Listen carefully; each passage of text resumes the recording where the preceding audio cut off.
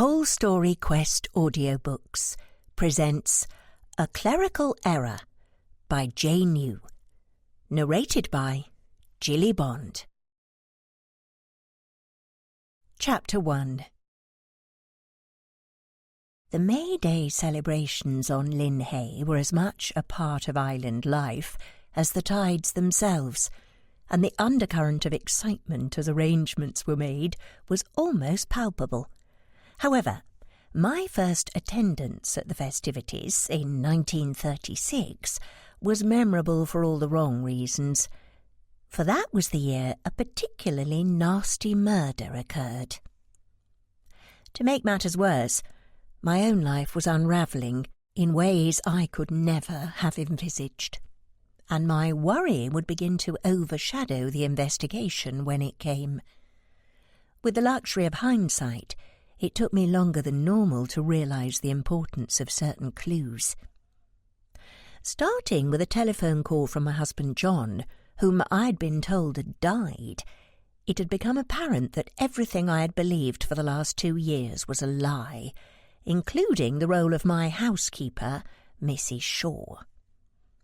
Just over a week after the call, still smarting from a combination of embarrassment and fury at what had come to light since, and with the feeling of claustrophobia threatening to overwhelm, I decided a change of scenery was needed and made plans to spend the week with Aunt Margaret.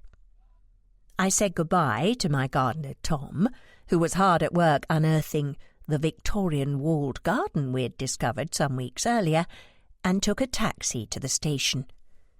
Mrs. Shaw was under strict instructions to telephone me at my aunt's immediately if there was news.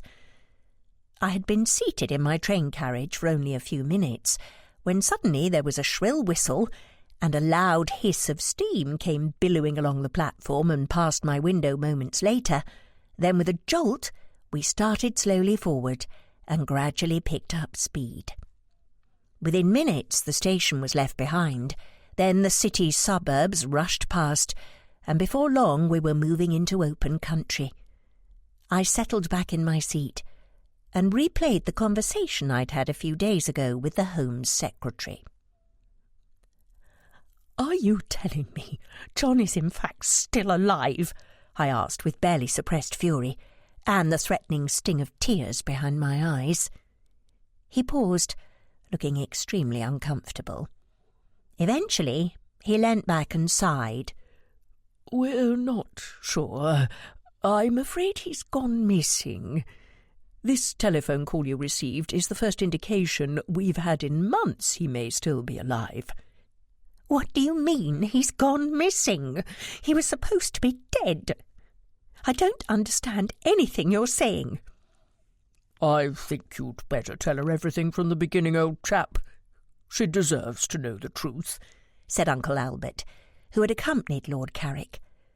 Albert wasn't strictly my uncle, but was godfather to my sister-in-law Ginny. He was also the police commissioner at Scotland Yard, and I'd worked closely with him on 2 previous murder inquiries.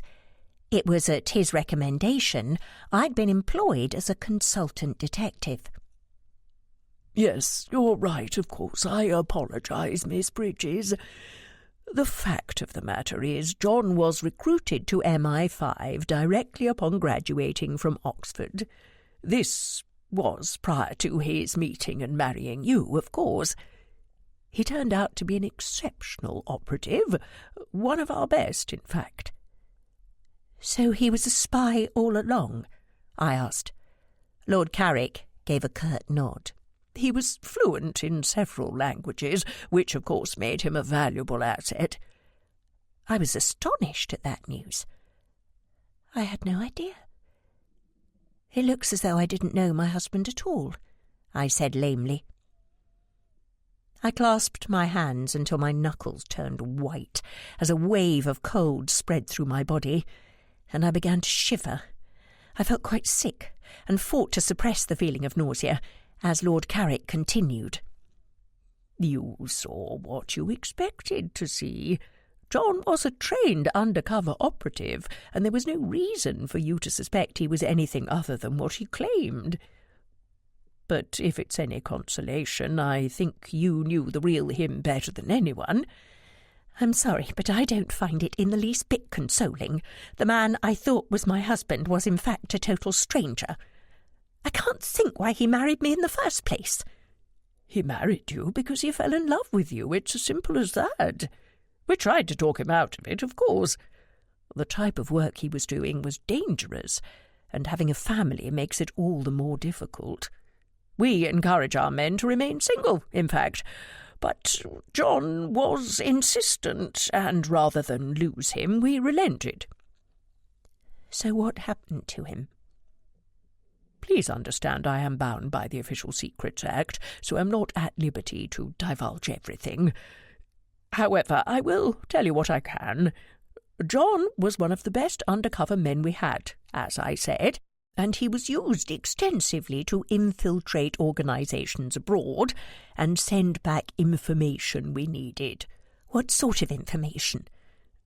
"I'm afraid I can't tell you that. But suffice to say he was very successful. During his last mission—" "Where exactly was his last mission?" "Germany. And just so you understand, it was indeed to be his last assignment. He'd formally put in for retirement from active overseas duties, as he wanted to spend more time at home. With you. Unfortunately, things didn't go according to plan, and we lost communication with him. He missed several rendezvous, then disappeared from the radar completely. It's thought his cover had been blown." "You mean he was taken prisoner?" "We're not sure. I'm afraid the intelligence is somewhat lacking, but it's assumed so, yes." I was simply stunned, and was finding it difficult to formulate simple questions, as though my head was stuffed with cotton. I felt the prick of tears, as I realised John had intended to retire and come home so we could begin a normal life together. I'd had no idea. Yet his plans were derailed at the last moment, by some dastardly quirk of fate. I swallowed, past the lump in my throat and the rising bile. It was all so unfair. "So you assumed whoever took him had him killed? You told me at the time he was shot accidentally on a farm in India, and that he didn't suffer at all. I take it this was not actually the case, considering what I know now." "Well, the body—" "What about the body? 2 years ago you identified it as my husband. You came to my home and told me he was dead and gave me his wedding ring. If my husband is dead, Lord Carrick, then just how is it he telephoned me last evening?" Lord Carrick rose and approached the fire. Leaning on the mantel, he stared into the flames and began to talk softly, almost to himself. "The news came in that a body had been found in the early hours. One of our chaps happened to be in the area at the time and went to investigate. What he found was the body of a man, charred beyond recognition, in the lower level of a factory which was still partially burning. We know now it was arson, used to cover up a murder. The victim had been shot. Naturally, our man quickly searched the body for any means of identification, but the only thing he found was the wedding ring. He removed it, then left the scene. There was nothing more he could do. He was putting himself at great risk as it was. Because the ring was engraved, it was naturally assumed the body belonged to your husband. It was his ring, after all." "But now you don't think it was?" I asked. He glanced at me quickly, but didn't answer my question. "A couple of months ago we received a report citing the possibility John had been spotted in the company of some high-level German officials, but before it could be confirmed, he disappeared. Naturally, we've been searching for him ever since, but to no avail." I shot out of my chair before I had a chance to think about what I was doing. "You mean to say you knew my husband was alive 2 months ago and didn't tell me? How dare you keep this from me? Dear God, what sort of people are you?" "Miss Bridges, please understand we couldn't confirm anything. We didn't know whether it was your husband or someone who simply bore a striking resemblance to him. Remember, in these situations, John would be in disguise. It would have been it would have been cruel of me to come to you then only to find out it wasn't him. I sat down at the end of this little speech and put my head in my hands. All the fight had left me. My skin felt cold and clammy, and along with the shakes, which were getting worse, my heart was beating wildly. I felt a hand on my shoulder and looked up to see the blurry shape of Albert hovering over me, a large brandy in his hand. So mired was I in my own thoughts I hadn't even heard him move. "Drink this, Ella. You've had a nasty shock." I nodded, and taking a large gulp, immediately felt the warmth of the liquid suffuse my body, and the anxiousness abate somewhat, though not entirely. John was alive. It was almost too much to believe after all this time. But in my heart I knew it was true. I felt a surge of hope course through my veins as I asked Lord Carrick for confirmation. I needed to hear him say it out loud. "But now you think it was him, because he telephoned me?" "Yes, and we're doing everything within our power to find him." "And bring him home? You must bring him home. It's much too dangerous for him there."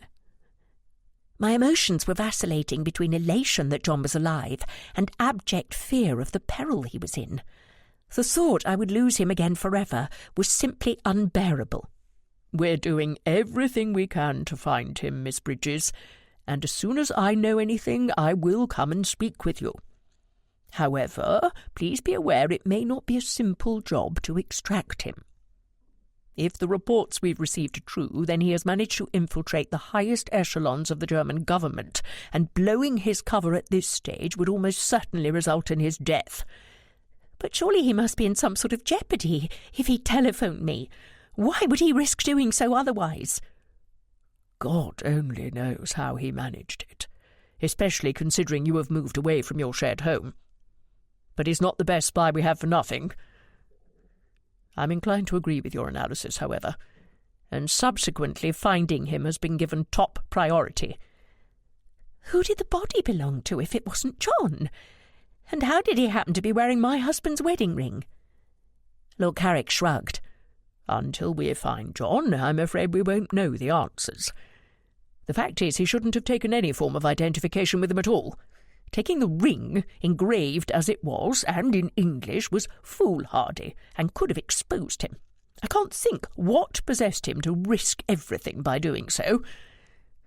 But again, that question can only be answered by John himself." "And what about Mrs. Shaw? I know she's one of yours." Lord Carrick eyed me shrewdly for a moment, then nodded. "Mrs. Shaw will remain here for your protection. John may try to contact you again, and if he does so, Mrs. Shaw will need to speak with him." But several days had passed, and there had been no more news from Lord Carrick, and John had not telephoned again. Approximately half an hour before reaching my station, a black cat wearing a familiar purple collar with a silver bell attached materialised on the seat opposite. It was Phantom, my ghost cat.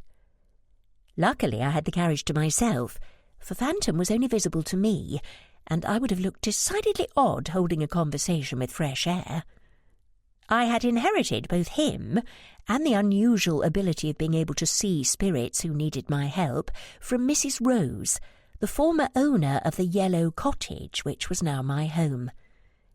Phantom had saved my life during my first case, and it was thanks, in part, to these special gifts that I had been so successful as a detective.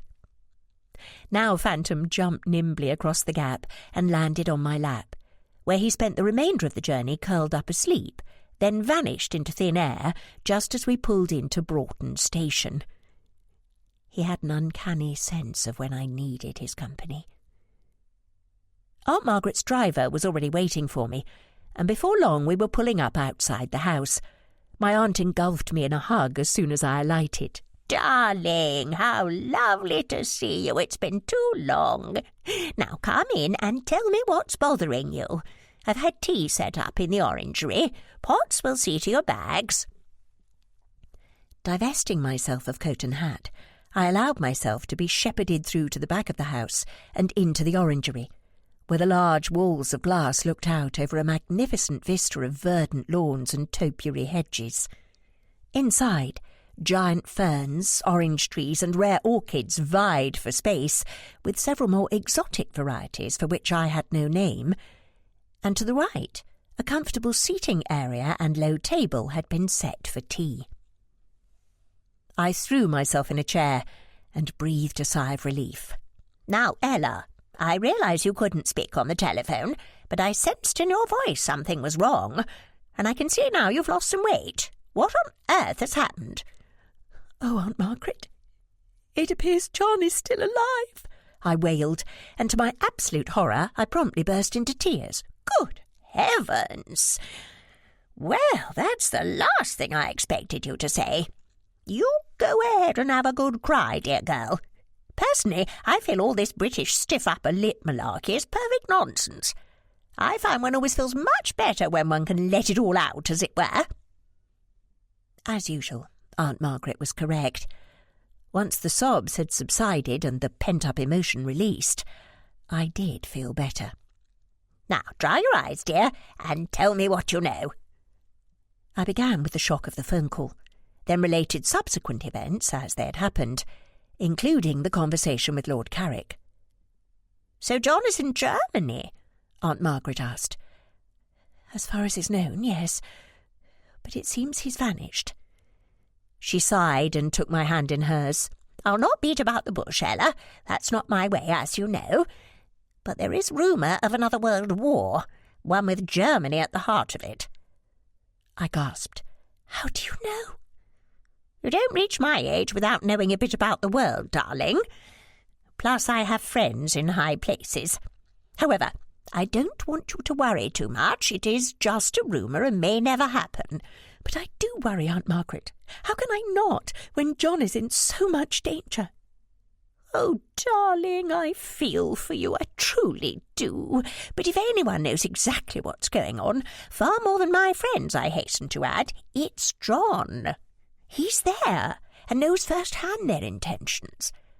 Whether it comes to war or not, it's John's job to ensure our government is kept abreast of what is happening. It's an exceptionally important job he's doing. I stood up and went to gaze out of the window, my mind in turmoil at my aunt's revelation there may be another war. I wondered where John was, and what he was doing at that moment. Was he thinking of me, as I was thinking of him? Did you know John was a spy? I seem to remember you weren't really taken with him when I brought him home that first time. Then you remember incorrectly, Ella. I liked him very much, and thought him perfect for you. However, to answer your question, no, I didn't know his job was espionage, but I felt he was being a little circumspect with the truth. Not lying, you understand, more holding something back, secretive. Of course, it's obvious why, now we know the truth. I sighed and took my seat again. Whatever am I to do, Aunt Margaret? Do? Why, there's nothing you can do, except continue to live your life and wait to see what happens. I'm quite sure John would be appalled to realise he's caused you so much distress, and even more that you've put your life on hold to just sit about and worry. There is an entire organisation behind John, and they will be doing their utmost to bring him home safely. I knew every word she spoke was true, but I was feeling angry and frustrated, and more than a little afraid. I was exhausted, truth be told, but sleep was difficult, and I was perpetually tired. I was also feeling quite sorry for myself, which was childish and not like me at all, which then made me feel guilty and started the whole cycle again. I'm sure you're running the gamut of emotions, my dear, Aunt Margaret said, her usual prescient self. But feeling angry and guilty is both pointless and harmful to your well-being. You'd do much better to concentrate your energies on something more positive. I frowned and looked at her, Are you sure you're not a witch?" She laughed. "No, that's more like my Ella." "No, I'm not a witch. I've just lived longer than you have. Now, I have a telephone call to make. I think you need cheering up, and I have just the thing. Tomorrow we will visit the old part of the town, do some shopping, have lunch, and in the afternoon I'll introduce you to a friend of mine. I'd advise you to get a good night's sleep. You'll need your wits about you." The next morning I awoke feeling more refreshed than I had for days. The emotional talk I'd had with Aunt Margaret obviously being more cathartic than I'd realised, although the knot of anxiety for John still lay like a stone in the pit of my stomach. After a late, leisurely breakfast, we bundled ourselves into our warmest coats and set off for town. "No need for the car, I think. A brisk walk will do us good, and it's a beautiful day," my aunt said. My dubious look at the grey lowering sky caused her to chuckle. "Ella, this is the north of England, remember. Any day where it doesn't rain is considered positively balmy. Besides, it's almost summer." I laughed. I think I must have been in the south for too long. I'd almost forgotten what it's like. As we walked down the lane on the outskirts of the town, the conversation turned to my housekeeper, Mrs. Shaw. "And she was the only applicant, you say?"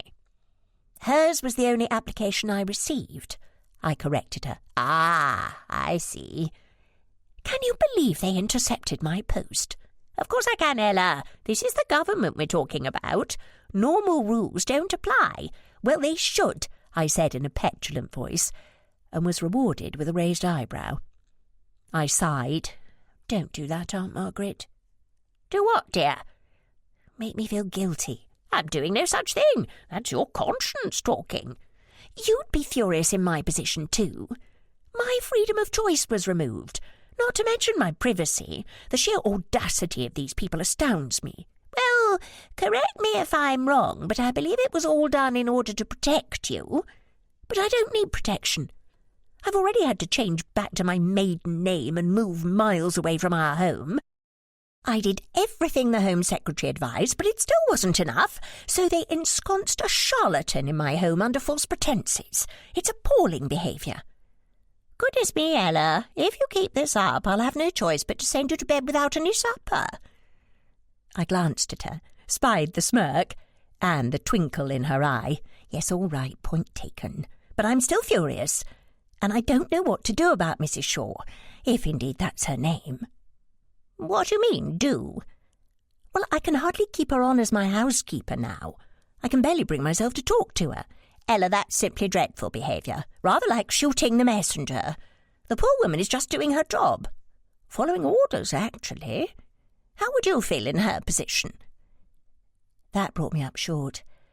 Remarkably, I hadn't considered things from Mrs. Shaw's point of view, and I was rather ashamed of the fact.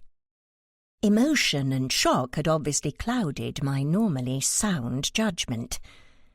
I resolved to speak with her as soon as I returned home. It would be a difficult conversation, but it had to be done. "Thank you, Aunt Margaret." "Think nothing of it, my dear. I feel it always helps to speak to someone on the periphery, as it were. It brings things into perspective. And there's no need to feel guilty, Ella. You're perfectly entitled to have a tantrum now and again, particularly as the root cause is worry about John. Just so long as you don't make a habit of it." I smiled. "There's no need to worry on that score, Aunt Margaret. Admittedly, it's all a bit of a mare's nest, but there's really very little I can do now except wait and hope. And worry," I silently added to myself. "And keep yourself busy," my aunt added. "There's nothing worse than sitting around brooding and worrying. Now, there's been a couple of additions to the town since you were here last. A perfectly lovely milliner's and a delightful tea room close to the Guildhall. My treat." True to her word, I departed the Lily tea room stuffed to the gills, which was an immense change compared to recent days, where I pushed food around my plate and barely ate a morsel.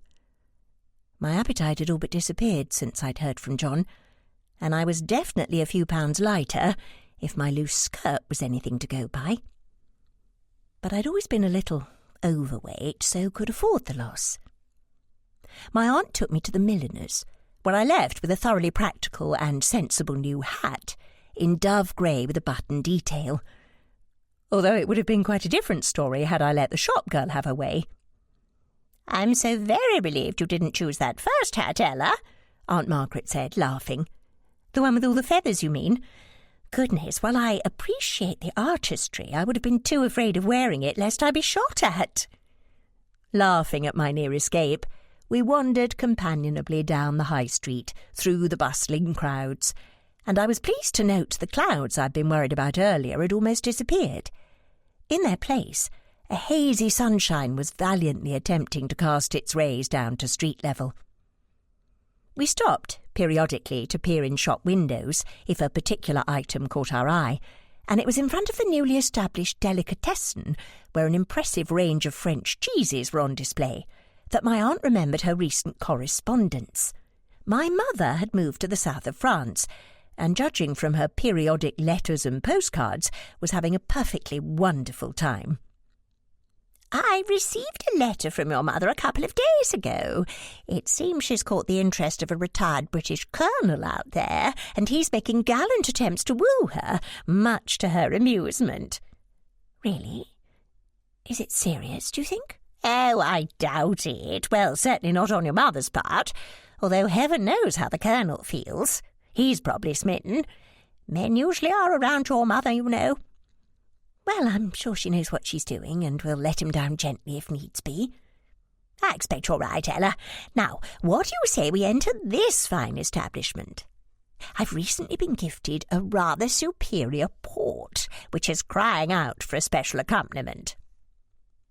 20 minutes later, my aunt having purchased enough cheese to feed the Foreign Legion and the British Army combined, we exited the shop and continued to the end of the street, where I was expertly steered left in the direction of a small art gallery.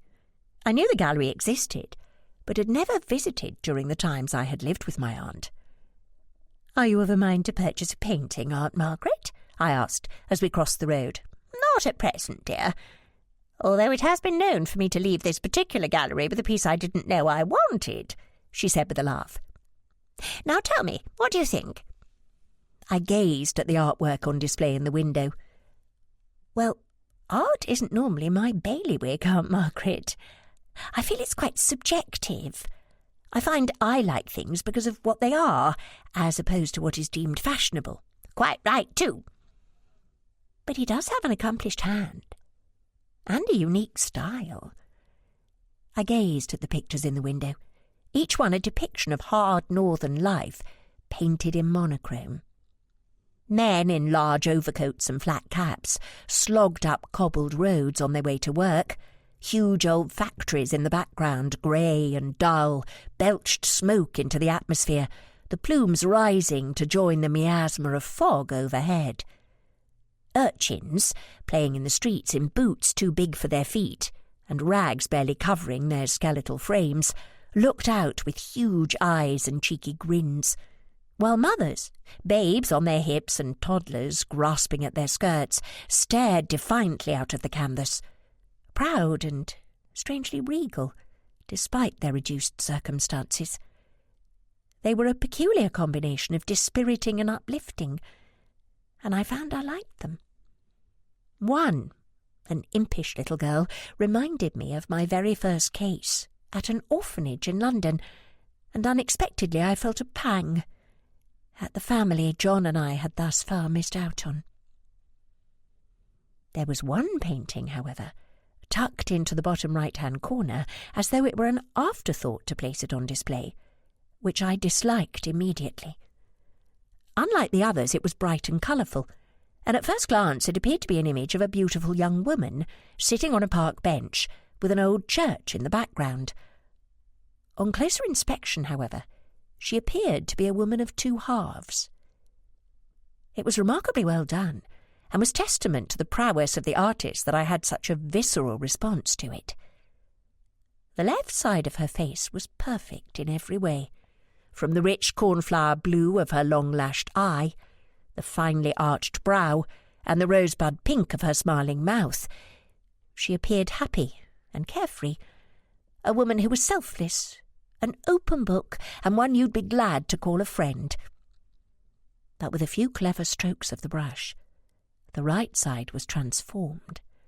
The eye became malevolent, with a hard glint suggesting an underlying animosity, the mouth a sneer, as though full of contempt for the viewer, and above the top lip an ugly and exaggerated black mole grew, as though the rottenness of the core were attempting to burst through the skin. I gave an involuntary shiver, as though evil had crossed my path, and glanced at the title, From Mistress to Wife. I straightened and looked at Aunt Margaret with a raised brow. "Very clever, isn't it?" she said. "Undoubtedly. But I can't say I like it. And I find I'm hard-pushed to believe anyone in their right mind would want to hang it on their wall." She laughed. "Come along. Let's go in." I followed her into the shop and smiled as I glimpsed a black cat wearing a purple collar with a silver bell, curled up asleep in the window. The little bell above the shop door signalled our arrival, and we entered what I can only describe as an Aladdin's cave. I'd expected a light and airy space, with bright walls and strategically placed easels showing off the paintings to their best advantage. Instead, we were greeted with an interior more akin to an antique curiosity shop, with the artist's work adorning every imaginable surface, propped up against large bureaus, on the shelves of a bookcase, on several occasional tables, and even displayed on a velvet chaise longue. And everywhere I looked, there were ladders of all sizes. To the rear of the room was a floor-to-ceiling curtain, in a heavy, rich purple fabric with gold tassels. However, of the proprietor himself there was no sign.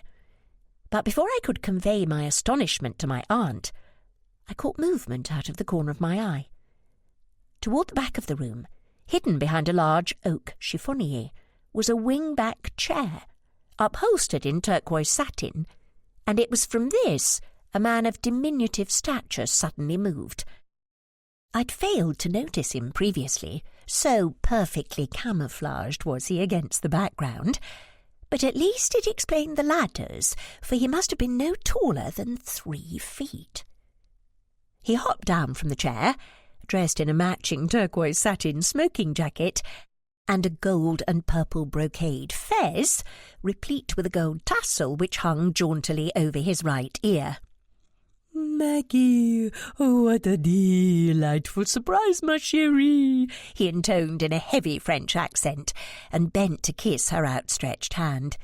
"It has simply been too long." I glanced at my aunt, waiting for her to scold him. I knew how much she despised the shortening of her name, particularly to Maggie. But to my surprise, she remained silent. "And who might this be?" the dwarf continued. "No, don't tell me. Let me see." My aunt smirked, but still said nothing. Dragging a small step-ladder directly in front of me, he proceeded to climb until we were at eye level, then grasped my chin and tilted my head from side to side. "Not a classic beauty, rather plain at first glance." Well, really, how rude! "But there is something about her. The bone structure is good, and the face pleasing, if oddly asymmetrical. But it is the eyes that speak to me. Such eyes, and such depths. Ah, yes, there is an interesting story behind those eyes." "You see the world differently, perhaps?" "Yes." I frowned, wondering what he meant by that comment. He couldn't possibly have guessed about my special gifts. As he jumped down from the ladder and went to peruse my rear, I hissed at my aunt. "What on earth is going on? Who is this insufferably rude little man?" "Don't worry, dear. It means he likes you," she whispered back. "Oh, my word. Whatever is he like with those he doesn't care for?" "Terribly flattering," she replied. Having completed his inspection of my physique and deemed me becoming, but rather on the heavy side to be fashionable, he strode forward to face me. "So what is it you do, ma chère?" "Do?" I asked, nonplussed for a moment. "Yes, do," he repeated in an exasperated tone. "What are your interests, your hobbies? What are your hopes and dreams?" I frowned. As a matter of fact, I am a consultant detective with Scotland Yard. The small man clutched his chest and staggered back, eyes wide as though he'd been shot. "Oh, my God, you're having a lark, ain't you?" I raised an eyebrow in surprise. "Obviously not as much as you are, Mr. "Oh, dear, well, that's rather let the cat out of the bag," Aunt Margaret said. "Ella, I'd like to introduce you to the world-renowned artist Monsieur Pierre Dupont, formerly known as Norman Sprout, master forger of Brick Lane, London." "Maggie, I can't believe you brought a copper to me door, after all we've been through," said the thoroughly dejected artist. He moved to the chaise longue and sat with his head in his hands. "Oh, stop being so melodramatic, Norman. I've done no such thing. Ella happens to be my niece, and is currently taking a few days' holiday to visit her old aunt." "What? So you mean you're not the old Bill?" "I'm exactly what I told you, Mr. Sprout. I'm not in the habit of lying. However, unless you have an inclination to murder your customers, I doubt our paths will cross in a professional capacity." "Murder? Gordon Bennett, Maggie, what is this? I ain't never murdered anyone in my life. I'm just a simple artist trying to earn a crust." "All right, I admit I started on the wrong side of the tracks, but I've been straight as an arrow ever since that incident with the Duke of Bainbridge and Desdemona with sheep." I raised a quizzical eyebrow. "It's a painting, dear," Aunt Margaret explained. "A long story, and I won't bore you with the details, but it's how Norman and I met. And, Norman, do you really think, after all this time, not to mention the investment, I would do anything to jeopardize our friendship?" "Oh, Maggie, please forgive me. I wasn't thinking straight." "No matter. I shall put it down to artistic temperament. However, if you are, as you say, on the straight and narrow, I do believe your reaction was a little over the top, don't you?" Norman sighed and rose to his feet, shaking his head. "Only I could have gone into partnership with the cleverest woman in Christendom." Partnership? This was certainly news to me, and I glanced at my aunt in wonder. There was obviously a lot I didn't know. "There's been rumours," continued Norman. "Come on, I'll shut up shop and put the kettle on. We can discuss it over a pot of Rosie Lee. It's a new blend from Carnaby's Emporium, which I think you'll appreciate, Maggie." "That sounds like a splendid idea. Ella, remind me to take you to Carnaby's on the way home. It's a magnificent place, and the teas are superlative." The tea was indeed superlative, the smell and taste conjuring up images of exotic climes under palm trees and the allure of the East. However, if I'd thought the conversation would provide me with a wealth of revelatory details about my aunt's life, I was sadly disappointed. "Now, Pierre, tell me about these rumours which were cause for your agitation earlier. And please do dispense with the accent, dear. You're no more a Cockney than I am." Pierre waved his hand in dismissal and chuckled. "I overreacted, Maggie. Nothing more. It was the shock of finding the law on my doorstep after all this time. I'm afraid I put 2 and 2 together and came up with 5. I haven't been Norman Sprout for many years. As far as anyone knows, he went abroad and hasn't set foot in England since." I stared at the little man in wonder, for while at my aunt's request the rough Cockney accent had disappeared, so too had the French one. Instead, the voice was that of refined gentry, and would have been perfectly at home announcing the BBC News on the wireless. Even his movements had been subdued according to character. Instead of the flamboyant and over-the-top artist, a calm, tidy and slightly arrogant English aristocrat sat before me. It was quite extraordinary. "Pierre is a positive chameleon, Ella," my aunt explained. "His acting skills, mimicry and disguises are superlative, and I have no doubt if he hadn't chosen art as a profession, he would have been a celebrated actor." Pierre twinkled at Aunt Margaret with fondness. "You're too kind, Maggie. Officially there is only Pierre Dupont now, and I'd like to keep it that way." This last was directed at me, and I nodded. "I understand, Monsieur Dupont, and rest assured I have no intention of speaking about our discussions today with anyone else. As far as I'm concerned, my aunt thinks highly of you and considers you a friend. That's enough for me. However, there is one thing I would dearly like to know." Both my aunt and Monsieur Dupont looked at me expectantly. "How on earth did you two meet?" And so between them they told me the story of the summer ball, held by the Duke of Bainbridge at his country retreat in Oxfordshire. "I was dancing with the Duke at the time, a rather invigorating Pasadena, if I'm not mistaken, when we were quietly interrupted by his butler. He informed us a thief had been caught in the Long Gallery, attempting to steal a painting." "Desdemona with sheep?" I hazarded a guess. "Quite right," confirmed my aunt. "It's a very famous painting by the Dutch master, Johannes van der Bleck, and quite priceless. So the Duke and I quietly made our way to the gallery so as not to arouse suspicion, and once there we were greeted by the sight of dear Pierre, or Norman as he was then, halfway up a curtain and clinging on for dear life while one of the Duke's dogs stood guard below." "It was the size of a horse," said Pierre, shuddering at the memory. "It was a Pomeranian," corrected my aunt. Of course, I could see immediately he was innocent. Pierre chuckled and shook his head. Only Maggie could have seen my innocence while in that predicament. I'd been caught halfway out of the window, my rope was still in place, my tools were in a bag on the floor, and the spoils were at my feet. I'd been caught red-handed, and it was only a matter of time before the police arrived and I was thrown in a cell. "But however did you manage to escape?" I asked. My aunt once again took up the narrative. "Oh, he didn't need to escape. As I said before, he was entirely innocent. Not that the Duke thought so. Of course, a discreet word in his ear about certain matters soon had him seeing my point of view." "You mean to say you blackmailed him?" I asked in astonishment. "Of course not.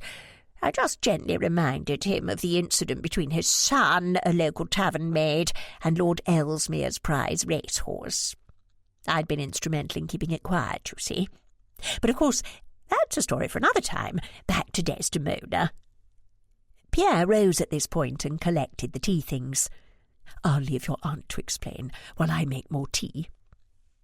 "That reminds me, why on earth are you playing housemaid?"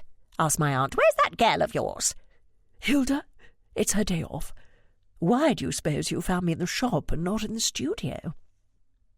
When Pierre had gone, I asked Aunt Margaret to explain how she knew immediately he was innocent of the crime, when all evidence said otherwise. "Well, you see, Ella, the Duke and I had been friends for a long time, and I'd visited the gallery on many occasions. It was on one such visit that I realised the painting in question was actually a rather masterful forgery. Goodness knows how long it had hung there without anyone noticing. Rather a long time, I suspect. The Duke had grown up in that house, you see, and had passed through the gallery numerous times. It's amazing, when you see something every day for years, just how little notice you take of it. It becomes nothing more than background." "So Pierre had actually stolen a forgery?" "Goodness me, no. Pierre can spot a forgery a mile away. It was his stock in trade at the time. No, the original was hanging in its rightful place on the wall. That's how I knew he was innocent." I sat back in amazement, as it all became clearer. But why on earth would he go to all the trouble of replacing a forgery with the original, knowing he may be caught? And who painted the forgery? And for that matter, who stole the original in the first place? "Oh, Isabella, so many questions," my aunt said, patting my knee. "I doubt we'll ever know the answers." I doubted that was the case, but knew better than to pursue it. I would get nothing more from Aunt Margaret. "So you became his benefactor?" "I did. A known art thief, forger, and criminal," I said in wonder. In my experience, the world is very rarely black and white, but instead various shades of grey. Norman needed my help, and I gave it to him. And not once have I ever regretted the decision. Now, here's the tea." "But how did the Duke explain it all to his butler?" I asked, rising to take the tray from Pierre.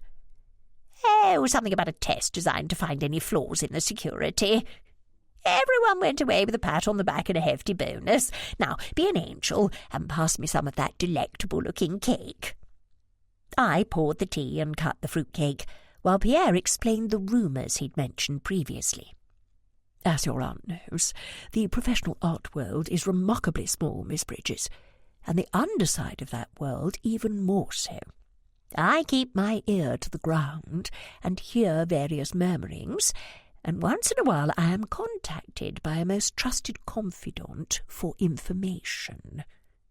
He contacted me last week to ask if I'd heard anything about a British gang targeting the French. Apparently there are plans afoot to attempt the most audacious of crimes, a theft from the Louvre." "My goodness!" exclaimed my aunt. "And what have you heard, Pierre? I can't for one moment imagine how they expect to succeed in such an endeavour. The Louvre is as well guarded as the Crown Jewels." "I agree, Maggie. It would take an exceptional mind to pull off that particular job, and the risks are high. In my opinion, it's impossible. As to what I've heard, well, that is even more peculiar, for I have heard nothing at all. The grapevine is deathly silent." "Well, wouldn't that indicate your chap has got it wrong?" I asked. Pierre stroked his greying goatee absent-mindedly and nodded slowly. "That is possibly so. But I shall keep my ear to the ground and make some discreet inquiries nonetheless." I continued to sip my tea while Pierre and my aunt discussed the art world. I knew little of it myself, which is undoubtedly why I didn't realise how important my meeting with Pierre would turn out to be. Not only with regard to the imminent murder inquiry, but also to a worrying telephone conversation I would soon have with my mother. In the excitement of the conversation, both my aunt and I had lost track of the time, and it was late afternoon when we left. On the way out, Pierre stopped me. "How do you think of my work, Miss Bridges?" he asked, once again reverting to his impeccable French accent. As a matter of fact, I said to Aunt Margaret earlier how much I liked it. Well, apart from one, that is. "Oh, and which one is it that you do not care for?" "I'm afraid that one of the women in the window isn't much to my liking. It's a personal choice, you understand. The work itself is exceptionally good, but the subject matter just doesn't appeal, I'm afraid. I hope I haven't offended you." "No, but of course not. You are the niece of Maggie, no? So all is well. If you had been any other, though, who knows? But what is this painting? I cannot place it." "The two-faced woman." "Mon Dieu! This should not be in the window. It is the fault of the idiot Gilder, no doubt. It shall be removed at once." He hurried to the display, removed the offending painting, and deposited it deftly behind the curtain. "There, order and beauty is once again restored," he said with a smile which didn't quite mask the panic in his eyes. "Now I shall bestow upon you a gift, Ella." "Oh, there's really no need." "I insist. Now, stand there and do not move so much as an inch. There is something most perfect here for you. I shall know it when I see it." My aunt smiled at me, and moving aside a painting of a boy throwing a stick for a small scruffy dog, sat on the chaise longue to wait. "You better do as he says, dear. There's no talking him out of it."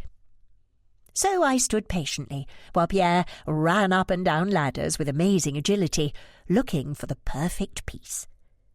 Every so often Aunt Margaret and I shared a smile, as the small man muttered, "No, not this one," and "Oh, this will never do."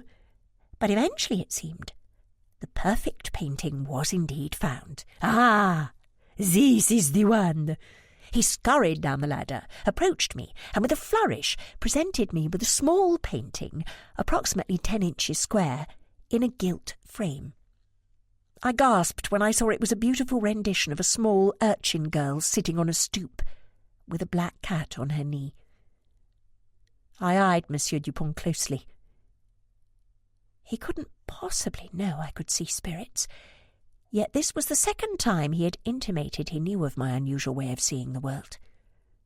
Nor could he know I had a black ghost cat, yet his prescience at choosing such a remarkably apt painting was uncanny, and I wondered if there was more to this diminutive little man than I had first thought.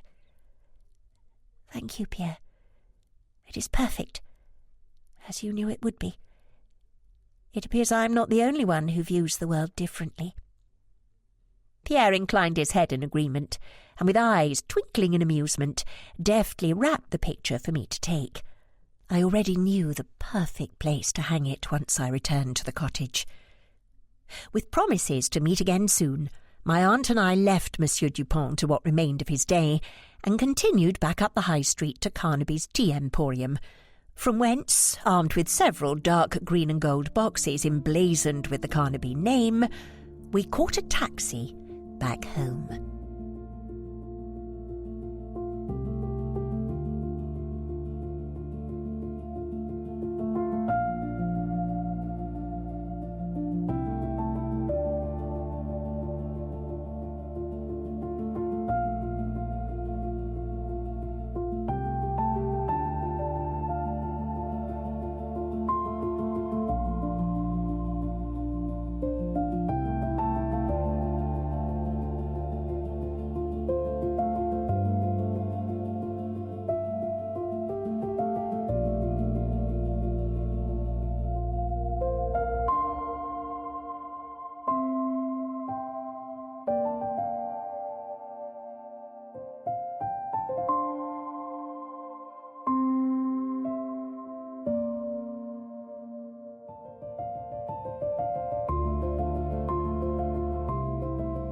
Chapter 2.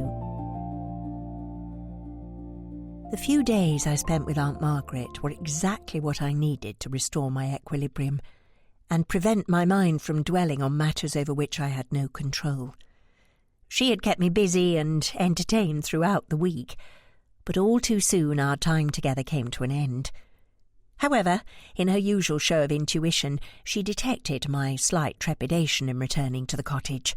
"Now, Ella, as you know, I have been meaning to visit you on Linhay as soon as time allowed, and as it turns out, I have some free time toward the end of the month. Mrs. Shipley has informed me her church has cancelled the usual fundraiser this year, therefore my managerial skills are not needed. I never used to attend, of course. You know my views on organised religion."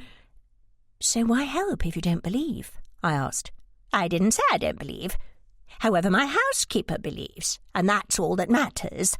Besides, the building is old, and I do believe, for both history and posterity's sake, it needs to be maintained for future generations. Now, as I was saying, it presents a perfect opportunity for me to come and stay with you, so you can expect me in 2 weeks' time." It was exactly what I needed, and I agreed immediately. And so it was with a lighter heart I boarded the train to begin my journey home. Of course, the plans I had for gentle excursions and exploration of the island together never transpired, because not long after her arrival, I was once again embroiled in a murder investigation. I had telephoned Mrs. Shaw the evening before to inform her of my arrival, and she had insisted on meeting me at the station. "It will be dark by the time you arrive, Miss Bridges," she had said, "and I don't think it wise for you to walk along the coastal path alone." I sighed inwardly, but acquiesced. She was right, of course, and the coastal walk would still be quite pleasant with the two of us. Imagine my surprise, then, when she met me off the train, took my bag and proceeded to steer me to a small motor car. She stowed my bag in the boot, settled in the driver's seat, and after pulling and pushing on a bewildering array of levers and pedals, expertly manoeuvred the vehicle into the lane which would take us home. "I had no idea you could drive, Mrs. Shaw. Is this your motor car?" It comes with the job, Miss Bridges. You mean your real job, as opposed to the position of lowly housekeeper you have with me? That's the one, she agreed cheerily, completely unperturbed at my slightly sarcastic tone. My boss considered it wiser to have a vehicle on hand in case of emergencies, and now you know who I really am, there was little reason for me to say no. I glanced out of the window, although there was nothing to see in the dark, giving me time to gather my thoughts. Mrs. Shaw, I believe I owe you an apology. It's really not necessary, Miss Bridges. I understand. Oh, but it is. I behaved dreadfully when I found out the truth, and I'm afraid being nearest, you took the brunt of my anger. I realise now you were only following orders, but at the time I felt quite deceived and I was furious. I am awfully sorry, Mrs. Shaw. Apology accepted, Miss Bridges. I nodded gratefully. Could you bring yourself to call me Ella now, do you think? She laughed. It would seem she had felt the previously difficult atmosphere between us too. If I could be honest for a moment, I would prefer to keep things as they are. It is easier for me to play my role if things are done properly. Of course, I understand. But I'm afraid I no longer feel comfortable with you in the role of my housekeeper. I'm certain Tom's mother would relish the opportunity to be once again employed. There's little for her to do now she lives in Harriet's house, especially considering her husband's health has, against all the odds, improved dramatically. Consider yourself promoted to the lofty position of my secretary. I assume you have the required skills. I do. I started out in the typing pool, as a matter of fact. Excellent. Well, your first job will be to procure a suitable typewriter. Albert Montesford has tasked me with compiling a working document to assist the police. It's to teach them how to identify when a person is lying, and I believe it would be a perfect project for us to work on together. Mrs. Shaw nodded. I'll speak with Mrs. Parsons tomorrow, and I already have a suitable typewriter. Will there be anything else? Yes, I said. I would like you to teach me how to drive. The next day, with breakfast over and Mrs. Shaw already on her way to see Mrs. Parsons, I decided to go for a bicycle ride. I set off down the track as fast as I could, my mind blissfully blank and with no idea where I was going. Half an hour later, I found myself at the quiet South Beach, where I dismounted and wheeled my bicycle over the tussocks of grass and down onto the sand. It was a wonderfully warm day, with summer just around the corner, and watching the sun glint off the water, and with a mild, slight breeze on my face, I felt peaceful and relaxed. I was daydreaming quite happily when I noticed the appearance of small prints in the sand steadily making their way toward me. There was no sign of the owner, of course, and I smiled. "Hello, Phantom," I said, and in a shimmering of air he materialised next to me and sat down to watch the waves break on the shore, his feline gaze steady and unblinking. He'd made himself scarce during the last few days I'd spent with Aunt Margaret, and I found now I was terribly pleased to see him, although it was difficult to tell if the feeling was mutual. I settled down with my notebook and began to organise my thoughts for the project Albert had requested. Unfortunately, it was more difficult than I imagined. Either that, or I simply wasn't in the mood. Regardless, before long I found the page blurring and my eyelids getting heavy, and I'm ashamed to say I fell asleep. I woke with a start some time later, as a shower of pebbles and sand rained down upon my head. Glancing behind me, I saw Phantom standing a few yards up the bank, the epitome of innocence. When he was certain I'd seen him, he turned and trotted away, only to stop and look at me again seconds later. "I suppose you want me to follow?" I swear, if he'd had the ability to roll his eyes, at that moment he would have done so. Instead, he pinned me with a stare which spoke volumes as to my stupidity. To be honest, considering how I had had the wool pulled over my eyes recently, I couldn't fault his reasoning. I stood up, dusted the sand from my clothing, and retrieving my bicycle, followed my demanding feline friend. Back up on the coastal path, Phantom jumped into the basket mounted on the front of my bicycle and I set off. I had every intention of returning home, but as was his wont, Phantom had other ideas, and before long I was pedalling up the hill towards St Mary's Church on the east side of the island. Before she had left, due to my previous case up at Arundel Hall, Harriet Dinworthy and I had been researching my home, and she had shown me various historical maps.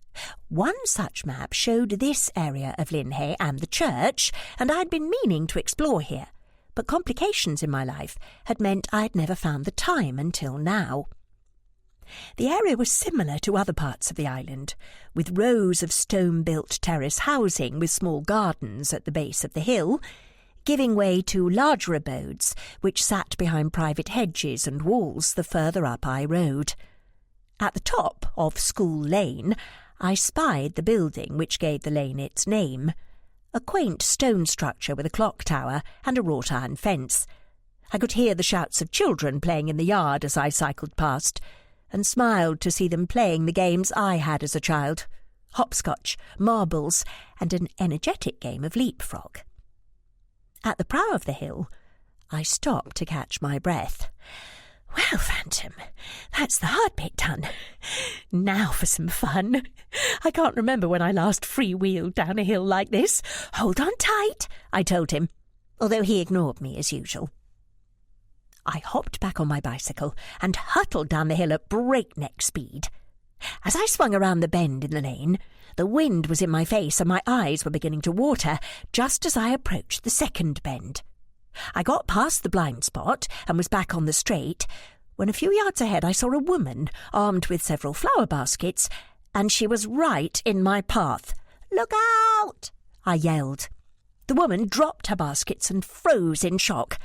I barely had time to register the large owlish eyes behind thick-lensed glasses or the carpet of flowers across the road. Slamming my feet to the ground and pulling on the brakes, I swerved to avoid her and careened to the right, where my fall was softened slightly by a well-established yew hedge. Leaving my bike on the ground, I got up and rushed over to the woman, who was still staring at me, a wild look on a face which seemed to have been drained of all blood. "Oh, my goodness, I am most terribly sorry. Are you all right?" "Oh, yes, I'm quite all right. Sorry, you startled me," she said, in such a quiet voice as to be little more than a whisper. "No need for you to apologise. It was entirely my fault. Are you sure you're all right?" She tittered nervously and wrung her hands. She couldn't be much older than 30, but she was as tiny and nervous as a mouse.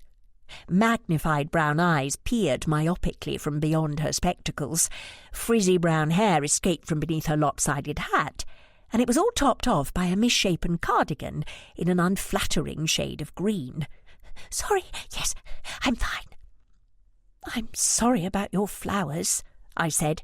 "Oh, no, the flowers!" Her shaking hands flew to her mouth, and to my shock her lower lip trembled, and tears welled.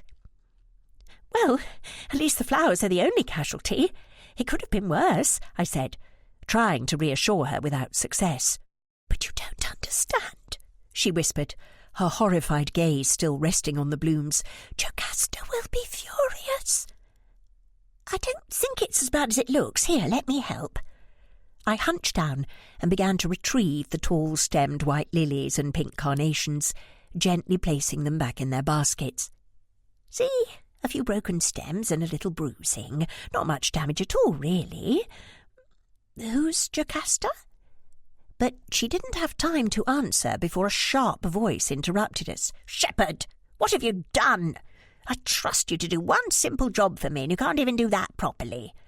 Honestly, I can't fathom how you've got on in life so far. Look at my beautiful flowers. They're completely ruined." This must be Jocasta. Shepherd stood up, wringing her hands. "I'm so sorry, Jocasta," she whispered. "Oh, Shep, whatever am I to do with you?"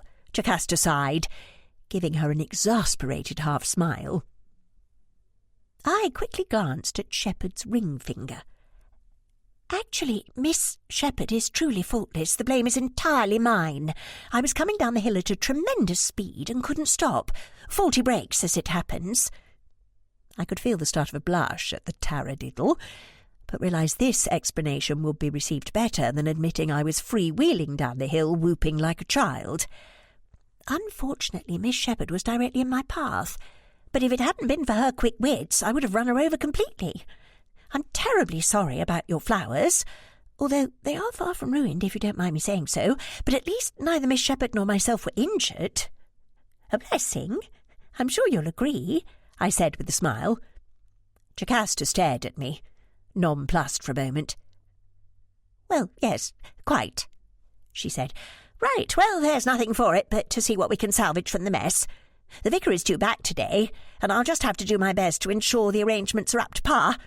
I'll be in the church meeting room when you're ready. Miss Shepherd and I bent to retrieve the remaining flowers. Thank you, she said in her pale voice. Although there really was no need to make me sound heroic, I froze like a fool, as you well know. Oh, no, that was absolutely the correct thing to do under the circumstances, don't you see? If you'd moved an inch, I wouldn't have been able to avoid you, and catastrophe would have been absolute. She tittered again. Well, thank you anyway. You may possibly have redeemed my reputation in Jocasta's eyes. She means well, but she's just so terribly good at everything and very efficient. I think she genuinely can't see why others aren't like her. Personally, I thought she was giving her too much credit, but I kept quiet. However, I agreed with her assessment. Jocasta positively oozed competence from every pore. I'm Isabella Bridges, by the way. Call me Ella, I said, rising with a full basket and offering my hand. Agnes Shepherd. But of course, I know who you are. You do? Oh, yes. I saw the story of how you solved the murder up at Arundel Hall in the parish news. Actually, it was in the Island Gazette, too, along with your photograph, although it wasn't a very good likeness. You're quite the talk of the island, you know. Oh, dear, I hadn't seen either publication, but I dare say that had been intentional. However, Mrs. Shaw and I had reached a sort of harmony, and I preferred not to rock the boat. The interference was probably her following orders anyway. I retrieved my bicycle from the hedge, none the worse for wear, but Phantom had already disappeared. No doubt he would turn up when he was ready. At least, as a ghost cat, he wouldn't have been hurt. It must be terribly exciting being a detective, Agnes continued, as we made our way through the lich gate into the churchyard and continued up the stone-flagged walkway.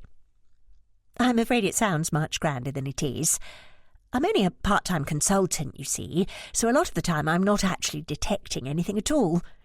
My life is quite ordinary, really. Still, it must be wonderful to be good at something so important. I'm afraid Jocasta is right. I'm not very good at anything much at all. The meeting room is to the side. We just follow the path this way. Rounding the corner, we came across the largest yew I had ever seen, which quite dominated the setting. My goodness, I exclaimed. It's beautiful, isn't it? It's believed to be the oldest in the country, nearly 2,000 years apparently, with a girth spanning nearly 9 yards. And was that a sundial I saw carved into the front wall? Well spotted! Oh, but of course you'd need to have good observational skills in your line of work, wouldn't you? Yes, it's actually one of 4. They were used for the timings of the services prior to mechanical timepieces. St Mary's has a wonderful history, you know. And talking of the time, we'd better go in before Jocasta thinks we've abandoned her. The meeting room was obviously a much later addition to the church, which was the oldest of 3 on the island, and the only one of Catholic denomination, the others being Anglican. I'd read it was built sometime during the 13th century, when a large part of the island on which the previous church had stood was lost to the sea. The meeting room, however, couldn't have been much older than 20 years. It was quite poorly constructed, as well as being utterly bland and lacking in character. It was also frightfully cold. Sorry, it's quite awful, isn't it? Whispered Agnes. Luckily it's only temporary. We're hoping to raise enough funds to build something more in keeping with the original architecture. We're quite close to the target, as a matter of fact. A big push at the May Day fete should see us hit it. Oh, there you are at last, Jocasta called from behind a trestle table, groaning with the weight of greenery. I was beginning to think I'd need to send out a search party. Come along then, no lollygagging. We've a lot to do and we're already behind.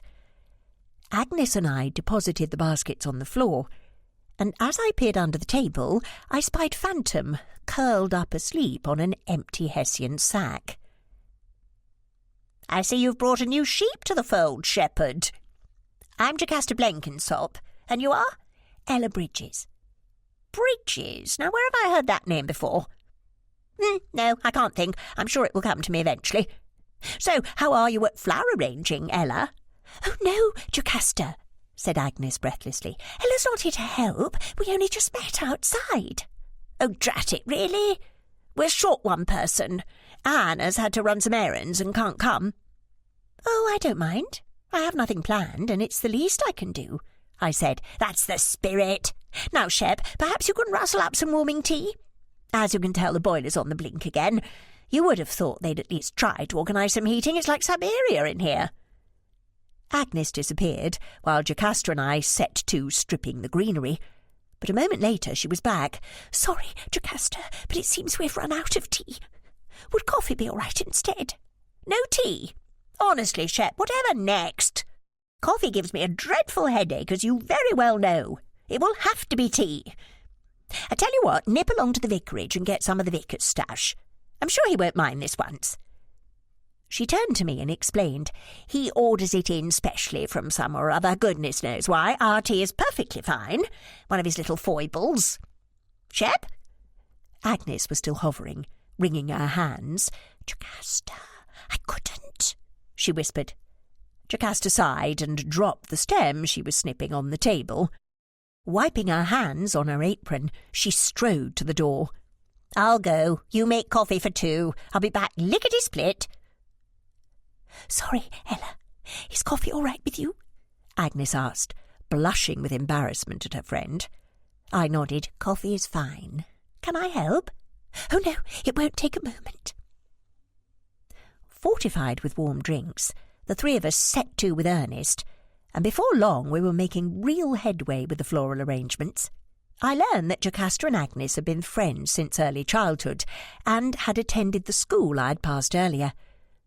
The more time I spent with them, the more I realised how much their friendship was based on a genuine affection for one another. Jocasta was a sporty type, good at games, head girl, and popular among her peers, whereas Agnes was shy and studious, academically inclined, and socially inept. It was a pairing born initially of mutual need, with Jocasta preventing Agnes from being bullied, and in turn receiving much-needed help with academic matters. But somewhere along the line it had morphed into something more. A shared solidarity, perhaps.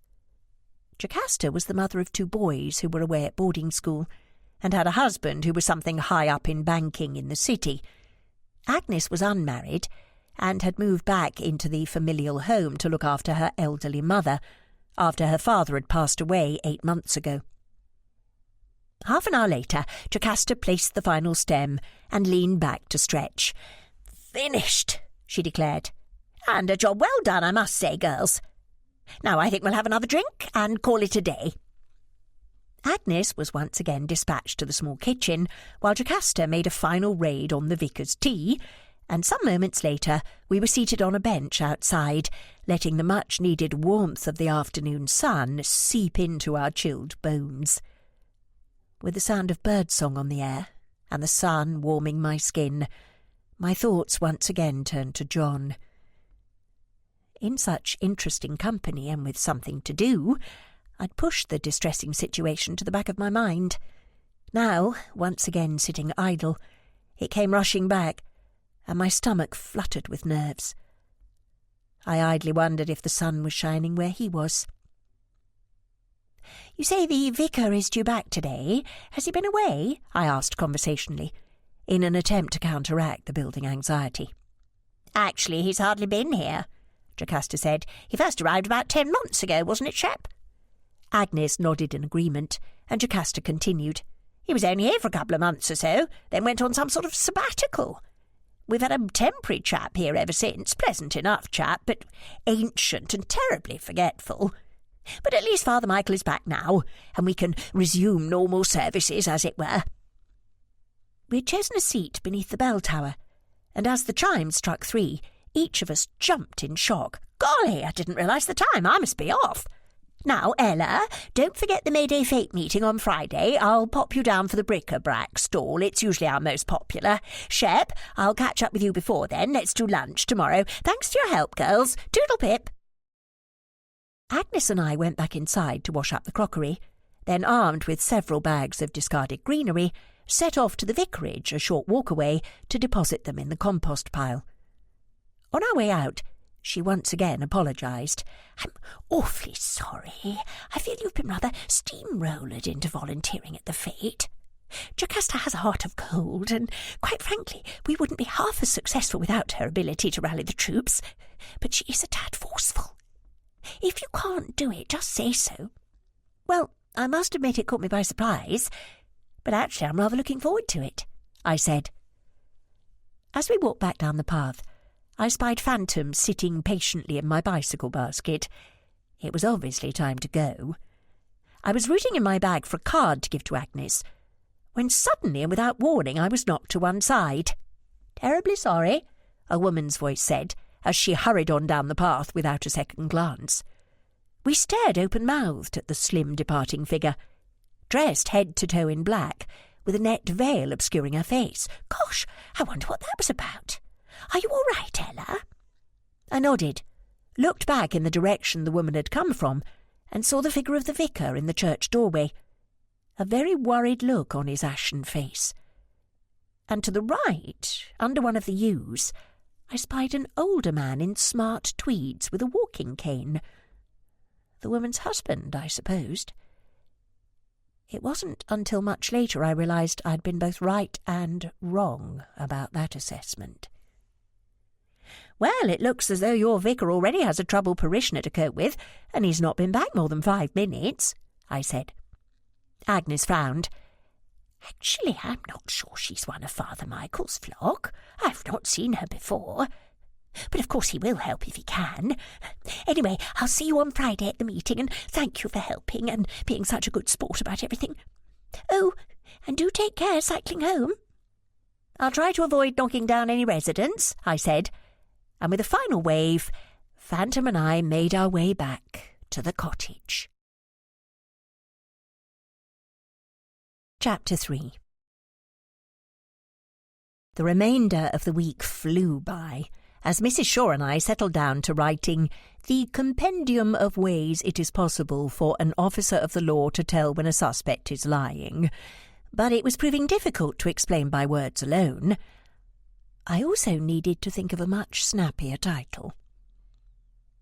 I think it would benefit from having pictures, said Mrs. Shaw glumly, after we had attempted to write a particularly stubborn paragraph in 3 different ways. An excellent idea, Mrs. Shaw. I don't know why I didn't think of it. I may know of someone who would be perfect for the job too. After a quick telephone call to leave a message at Scotland Yard, I returned to Mrs. Shaw. I think we'll call it a day. I have the meeting for the fete committee shortly, and I need to eat something before I go. I believe Mrs. Parsons has left something in the kitchen for you. At Mrs. Shaw's request, Mrs. Parsons had agreed to come in 3 mornings a week until I found someone permanent.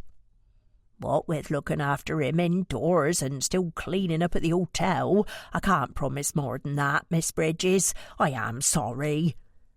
I assured her it was perfectly all right, and I appreciated her help during the interim.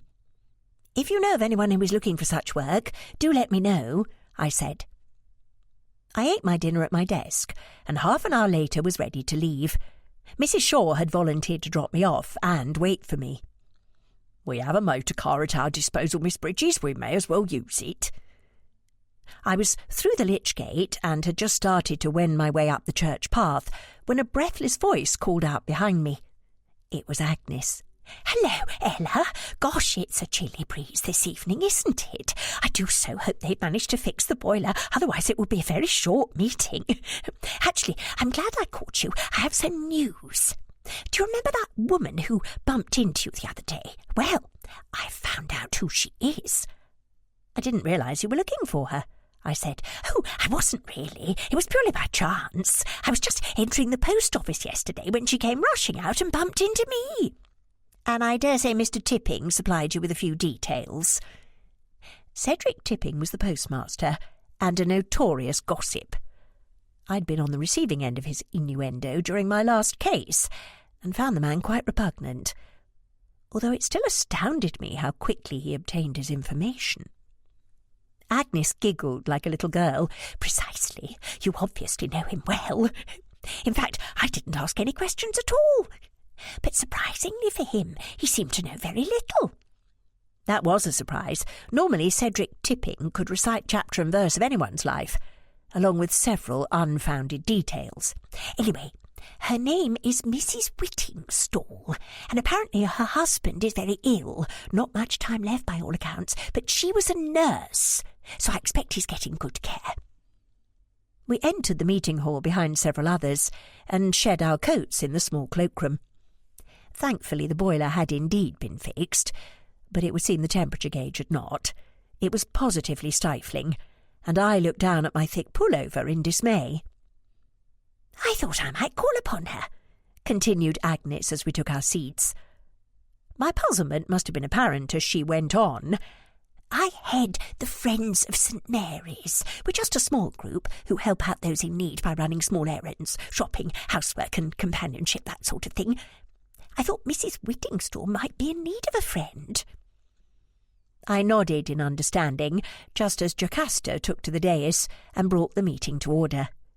She was explaining refreshments would be available at the end, when suddenly Agnes gripped my arm and looked at me in mortification, her eyes even wider than normal behind the thick lenses. "Ella, I've forgotten to replace the tea." As the meeting drew to a close, stall assignments were confirmed. As promised, Jocasta had allotted me the bric-a-brac stall. What she had failed to mention initially was, alongside the manning of the stall, I was also responsible for supplying the items. Luckily, several of the more seasoned participants had brought along donations. Thank heavens Mrs. Shaw had insisted on the motor car. The meeting concluded with Jocasta saying there was no one currently available to officially open the fete. "What about the princess?" someone asked. "She's turned down the invitation the last 2 years, so I'm rather reluctant to ask again," Jocasta replied. "Who's the princess?" I whispered to Agnes. "Oh, Princess Katerina is the genuine article. A Russian, the daughter of Tsar Alexander II, I think it is. She fled with her husband to escape the Communist Revolution, apparently, and ended up in London. She was a splendid opera singer by all accounts, although I think she's retired now. She moved to Linhay about 3 years ago, but is almost a recluse, so no one really knows her." "Well, if anyone can think of a suitable candidate, let me know," concluded Jocasta. Horrifyingly, I noticed several furtive glances in my direction, but no one spoke up, thankfully. I stared stoically ahead, willing them all to keep quiet. The last thing I needed was the attention. Eventually, Jocasta finished, and we all made our way to the refreshments table. Already I could see Agnes had taken Jocasta aside to explain there was once again no tea. Luckily, out of the 12 of us, only 3 insisted upon it: Jocasta, Anne, and an elderly lady called Prudence Fielding. The rest of us were quite happy with coffee. At Agnes's beckoning, I went through to the small kitchen to help her. "I take it Jocasta has gone to procure more tea?" I said with a knowing smile. "Yes, Father Michael is out visiting parishioners this evening. Honestly, Ella, I feel quite wretched about the duplicity. It's tantamount to stealing, and my conscience isn't at ease at all." "If Father Michael were here and realised we were short, do you think he would offer to share his private supply?" "Oh, I'm sure he would. He's very kind and generous. But that's hardly the point, is it?" "Well, no, it's not, but while I do agree with you, it is just a few tea leaves. And if he were here, I'm sure Jocasta would have asked him. But we'll make sure it doesn't happen again. And we could always give him a gift of his particular brand sometime to salve your conscience." That's such a good idea. I'll make a note to do just that. Jocasta returned at that moment. Right, there should be enough there for a decent pot. He must have had a delivery recently, as the caddy was quite full, so I'm sure he won't miss it. But I'm not doing it again. Let's remember to stock our own supply, shall we? The morning of the fete dawned bright and clear, and already wonderfully warm considering the early hour. Aunt Margaret had arrived a few days before, and thanks to a previous telephone call to explain the situation, had been preceded by several boxes of donations for my stall. With my housekeeper no longer in need this year, she said you may as well make use of it, my aunt informed me. I knew my sister-in-law Ginny would also have helped out, but they'd had an invitation to stay at a castle in Scotland, a friend of Ginny's whom she hadn't seen for a while, so they'd decided to take advantage of it. Ginny had been feeling a little under the weather recently, and my brother Jerry had said the Highland air would do her good. Thankfully, I hadn't been called upon to cut the ribbon and declare the fete open, as according to Agnes, Jocasta had managed to secure the services of a suitable personage, although she was keeping tight-lipped as to who it was. The fete was to be held on the village green, a large open space of well-kept lawns, which also doubled as the pitch for Lynn Hay's cricket team. The tented tea pavilion had been erected the day before, along with the stalls. All I had to do was furnish it with the goods. Hence being up with the sparrows. As Mrs. Shaw, my gardener Tom, and I were loading the last of the boxes into the motor car, Aunt Margaret joined us. "Are you sure you don't mind helping out, Aunt Margaret?" "Of course not, dear. I dare say it will be an enjoyable day, and as you are 2 people short, it makes sense." We had indeed lost 2 of our members. Unfortunately, the elderly Mrs. Fielding had been laid low with a particularly virulent cold and fever, and Anne, who as a member of the Friends of St. Mary's had been visiting daily, had also succumbed. "That's the last of the boxes, Miss Bridges. I think we can be on our way. I assume you want to drive?" "Are you learning to drive, Ella?" "I am, Aunt. Mrs. Shaw has been teaching me. It's not as difficult as one would imagine. I should be driving on my own before long." "Well, good for you. It will give you no end of freedom. I wish I'd learned when I was younger." "There's news about that, actually," said Mrs. Shaw. "Would you believe it? Today is actually the day when they have made taking a driving test compulsory." "Just my luck." "Well, I suppose it makes sense. With more people learning, a certain level of competence needs to be reached. Otherwise there would be no end of accidents." I said goodbye to Tom, who would come along when the fete opened officially at 10. Then we all settled in as I went through the start-up procedure. I gently steered the vehicle down the track to the road which would take us to the green, turned left, and we were off. It was a beautiful day for a drive, and I felt quite positive that the day would be a success all round. Unfortunately, the feeling was decidedly short-lived.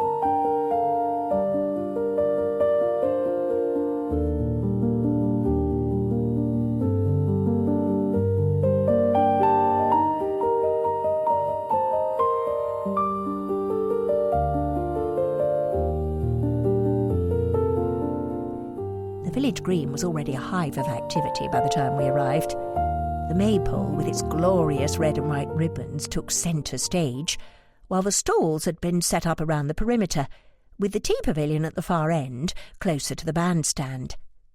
To one side, I spied the Morris dancers practising their moves, and every so often a resounding crack filled the air as they struck sticks.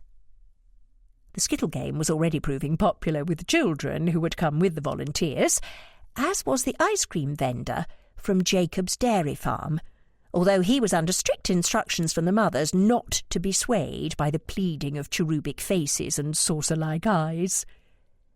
I waved at Agnes, who was setting up her jams and preserves at the opposite side of the green, and to Jocasta next to her, who had a wonderful display of plants and cut flowers from her greenhouses. By the time I had set up my table, it was positively groaning with the weight, and I still had several full boxes hidden underneath. The assortment and quality of goods was surprisingly good, from candlesticks to pottery ornaments, from bowls and plates to several jelly moulds, and various jugs and vases. I felt sure they would do well toward the target. I'd volunteered Aunt Margaret to take over Mrs. Fielding's stall, which had been placed next to mine, and I wandered over to see what she had. "Oh, poor Mrs. Fielding," I said. "She must have worked all year to get these ready, and they're all so beautiful. What a shame to not be able to come after all this work." "Oh, indeed, and what a talent she has. I've a good mind to purchase that tablecloth myself." I looked at where my aunt pointed, and saw it was an exquisite piece, with hand-embroidered daisies around the edge. There were matching napkins, too. I gently fingered several crocheted antimacassars, as well as a knitted scarf in red and grey stripes with matching mittens. I smiled at the egg and teapot cosies, not quite my thing, but lovely just the same. "There's plenty more, but I haven't the room at the moment. Oh, and look at this," said Aunt Margaret, delving beneath the table and rising with the most beautiful patchwork quilt in shades of pale green and rose pink. "Oh, I say, do you know that would be perfect in the cottage? If you haven't managed to sell it for a decent price, then put it aside for me, please. Also, I'll take that scarf and mittens for Tom, and that knitted hat for Mrs. Shaw." "Well, in that case, I'll take the tablecloth and napkin set. It's perfect for the breakfast room. There's a similar one here I can replace it with." I laughed, although a sudden lump appeared in my throat, as I spied a beautiful waistcoat which John would have loved. I took a deep breath and pushed worrying thoughts to the back of my mind. If we carry on like this, there will be nothing left for anyone else. We have a few minutes before the opening, so I'll go and see how Agnes and Jocasta are getting on. I rather like the look of the raspberry preserve Agnes was unpacking earlier. I sauntered across the green, careful to avoid a number of children who had started a raucous game of British bulldog while waiting for the fete to officially open. It had been a favourite of mine and Jerry's when we were younger, and I watched in delight as the children ran from one end of the designated pitch to the other while trying to avoid being tagged by one of the bulldogs. When we had played, I always ended up being caught and turned into a bulldog, which meant I then had to catch the others. The one left free at the end was the winner, and more often than not it had been Jerry, as he was fleet of foot and could turn on a sixpence. After a few minutes, I left them to play and reached the other side unscathed. "Good morning, Ella. How are you and your aunt getting on?" asked Agnes. "Oh, we finished setting up now, just waiting for the customers." "Well, there's already a huge crowd outside the gate, and several charabancs queuing to drop off their passengers. There's obviously a few work outings been planned for today. You'll need to have your wits about you when the gate opens, as there's always a rush for your stall." "I'm not surprised. There's some lovely pieces. My aunt and I have already purchased some." "Is that raspberry preserve I spy there?"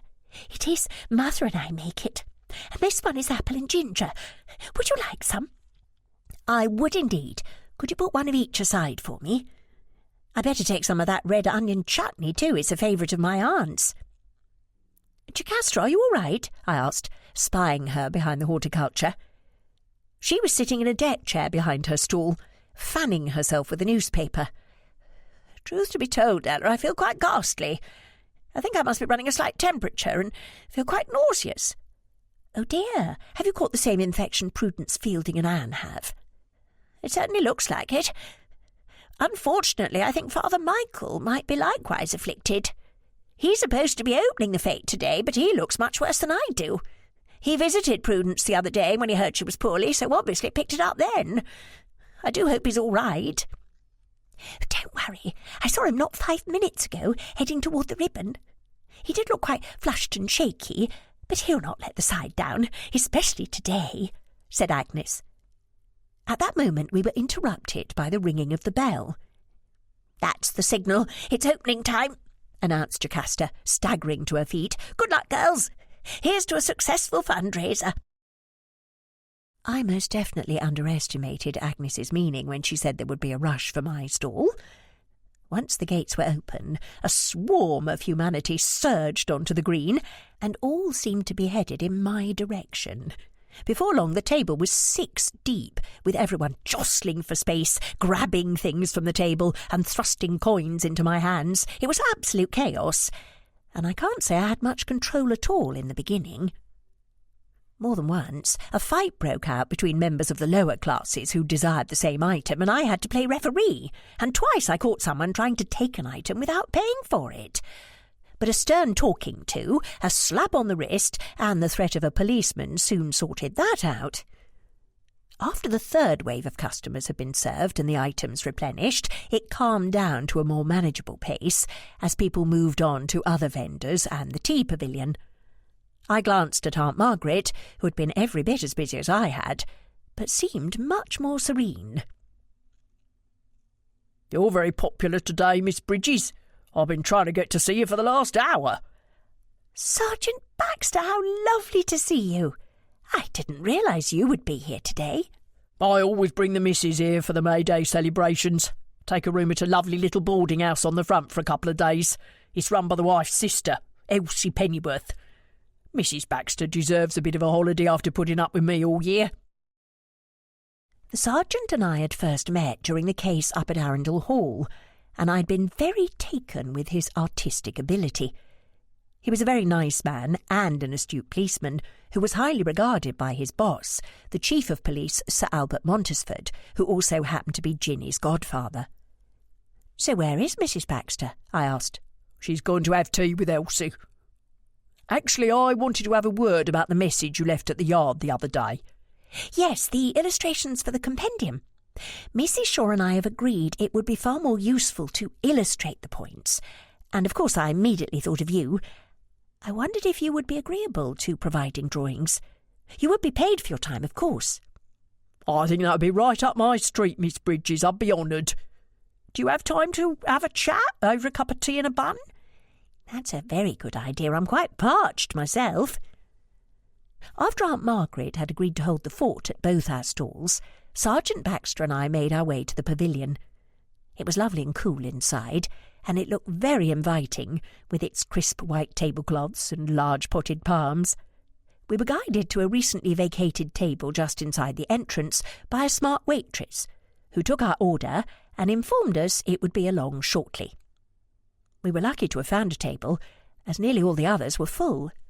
I spied the vicar on the next one over, talking to an elderly parishioner.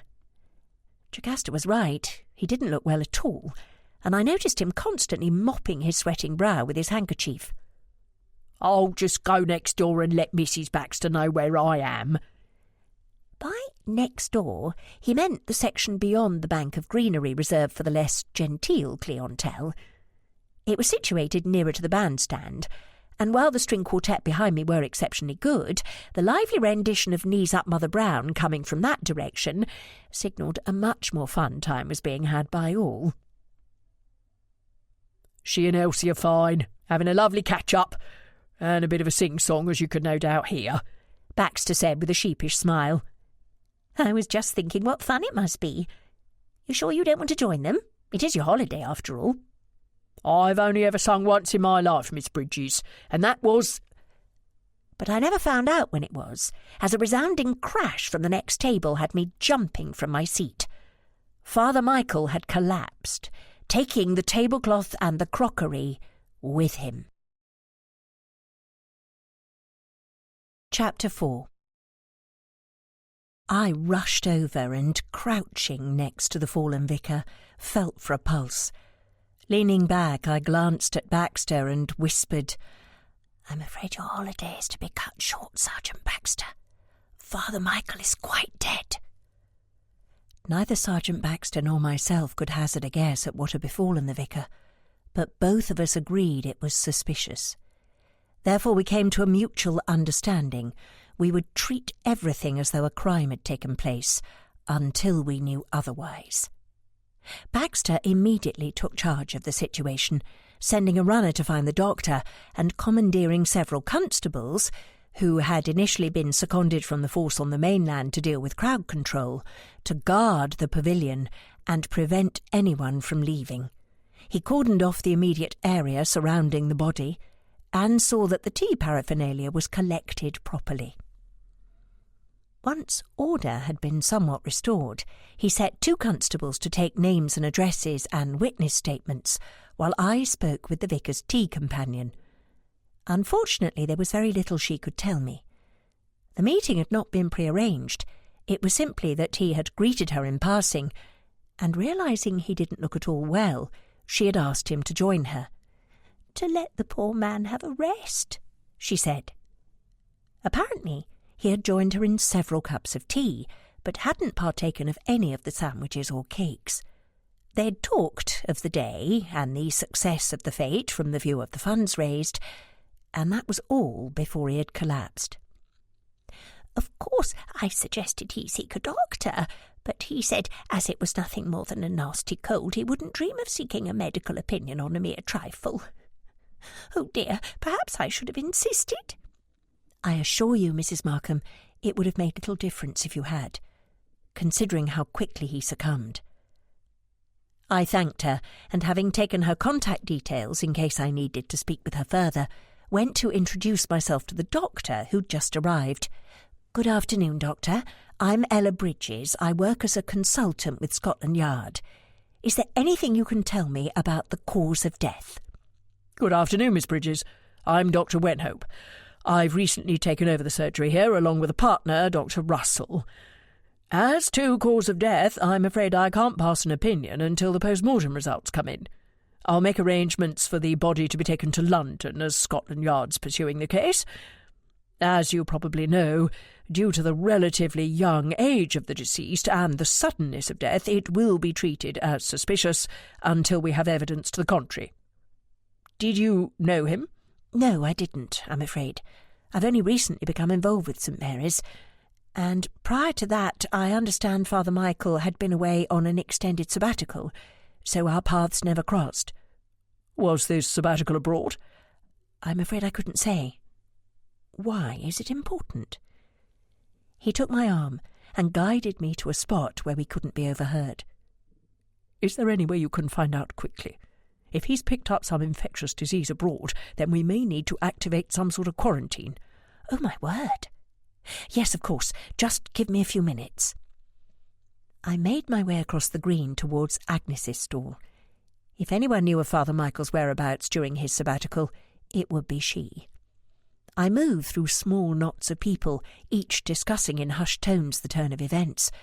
But the further from the pavilion I ventured, the less people seemed to know.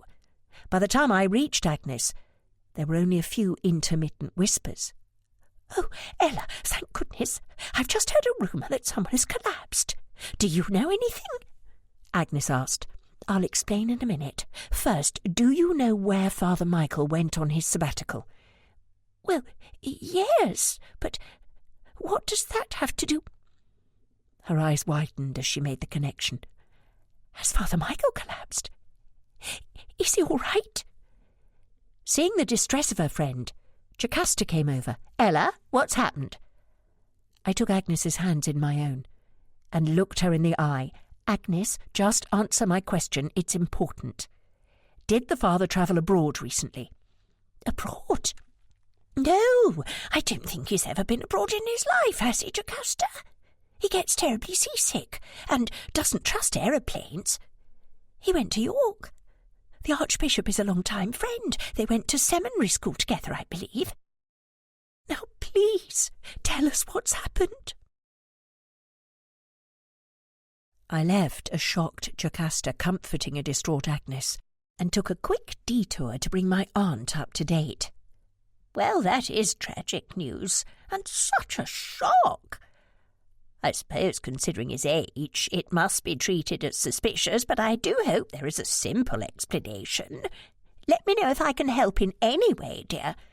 Actually, I wondered if you'd start to pack up the stalls. There's barely anything left anyway, and in light of what's happened... Consider it done. I spied Mrs. Shaw a few minutes ago.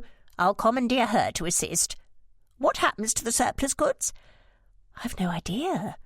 I assume they'd go back to Jocasta as she's the organiser. I'll go and speak with her and Miss Shepherd. I dare say they're at 6s and 7s. I thanked her, gave her a peck on the cheek, and returned to Dr. Wenhope. Having given him the news that a quarantine was unnecessary, I met with Sergeant Baxter and brought him up to date. I never thought of quarantine. A relief it weren't necessary. It would have been a nightmare to sort out today, what with the crowds and such like. It would indeed, Sergeant. Can you imagine the riot we'd have had on our hands if we had tried to put some of the upper classes in isolation? I shudder to think of it, Miss Bridges, I really do. Well, I'd better get on overseeing this lot. I need to assist with packing up the stalls. I'll meet you back here when I'm finished. Right-o. Aunt Margaret, Mrs. Shaw and I worked quickly and efficiently, but it still took an hour and a half to pack everything away and carry it all to the motor car. By the time I returned to Baxter, I found he'd concluded his investigations and was placing the last of the samples in a box ready for transport. Well, I think we've done all we can here, Miss Bridges. Samples of all the victuals have been taken and labelled, witness statements and contact details obtained, and the scene gone over with a fine-tooth comb. I've also practically filled my notebook with sketches and observations. Apologies for not being on hand to help, I said, but very well done, Baxter. If it does turn out to be something other than natural causes, we're in jolly good shape to investigate. Ah, here come the ambulance men. We stood aside as the St. John's ambulance volunteers covered the body and wheeled him away to an awaiting vehicle. Well, Sergeant Baxter, I don't think there is much more we can do here, so I'll take my leave. I think it's time I took my aunt home. What are your plans? I'll collect Mrs. Baxter and see her and Elsie safely back, then I'll return to London. It's best if I'm on hand for the results, then I can pass them straight on to you. Will you inform Uncle Albert? I will, though I doubt there's much he can do. He's away in Oxfordshire at present, so it'll be up to us to pursue matters if needed. I see. Well, let us hope nothing criminal has occurred. Goodbye, Sergeant Baxter. Goodbye, Miss Bridges. I'll telephone as soon as I have news. Aunt Margaret had informed me all the surplus items from the stalls needed to go back to the meeting room. She had passed over our funds and obtained a key from Jocasta, who told us she would follow on as soon as she could. So with the car packed, Mrs. Shaw drove us back up the hill to St. Mary's. We left Aunt Margaret in the car. She would never admit it, but I could see she was tired from the day's exertions.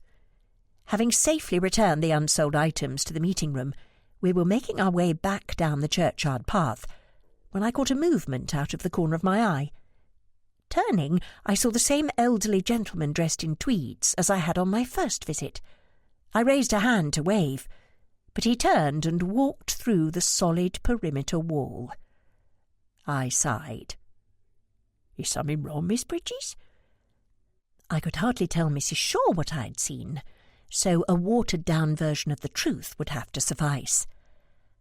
I have a feeling that not all is as it should be, Mrs. Shaw. There's a mystery here which needs solving, and I may be the only one who can do it. Mrs. Shaw, used to my odd ways now, said nothing, and we continued toward the car. At the lich gate we found Jocasta and Agnes talking with Aunt Margaret. "Oh, Ella, I just can't believe it. Poor Father Michael," said Agnes. I handed the keys back to Jocasta, who ironically was beginning to look a little better. I am sorry for your loss. I know I didn't know the father personally, but I know how much he meant to the both of you. "You will tell us as soon as you know anything, won't you?" Jocasta asked. "We know you're investigating," whispered Agnes. I looked at them, unsure what to say, but Agnes continued. "I caught Dr. Wenhope as he was leaving and asked him what his thoughts were. He said he couldn't comment, but you should have some information soon. He mentioned Scotland Yard. You will let us know, won't you, Ella?" I am sorry to interrupt, dear, but would you mind if we went home? I'm feeling quite weary. "Yes, of course. I'm sorry, Agnes, Jocasta, but I really must get my aunt back. It's been quite an ordeal for her. I'm sure you understand. Do take care, and once again, please accept my condolences." I took Aunt Margaret's arm and settled her in the back of the car with a rug over her knees as Mrs. Shaw started the engine and pulled away. "Thank you, Aunt." "Don't mention it," she said, removing the rug. "I could see what a predicament you were in." I leant back and closed my eyes. "I know what you're thinking," she said a moment later. "I'm not sure you do." "It must be very difficult to retain friends when 1 minute you're having afternoon tea and the next you're interrogating them as a suspect." I opened one eye and looked at her. As I thought, definitely part witch. She laughed. "If you want my advice, Ella, try not to dwell on it too much. The real friends will understand when you explain you cannot discuss an ongoing investigation and won't press you further. They will also still be around when it's concluded." "Judicious words indeed," I mumbled, half asleep. "Of course they are. I'm an old woman who has lived twice as long as you have." "I'm glad you didn't say wiser." "I didn't need to, dear." Chapter 5. Several days passed before I heard from Sergeant Baxter. Life at the cottage had settled into a welcome routine, with the three of us working on the police compendium in the morning. Aunt Margaret, who had taught me all I knew, was an invaluable help, and we were beginning to make real progress. Then, in the afternoon, my aunt and I would venture out for walks or drives around the island, if the weather was fine, or settle down to a game of goof, spiel, or mau-mau if not. But at the back of my mind always was the death of Father Michael, alongside the continual worry about John. The news, when it came, was mixed. "So there was nothing in any of the food or drink served to Father Michael at the fete to cause his death. In fact, nothing unusual were found in the victuals served from the pavilion that day at all," Baxter told me. "I see. I suppose it is good news from the point of view of the other patrons," I said. I also had a word with the doctor before he left the fete, and asked him to inform us if anyone came to his surgery feeling ill who had also taken tea in the pavilion. He's not been in contact, so I assume all is well. "But you're not convinced his death were natural?" "No, I'm not, Sergeant Baxter. There is more to the demise of the vicar than we know, I'm sure of it. But without any evidence, there's no proof. Is there anything to report from the post-mortem?" "I'm sorry to say that news isn't so good. There's a bit of a delay. A combination of staff shortage and a streak of unexplained deaths in the city which take precedence, apparently. The pathologist can't start on our case till next week." "What? But that means it will have been over a week since Father Michael died. Evidence may be lost. Is there nothing you can do to hurry things along?" "I'm sorry, Miss Bridges, but there isn't. I've already called in a few favours to get the lab to run tests based on nothing but a gut feeling." "And not even your own gut? I'm sorry, Sergeant. I should know you're doing all you can." "Well, I've worked with you for a while now, Miss Bridges, and I trust your intuition. Leave it with me. If I can push our case further up the pile, then I will, but I can't make any promises. By the way, my superintendent has informed the diocese they'll be sending over another priest to run things for a while." Having thanked Baxter, I rang off and returned to my aunt. "I take it the news wasn't good," she said, taking one look at my face.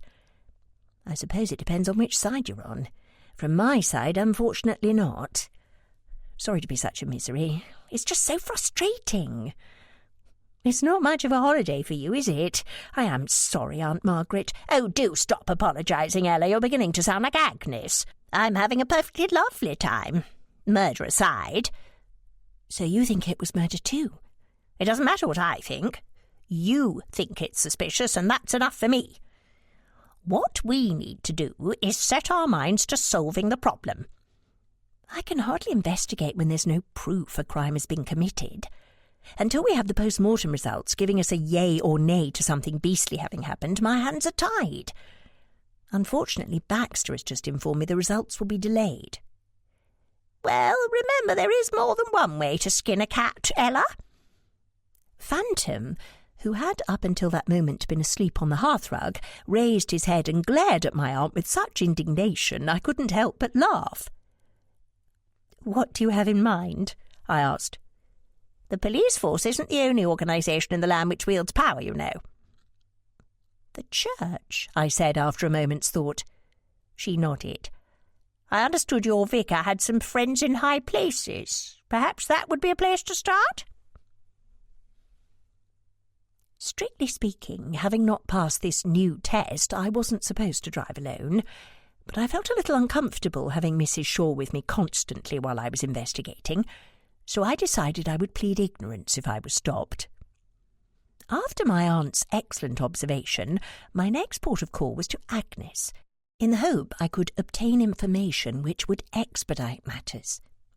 "Ella, come through to the parlour. I'll have Molly make us some tea and then we can talk. Mother is resting, so we should be left alone for a while," Agnes said in a hushed tone. Once the tea had been served, Agnes asked her most pressing question.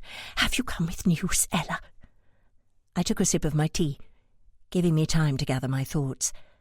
I needed to be careful, for if it was proved Father Michael was murdered, then Agnes would obviously become a suspect.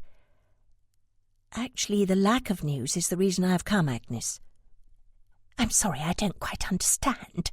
"I'll explain in a moment, but first I need to talk to you. At present, there is nothing to suggest the father's death was anything other than natural. But I'm not saying it was, Agnes.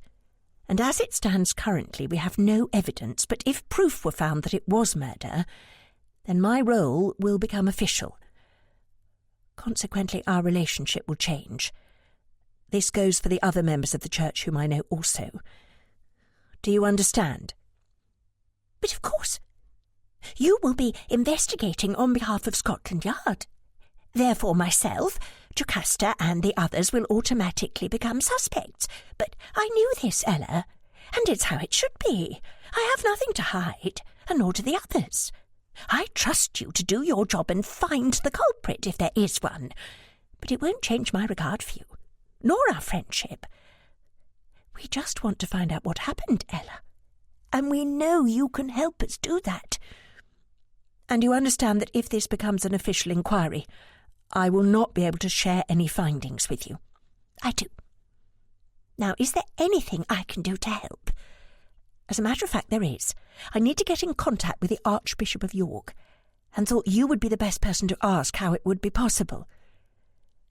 I briefly explained the delays Baxter had informed me of, the fact that direct liaison with the church was in the hands of the superintendent rather than us, and the hope that the Archbishop, as both a friend of the deceased and a man of notable position, could perhaps apply a little pressure in the right quarters. I might get in trouble by circumventing the normal protocol, but Baxter and I couldn't wait. We needed to know as soon as possible if this were a case of murder. "I'm sure he can. In fact, I'm positive of it. Daddy always said he was a man to be reckoned with once he had a bee in his bonnet about something, and this is much more important." "Your father knew him?" "Of course. Daddy was the priest at St. Mary's before Father Michael took over. He and my mother married before he took his vows. Sorry, I thought I'd mentioned it." "No, you didn't. Does that mean you know the Archbishop?" "Yes. Would you like me to telephone and explain the situation? I promise to be circumspect." "Actually, that's a very good idea, Agnes. I have no official capacity as yet, but as both a concerned parishioner and the daughter of the previous vicar, then it would only be natural for you to want to move things along. I believe a representative from diocese is already on his way, but according to Baxter, he didn't know Father Michael, so I doubt he'll be much help to us." "I'll do it now. Would you like more tea while you wait?" "Yes, all right, I would." "I'll send Molly in." Agnes returned just as Molly set down the new tea tray. "Gosh, would you believe I just caught him in time, Ella, and he is going to make some calls. He would be here himself, but he's travelling to Rome tomorrow and won't be back for at least a week. Lynn here doesn't fall under his jurisdiction, as I'm sure you know, but he was a personal friend, as well as Father Michael's spiritual adviser, and is greatly perturbed at the delay. It's not only important that we find out what happened, you see, but that Father Michael is laid to rest. His spirit is with his God now, but his earthly remains need to be interred. There needs to be a funeral, Ella." She took a handkerchief from her sleeve and dabbed her eyes beneath her glasses. The mention of a funeral had caused my heart to contract, and an ice-cold shiver to sweep from my head to my toes. The last funeral I had attended had been John's, and I remembered it with clarity now, as though it had been yesterday. I had to remind myself he was actually still alive, but the conversation with Agnes had left me with a terrifying feeling of foreboding. "Sorry," she said, sniffing. "There's no need to apologise, Agnes," I said softly, coming back to the present. "I realise this is a terrible ordeal for you, and I promise we will do all we can to get a speedy resolution." She nodded, and wiping her eyes a final time, tucked the handkerchief back into her sleeve. "Thank you, Ella.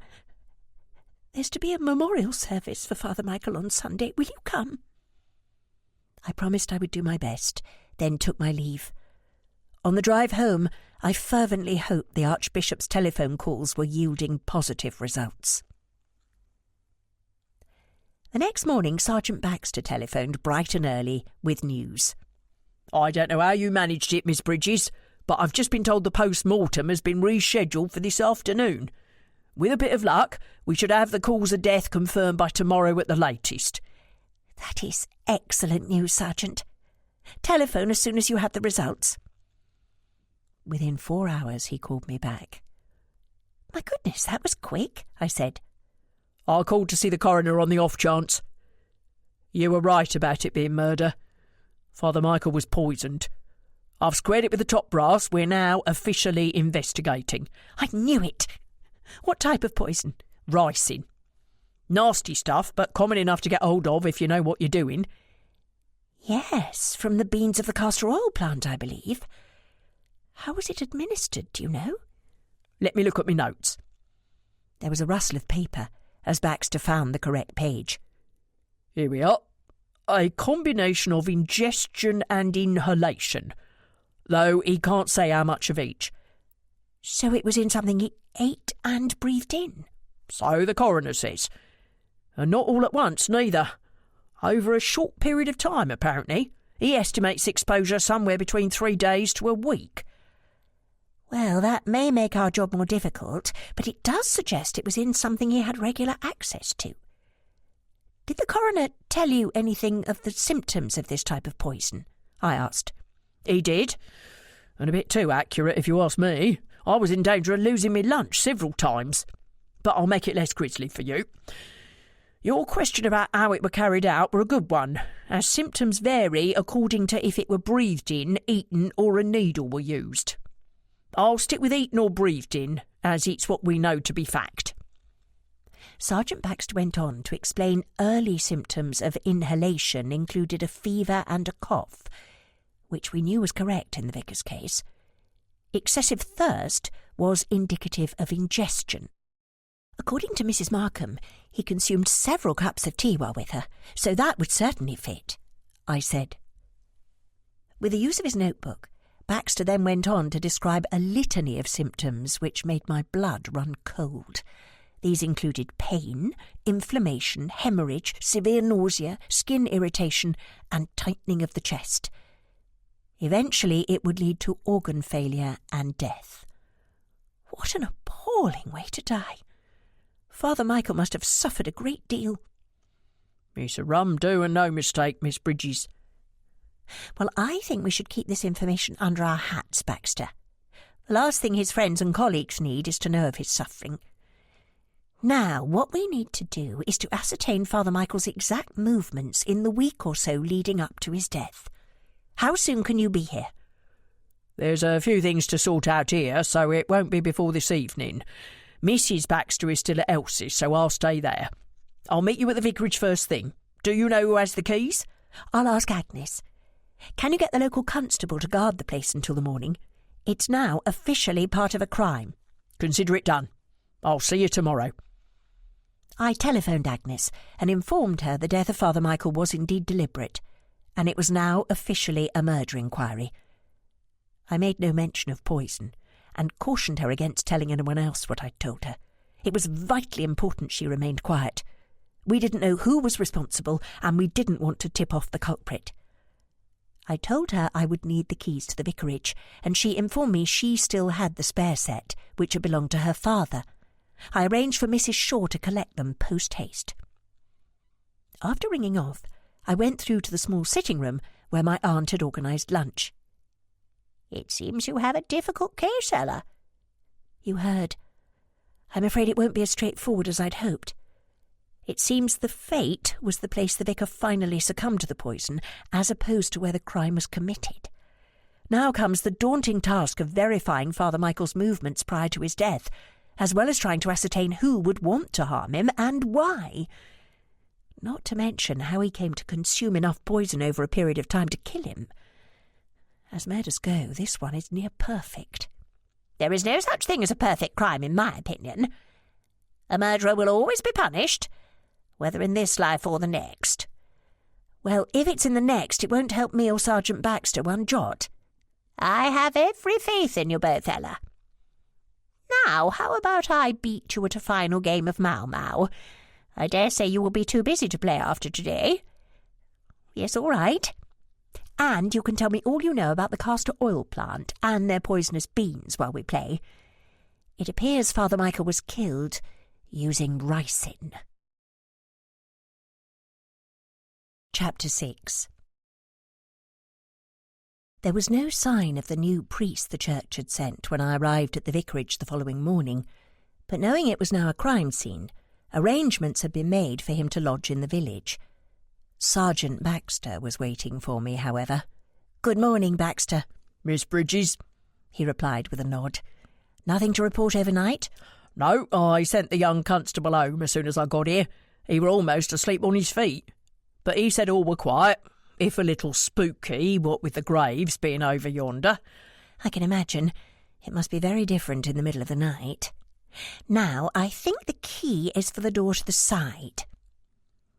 The vicarage was everything I'd expected. A single-level dwelling built of stone, not as old as the church itself, but still quite ancient.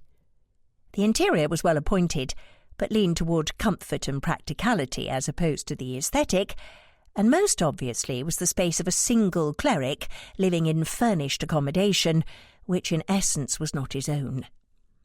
It was also typical of a property belonging to a religious organisation. Saintly paintings on the wall, icons on shelves, a piano in the sitting room, and several Bibles on tables. The windows were small and let in little light, which gave the space a dark and claustrophobic feel.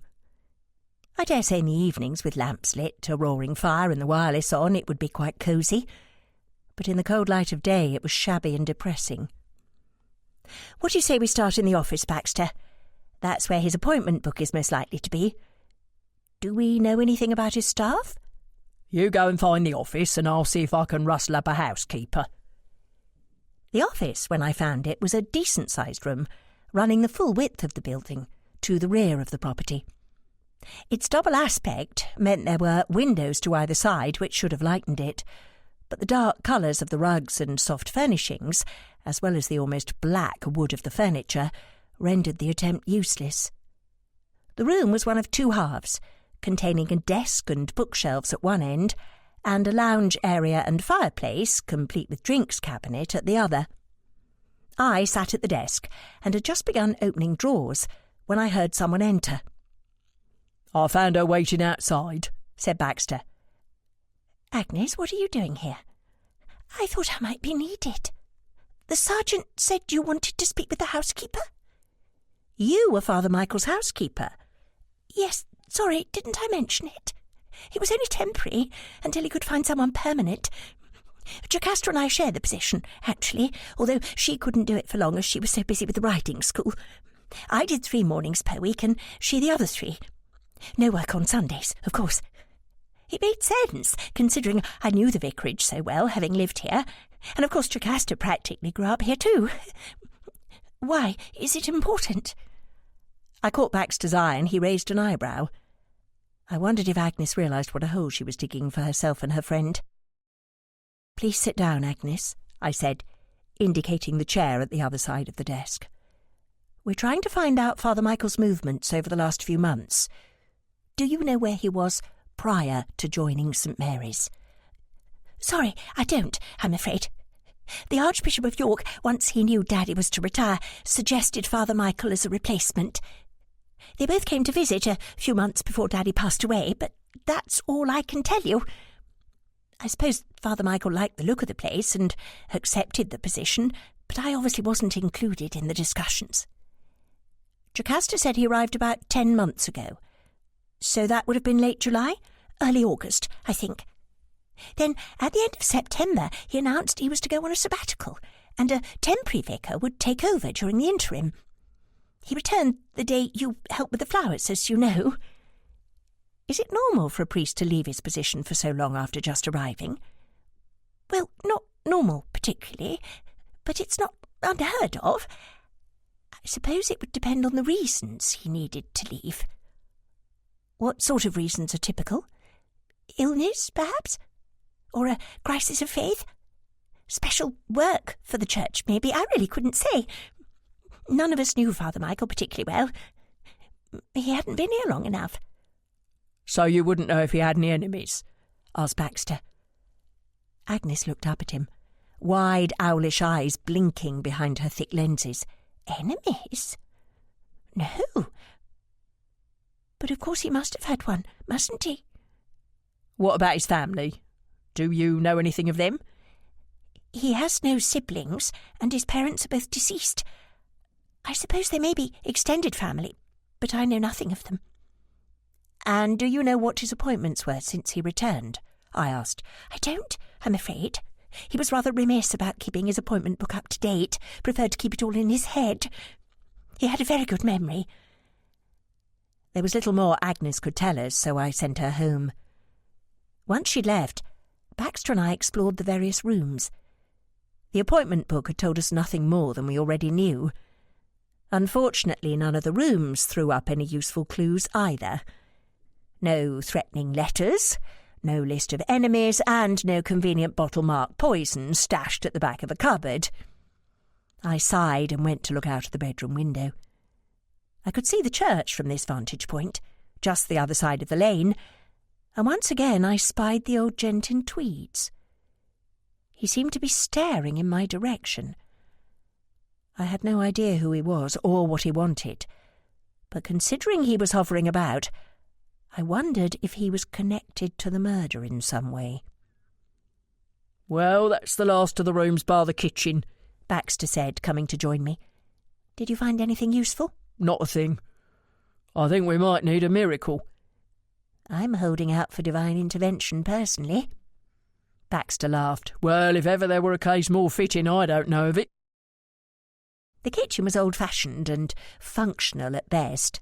A large range, newly blackened, stood in the chimney breast to the right, with an assortment of copper pans and kettles hanging above. A curtain, below the large glazed stoneware sink, revealed nothing more than a bucket and a few cleaning rags. The central table of well-scrubbed pine was empty, and this is where we stacked the contents of the cupboards. "Oh!" I exclaimed as I opened a cupboard and found a familiar green and gold box. "I know this tea. It's made and sold in the town where my aunt lives, and is the best in the land, according to her. I remember Jocasta mentioning Father Michael ordered his tea in specially." "Well, let's box it up with the other foodstuffs for the lab boys to take a butcher's at. If the vicar were being poisoned over a number of days, it makes sense for it to be somewhere in this lot." "We'll remove the contents of the drinks cabinet in the office, too. How are we to get it all to London?" "I've arranged for one of the local bobbies to take it. The lab is expecting him with some test items. So, where to next?" "I think lunch is in order. I can't possibly think on an empty stomach. Then I believe we pay a visit to Mrs. Jocasta Blenkinsop." "The woman from the flower stall?" "Precisely, Baxter. Let's see if she knows anything about growing castor oil plants. Jocasta had married into money, and a great deal of it if the house were any indication. A Georgian pile of red brick with a plethora of windows and chimneys. The discreet sign at the gate had read Briar Lee Stud and Riding School, and as we proceeded up the gravel drive, we glimpsed horses grazing in distant paddocks and others being put through their paces by experienced riders. On the horizon was a large stable block, where a group of children were being helped to mount a row of patiently waiting miniature horses. "How the other half lives, eh?" said Baxter. As we pulled up at the house, a rider broke away and galloped towards us. Jocasta dismounted with practised ease and handed the reins off to a waiting groom. "Ella, I saw the car coming up the drive. What a lovely surprise." She then noticed my companion. "Ah, an official visit, then? Give me a moment to change. I'll have Maud take you through to the drawing-room." Maud was patiently waiting by the front steps and gave a quick curtsy. "This way, sir, madam." We followed through the grand pillared portico flanked by large topiary bushes and entered a hall of gargantuan proportions with a checkered tiled floor and numerous giant vases of Eastern origin. Maud escorted us through to a drawing-room with stunning views over the surrounding countryside and informed us tea would be served shortly. Baxter and I had briefly discussed how we would handle the interview on the drive over.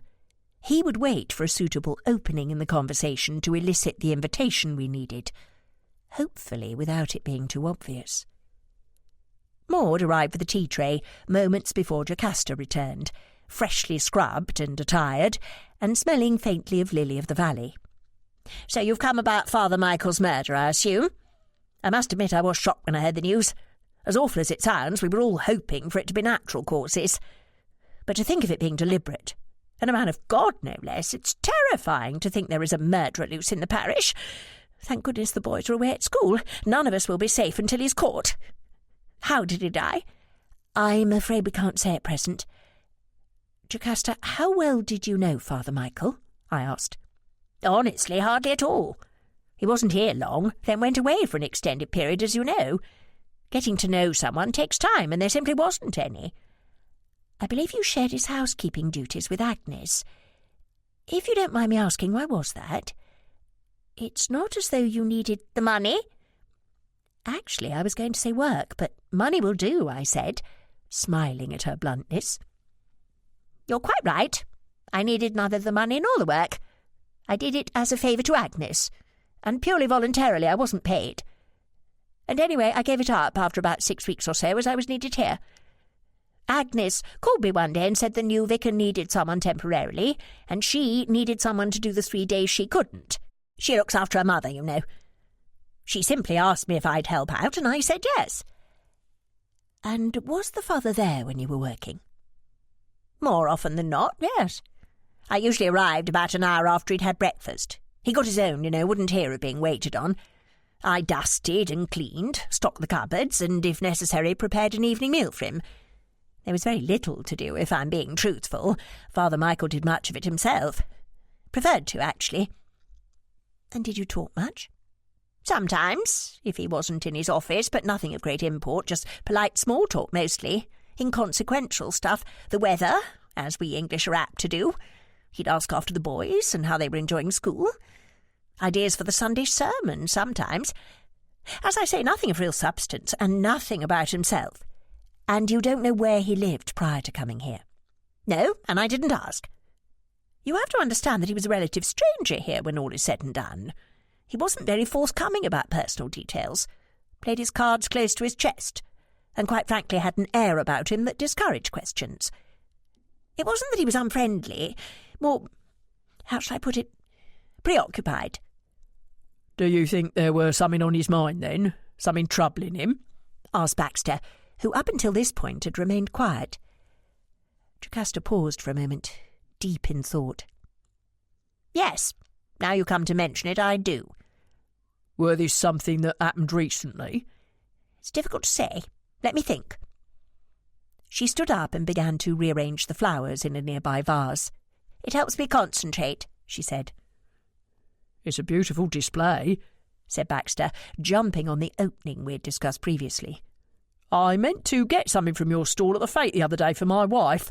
Unfortunately, I never got a chance." "I grow them all myself in the hothouse and the greenhouses. I'll show you around before you go if you like. I'm sure we can find something suitable for you to take to your wife." "That's very kind of you, Mrs. Blenkinsop. I'd like that. And it will certainly earn me a few brownie points with the missus." "Nicely done, Sergeant Baxter." Finishing the arrangement, Jocasta once again took her seat. "I would say Father Michael already had something on his mind when he took over at St. Mary's, but he was definitely much more worried over the last week since his return. Whether or not it was the same problem, I can't tell you, but it does rather point to something happening before he arrived here, doesn't it? Perhaps it was the reason he took a sabbatical? The Archbishop of York would be able to tell you more, of course. He and Father Michael were friends. Unfortunately, the Archbishop is currently in Rome and out of contact, but we will speak with him when he returns. You've been very helpful, Jocasta. However, I think that's all we need to know for the moment," I said, rising from my chair. "Well, you know where I am if you need to speak with me further. Come along, I'll give you both a tour of the greenhouses." As we walked through the garden, I inquired after Jocasta's health. "Oh, I'm as right as rain now, thank goodness. We're awash with tourists at the moment. I must have caught a dose of something from one of them." "And Anne and Prudence?" "Well, on the road to recovery too, by all accounts, although Prudence is still a little shaky. Here we are." She opened a large gate and led us through into a beautiful walled garden. "Do you know, I've recently discovered a walled garden like this at my cottage. I hope I can do it the same justice you have here. It's quite stunning," I said, gazing around the space with pleasure. "Well, I'm happy to give you or your gardener any pointers when you have time. Planting marigolds in with your tomatoes, for example, keeps the insects away." "I'll certainly pass along the tip. However, it may be some time before we're at the stage of planting, although I really don't know for sure. Tom, my gardener, has requested I leave the entire project in his hands, as he wants it to be a surprise, and I'm quite happy to do so." I gazed around Jocasta's garden with deep appreciation. "You certainly have a fine array of produce here," said Baxter. "The majority of fresh food for the house comes from this garden. The central beds, as you can see, are for the vegetables and the fruit bushes. The ones along the perimeter walls I used to grow cut flowers, carnations and daffs and what not. Then we have the larger trained trees, such as apples and pears, along the walls. And over here we're even experimenting with hops. My head gardener rather likes the idea of producing his own beer. Of course, the staff deal with all of that. This here is my domain." We entered quite the largest glass house I had ever seen, filled with tables on which stood a vast array of exotic flowering plants. The temperature outside was extremely warm, but inside it rose further by several degrees, and immediately I felt a thin sheen of perspiration form on my face and neck as the humidity hit me. Above us were various hanging baskets, each with a profusion of dangling greenery, and as we moved through the space, I saw several beds had been dug into the ground, from which large ferns, huge palms, and smaller cacti grew. Baxter caught my eye, and with a flick of his hand indicated to the left. I glanced over and nodded briefly. It was a castor oil plant. "It's like walking through another world," said Baxter, obviously enchanted with the place. "Marvellous, isn't it?" said Jocasta, oblivious to our exchange. "I visited the Royal Botanical Gardens at Kew when I was younger and fell in love. I vowed there and then I would have my own version when I grew up, and this is the result." We meandered along wooden walkways, taking in the beauty of the specimens for some time, before we reached another door. Jocasta opened it, hurried us through, then quickly closed it. We were standing in a small square room with glass walls and ceiling. "This allows us to preserve the temperature in the main area," she explained. She opened another door opposite the last, and we stepped into what obviously was a behind-the-scenes work area. rows of long trestle tables on which an assortment of terracotta pots stood waiting for a small seed or bulb greeted us. Hessian sacks full of compost were stacked underneath, a couple of wheelbarrows and various tools were scattered throughout, and above it all rose an earthy smell, which reminded me of walking through an autumnal woodland on a bed of wet leaves. Through here is where the real work is done. Seed collection, potting out, taking cuttings and what not. Almost everything you saw next door started out life as a small cutting or a seed in here, Jocasta informed us as she continued the tour. I realised one section of the original Victorian walled garden must have been removed in order to accommodate this space, as the back wall of this greenhouse had access to an external working area, where I saw several compost heaps being forked over by a gardener in shirt sleeves and a long jute apron. Beyond were hedgerows, over which views of the surrounding fields could be seen. I spied the broken pane just as Jocasta gave a cry of dismay. Turning quickly, I saw a scene of utter chaos. A large bank of drawers, such as you would find in an apothecary shop, had been well and truly ransacked. Drawers flung onto the floor, where their contents had scattered far and wide. My seeds! Jocasta Blenkinsop had been burgled. I asked Jocasta to see if she could ascertain what had been stolen, but under no circumstances was she to touch anything. We'd need to bring in a specialist to see if he could find some fingerprints. I took Baxter to one side, out of earshot. I think we both know what she'll find, I whispered. Yes, but we need to be certain. Whoever it were made a right old mess. A distraction, to conceal what they were really after, perhaps. I don't suppose it will do any good to ask who had access. We can ask, but I doubt it will help. The pane was broken from the outside. Glass is on the inside, you see here. They just climbed in, pinched what they wanted, wrecked the place to maybe cause confusion, like you say, and went out the same way. It can't have taken long. There's no sign of footprints in or out, and they could have come from anywhere. It's surrounded by open countryside, albeit most of what you can see is the Blenkinsop's land. But somehow I doubt a charge of trespass would bother someone with murder on their mind. No, it would have been easy to get up here unseen at night, then return the same way, Baxter said, making notes in his little black book. We need to confirm when anyone was last in here. If the ricin used to poison Father Michael originated as a castor oil bean here, then it had to have been over a week ago. I do think it's the case, though. I noticed a fine layer of dust on the plundered drawers. Well, if you're right, it's likely any trail outside will have long since disappeared.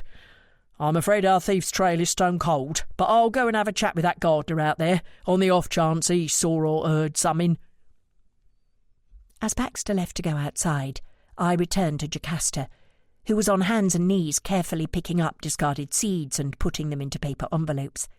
There were hundreds, if not thousands, of seeds, ranging from those no bigger than a pinhead to some as large as a kidney bean. It would take weeks to sort them out properly. Have you found anything missing? I asked gently. 4 types so far. These drawers were all full, and there's barely any of the seeds on the floor. Shouldn't have been full, of course. I should have potted them up long before now, but I've not been in here for over a month, as my time has been taken up elsewhere. Why on earth would someone break in to steal my seeds? All they had to do was ask, and I'd have gladly given them some, and told them how to grow and look after them. It doesn't make sense. Damn it! It's going to take years for me to get the collection back up to what it was. She pointed to the 4 drawers, and I looked at the labels. These are in Latin? Not my strong point, I'm afraid, I said. Of course, sorry. Look, do you mind if I sit? I'm losing all feeling in my legs. She rose and went to a nearby bench, where she still had a close view of the drawers, then explained what they had contained. Now let's have a look. Ageratina altissima, that's white snake root. Ricinus communis is the castor oil plant. Nerium oleander is the oleander, and Abrus precatorius is the rosary. She tailed off and looked at me with wide eyes. What is it? Ella, every single one of these is poisonous. I left Jocasta, having elicited a promise from her not to tell anyone about what was missing, and also made a suggestion to keep the seeds under lock and key from now on, rather a case of shutting the greenhouse door after the thief had already bolted, but there was nothing else for it. I went in search of Baxter. He'd just finished speaking with the gardener and walked over to join me. Well, the gardener, Archer's his name, didn't hear nor see a thing. Not being able to pinpoint the time of the theft is a bit of a problem, of course, but he's never even been inside the greenhouses. Only the head bloke, a man called, here he consulted his black book, Peterson, and Mrs. Blenkinsop herself ever worked with the exotic stuff. But Archer assures me Peterson hasn't set foot in the place for more than a month. Other duties, apparently. I think we may have a bigger problem, I said, and proceeded to tell him what Jocasta had discovered. Well, that does shed a different light on things. We're obviously looking for someone with specialist knowledge if they could pick out poisonous seeds, not only from that lot, but by their Latin names. And so far we only know of one person who fits that particular bill. We both turned back to look at the greenhouse behind us, and to where Jocasta was back on her hands and knees amongst the scattered seeds. She certainly has both means and opportunity. But what could her motive be? And why go to the trouble of making it look like a break-in? Surely she must realise the evidence is pointing in her direction, I said. Could be like you said earlier, causes confusion and throws the investigation in a different direction. But either she's innocent, or has been far too clever for her own good. Our job now is to find out what her motive could be, while also looking for other potential suspects. Nothing too complicated then, I said, as we made our way back to the greenhouse and asked to use the telephone. Jocasta accompanied us back the way we'd come, having thrust a delicate-looking orchid in Baxter's arms as we'd left the greenhouse. I thought you might like to take this for your wife. Keep it indoors in a light, warm spot. Kitchen would be best, as it likes a little humidity, but be careful not to overwater it. Well, that's very kind, Mrs. Blenkinsop. I'm sure Mrs. Baxter will cherish it. How much do I owe you? Consider it a gift, Sergeant. I'm afraid I can't do that. Not while on the job, you understand. Plus, it's for a good cause. The new meeting room at St. Mary's. Well, if you insist. Thank you. Back at the house, she took Baxter to the telephone. He called the yard and ordered a team to search the scene of the crime for fingerprints, then contacted a local bobby to guard it while they arrived. We then returned to the greenhouse to wait. It wasn't long before the constable arrived, and once Baxter had explained the situation, we returned to the car. "Do you think she was trying to bribe you with an orchid?" I asked him. We were making our way to the guest house, where Mrs. Baxter was getting ready to accompany her husband back to London. He intended to go to the police laboratory first thing next morning to see if he could chivvy along the tests on the food from the vicarage.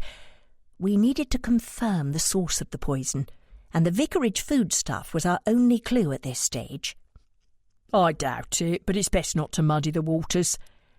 I've been thinking. 2 points concern me at the moment. Only 2? Said Baxter wryly. The first is we only have Jocasta's word for the fact the seeds are missing. And the second, if they have been stolen, then perhaps Father Michael isn't the only victim. Maybe he was a test of sorts, and the thief is planning on using the other seeds on someone else. It could be the vicar wasn't the intended target at all, but was in fact killed in order to throw our suspicions that way, guaranteeing our time will be taken up investigating, while one or more murders take place elsewhere. Baxter turned and stared at me, a look of horror on his face. What a terrifying thought! And here I was worrying about muddying the waters by accepting a plant. I admit it's not an impossible idea, although it's not far off. But we can't investigate what-ifs and maybes. No, we have to stick to the facts as we know them, gather evidence and move the case forward. All things being equal, we'll find our murderer. But if the evidence points us in more than one direction, then we'll just have to follow it. You have an uncanny knack for this type of work, Miss Bridges, and your mind works in astonishing ways. but I hope for all our sakes you're wrong about this." I dropped him off at the guest house, with a reminder of the memorial service for Father Michael. "Do you think it would be prudent to go?" I asked. "I do. It's the one occasion where we could have all the suspects in one place. We'd be fools not to go. Pick me up at the train station, and we'll go a little earlier to see who turns up." As it happened, the service itself didn't help in any way. But an incident outside certainly did, although it would be a while before I realised its significance.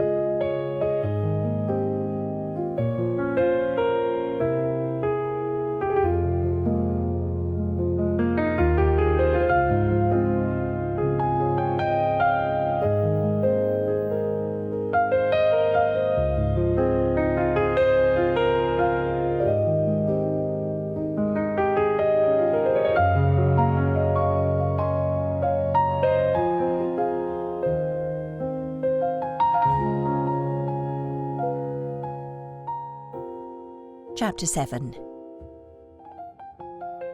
The afternoon of the memorial service found Baxter and I sitting in the car opposite the church, while the rain beat a noisy staccato on the roof and the windows steamed up so as to be almost opaque. Which, considering our purpose was to arrive early and observe those entering, we found most annoying. Not only that, the rain resulted in all and sundry scurrying inside under umbrellas, so it was impossible to tell who was who. "Oh, this is pointless. King George himself could have entered that church and I wouldn't have recognised him. Of all the days to have a summer storm," I said. "I don't know, it seems fitting somehow. It doesn't seem quite right to have funerals, memorials and the ilk under a blue sky and sunshine." "I suppose it depends on whether you're celebrating a life well lived or mourning a terrible loss. My aunt thinks the Irish have got it right when it comes to this sort of thing. A huge celebratory wake, shared stories of the deceased, music, dancing, plus lots of alcohol, of course. Although I concede the weather today is well suited for the occasion. Shall we go in?" "We may as well. The last of the stragglers are making their way in now. It looks as though the entire village has turned up. We'll be hard-pressed to get a pew." "No matter, we'll have a better vantage point if we stood at the back." Baxter was right. The church was packed tight, and it was standing room only. We squashed in at the rear, not far from the door, where we had a good view, but although I recognised a few faces, in the main they were unknown to me. Baxter, not being a resident, was faced with a sea of strangers, apart from those he'd met during the investigation, and I was beginning to think this was a foolhardy quest. Just over an hour later, having listened to Father Michael's replacement, the ancient Father Jacob, speak in both English and Latin, interspersed with several hymns and a few bouts of sobbing, it was over, and we quickly moved outside. Thank goodness the rain had stopped. I was jostled several times, and Baxter took my elbow to prevent me from falling. I was trying to move unsuccessfully out of the way when I was bumped into quite roughly. Luckily Baxter was once again on hand, otherwise I would have found myself face down on the path. "Sorry, miss," a young girl said as she charged down the path. I caught nothing more than a pale face covered in freckles and wisps of red hair under a hat before a hand was laid on my arm, and I turned to its owner. It was Agnes. "Thank you for coming, Ella." It was a lovely service, and very well patronised, I told her. Yes, although he hadn't been here very long, Father Michael was well liked, particularly by the elder parishioners, as he visited them quite often. He will be missed by everyone. I looked around for Baxter, whom I seemed to have lost in the crowd, and eventually spied him, leaning against the wall not far from the gate. He raised a hand. "Listen, Agnes, I'm afraid I must go. Will you be all right?" "Yes, of course I will. I need to go and find Mother anyway. I left her with Jocasta. Goodbye, Ella." I can't say I learned much at all from that exercise. What about you? I asked Baxter as I drove him back to the train station. "Not much at all, I'm afraid, although it'll have done our image no harm to have been seen." "Do you think the murderer was there?" "Hard to say. Possibly, but there was certainly nothing obvious." "When do you think the lab will have some results for us?" "Not for a couple of days yet, I shouldn't think, but I'll let you know as soon as I hear anything." I said goodbye to Baxter and drove back to the cottage. With a few days' grace before we could do anything more, I vowed to spend a bit more time on the compendium, and with my aunt, who I felt quite guilty at leaving to her own devices, considering she was my guest. Alighting from the car, I noticed a mark on the hem of my good wool coat. It only ever saw the light of day for funerals or other sombre occasions, but it was my best one, and I made a mental note to put it out for Mrs. Parsons to clean. The minute I walked in through the garden gate, I knew something was dreadfully wrong, for both Mrs. Shaw and Aunt Margaret were waiting at the door, concerned looks on their faces. "What is it?" I said. "Ella," began my aunt. "Dear God, there's news. Have they found him? Is he alive?" "Come inside and Mrs. Shaw will explain, dear." It was with great agitation and impatience I fumbled with my buttons and eventually divested myself of my coat. "It needs cleaning," I said to no one in particular, as I followed Mrs. Shaw through to the drawing-room. "What is it? What's happened?" "I received a telephone message not 10 minutes ago. There was an accident. John was involved. I'm afraid there were no survivors." "I am most dreadfully sorry, Miss Bridges. What sort of accident?" "I'm afraid I can't tell you that." "Can't or won't?" "Can't. This is not a secure line, and consequently the message I received was in a prearranged code. All I know is what I told you, except the accident happened in Scotland." "Scotland? John was coming home?"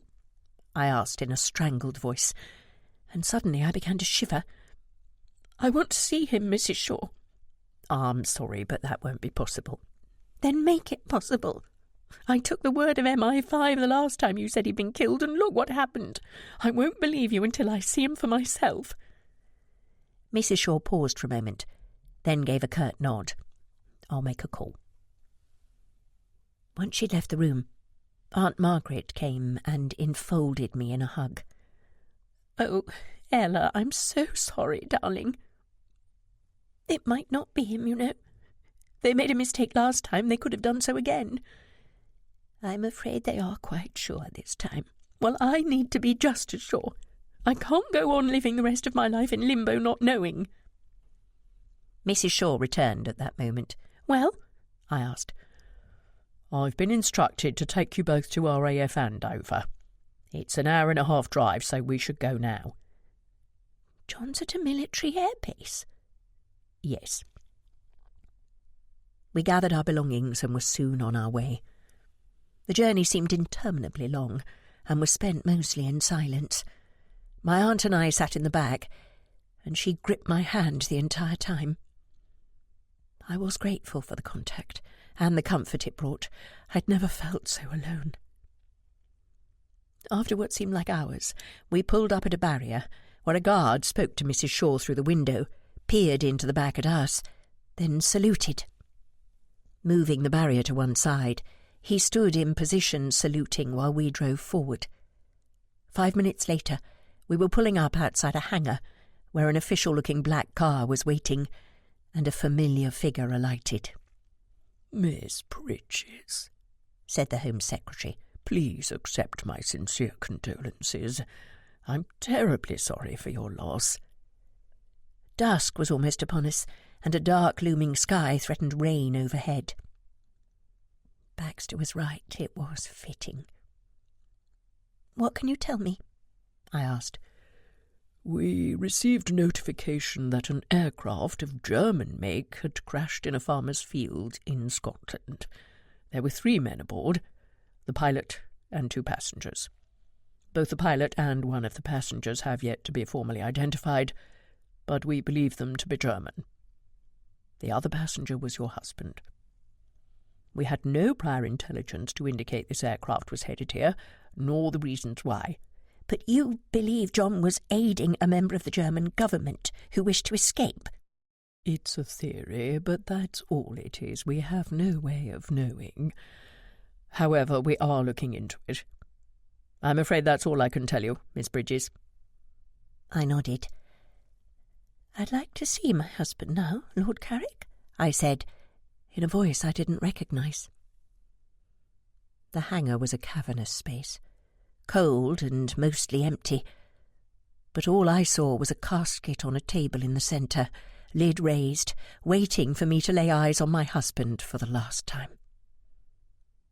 I took a deep breath, and clutching Aunt Margaret's arm, I walked forward on legs that felt as weak as a newborn colt's.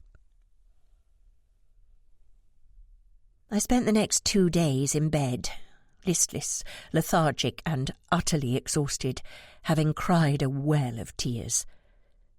I had recognised John straight away, although he had changed considerably since the last time I had seen him.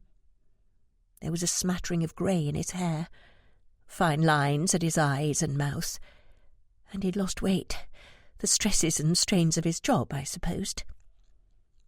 But in the main he was the husband I'd once known and loved, and now I had lost him forever. I turned as the door opened, and Aunt Margaret came in bearing a breakfast tray. She had done the same thing each morning since we'd returned, and had taken it away again a few hours later, barely touched. This time she laid the tray as normal, but then sat on my bed. "Ella, you can't go on like this. It's doing you no good at all. You need to get up today.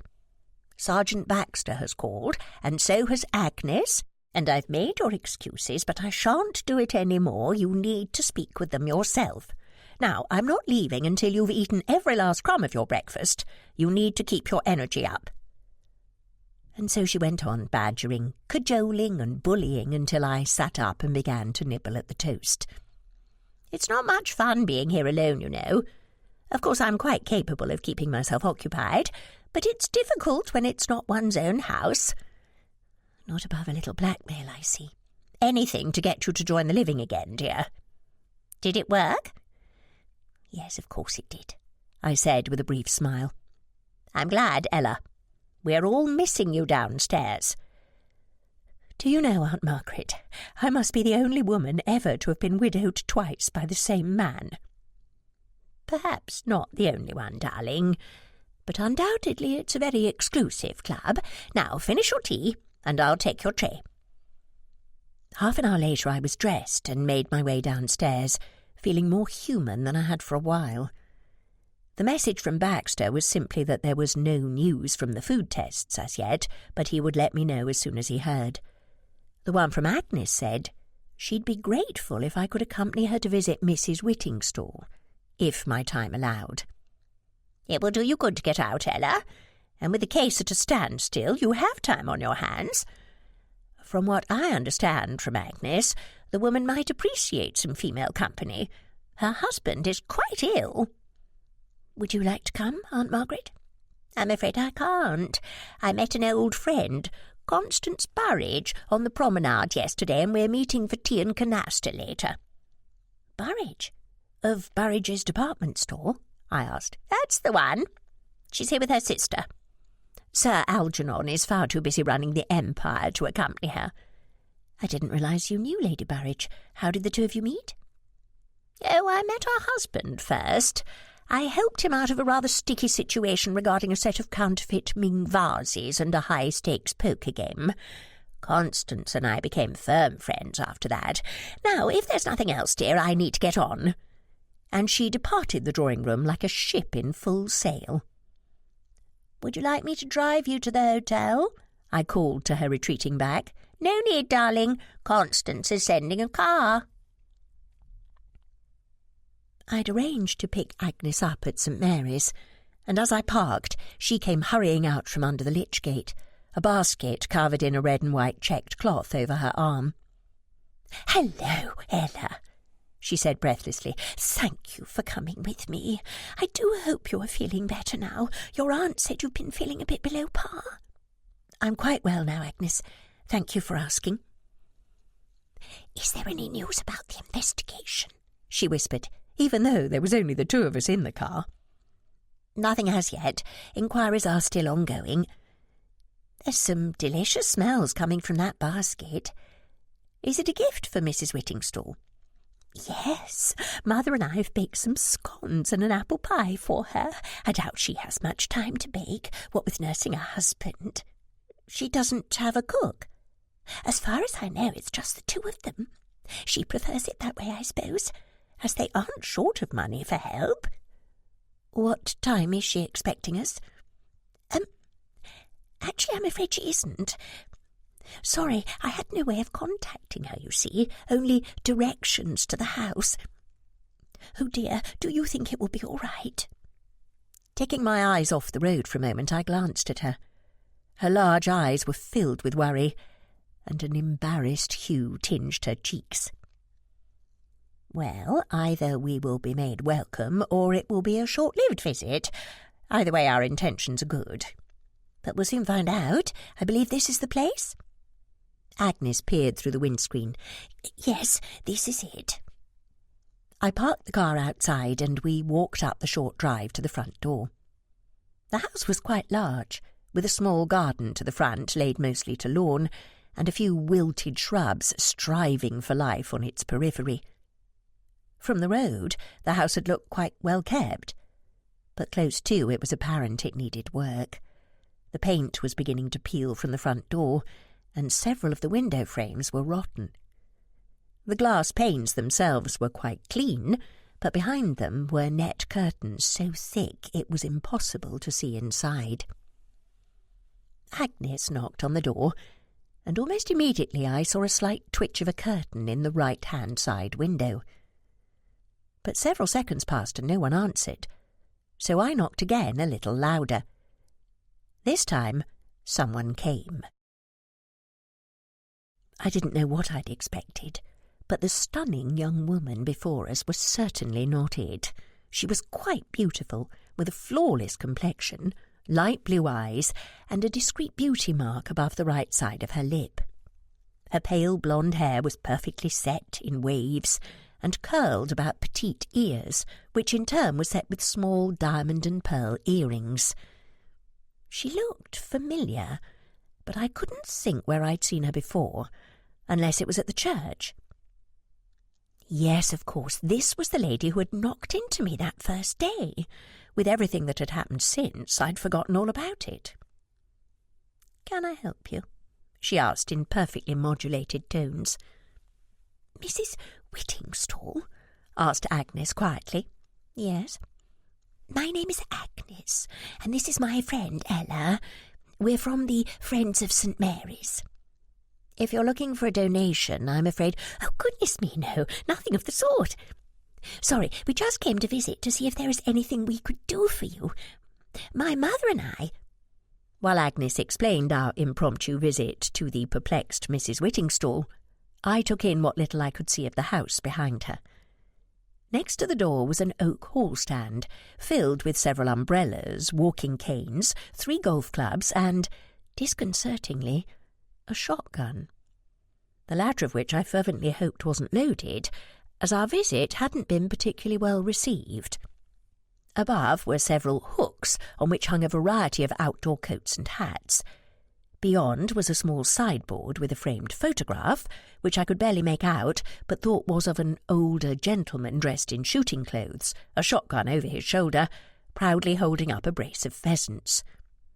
On the far wall facing the door was a painting by an artist I was familiar with, and when Agnes paused for breath, I mentioned it.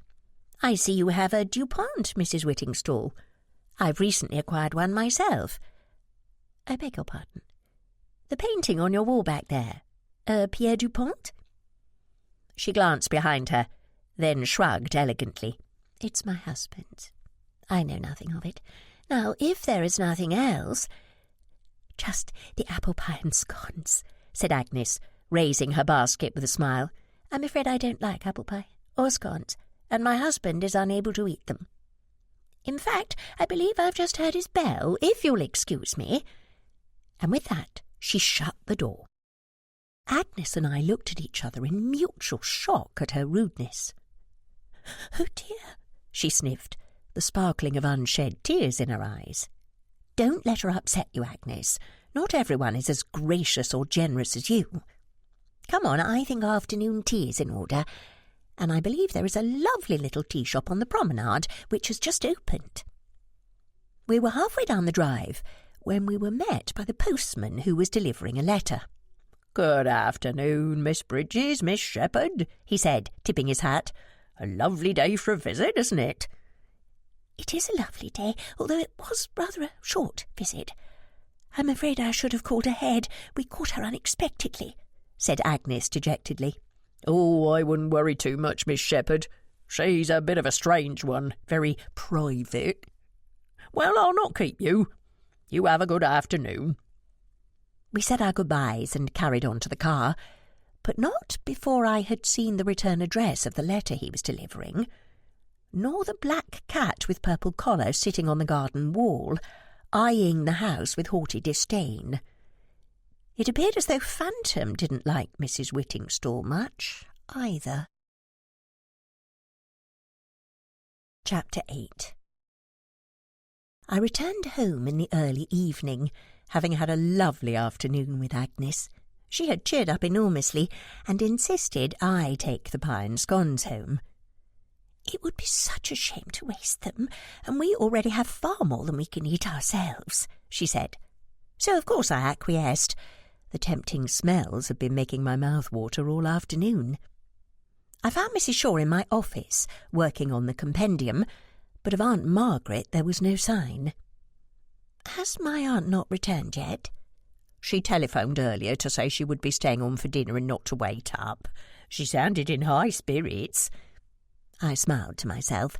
Knowing my aunt, as I was beginning to, I wouldn't be surprised if the sedate game of canasta had turned into a rousing game of poker, to which half the hotel had been invited. "Oh, and this came for you. Special delivery." Mrs. Shaw handed me a large cardboard folder. Quickly untying the red ribbon, I carefully opened it and removed the handwritten note. It was from Sergeant Baxter. "Mrs. Shaw, come and look at these." "My goodness, they're wonderful and perfect for the compendium. He certainly is a man of many talents," she said, as she peered over my shoulder at the exquisitely rendered drawings. "He is indeed. He's as good a detective as he is an artist, too. His note says he's been spending some time in various parts of London, drawing from life. Well, he's certainly captured a broad representation of people, that's for sure. From the wealthy, having a constitutional around Hyde Park, to the poor of the East End, and everything in between, it looks like. Criminals come in all shapes and sizes, and from all walks of life, as Sergeant Baxter well knows. I think he's done an exceptional job, and I shall call to tell him so in the morning." But as it happened, I didn't get the chance, for he telephoned me first thing the next day with the news we had been waiting for. "I received the results from the laboratory this morning. We were right, Miss Bridges." "Where was it found?" I asked. "I don't want to say more over the telephone, but I'm booked on the next train and will be at Linhay Station at 10:30. "I'll have Mrs. Shaw meet you and bring you back to the cottage. We can discuss it in more detail here. I must also thank you for your splendid drawings. They are absolutely perfect." "Well, I used a bit of artistic licence. Hopefully the models won't recognise themselves if they chance upon them." "I doubt they will. You've done a remarkable job.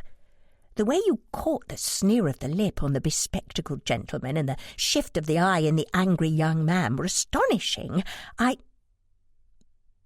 Miss Bridges, are you still there? Hello?" "Yes. Yes, I apologise, Sergeant. Something just occurred to me.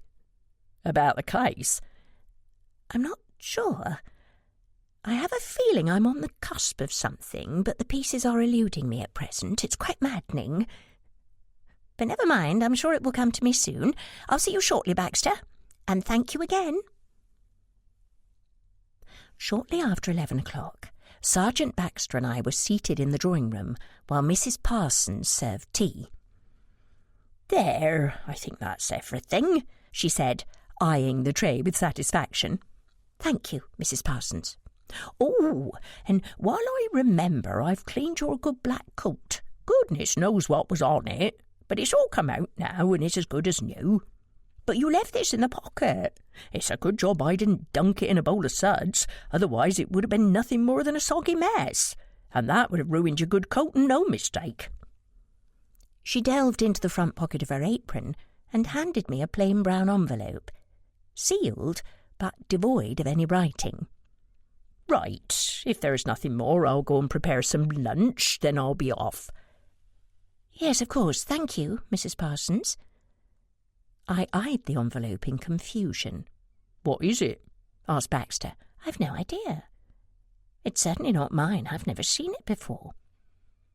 I retrieved the letter opener from the table and sliced open the envelope, then carefully withdrew the folded paper nestled inside and opened it. "Oh, my word. I think you had better take a look at this, Sergeant." Baxter peered over my shoulder and read the note.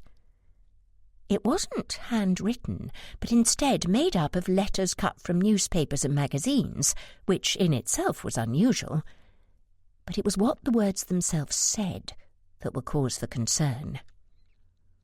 "Ask J.B. what the vicar saw in the stable."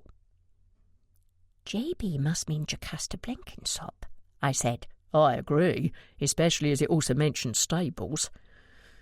Miss Bridges, you need to think back. How and when were this note slipped into your pocket?" I sat and sipped my tea while I thought. The only time I have worn that particular coat since I've been living on Linhay was at the memorial service for Father Michael, so it must have happened then. But there were so many people there. Where on earth do we start? "I doubt it were inside the church. Nearly everyone arrived afore we did, and I were next to you the whole time. No, it must have happened when we were all congregating outside. There were quite a crowd, and we were jostled a few times, if memory serves." "Yes, we were, but one in particular sticks in my mind. Do you remember I was bumped into quite sharply and would have fallen if you hadn't caught me? I think it was then. In fact, I'm quite sure of it." "Can you recall what the person looked like?" "A young girl. Pale, with freckles and red hair. On the plump side, and definitely in service by the cut of her clothes. And the atrocious spelling in the note would bear out that thinking." "Well, she shouldn't be too hard to find. Are you thinking what I am, that she's in the employ of the Blenkinsops?" asked Baxter. "I think it most likely. I mean, if she is responsible for the note, then it would make sense. I can't imagine many people would refer to the lady of the household as J.B. It's overly familiar, but it is something the staff would do behind her back." "We need to pay another visit to the house, but I don't want to show our hand too soon. Any ideas?" "I think the simplest approach would be to make an appointment." "You do?" "I'll telephone now and say I wish for her advice about my walled garden. When we're there, while I keep her occupied, you can make an excuse to leave the room, then find and talk to the girl." "I must say I'm glad you're on the right side of the law, Miss Bridges. You'd make a fine criminal." "Why, what a lovely compliment, Sergeant." The telephone call was short and sweet, and I returned moments later to Baxter, who was just polishing off a last mouthful of apple pie. "Well, Sergeant, all the subterfuge is completely unnecessary. Jocasta is currently in London with her husband and won't return until tomorrow evening. I've taken the liberty of arranging to see the housekeeper. She's expecting us in half an hour." On the journey to the Blenkinsop's house, Baxter confirmed what I already knew. It was the tea found in Father Michael's cupboard which had tested positive for the poison. We've found a set of prints too, so we'll be able to match 'em with the suspect when we have one. You mentioned he ordered his tea in specially. Do you know where from? Yes, Carnaby's Emporium. It's in a small town called Broughton, not far from Sheffield. It's where Aunt Margaret lives, actually. I visited the Emporium last time I was there. How is your aunt, by the way? Is she still with you? I didn't see her this morning.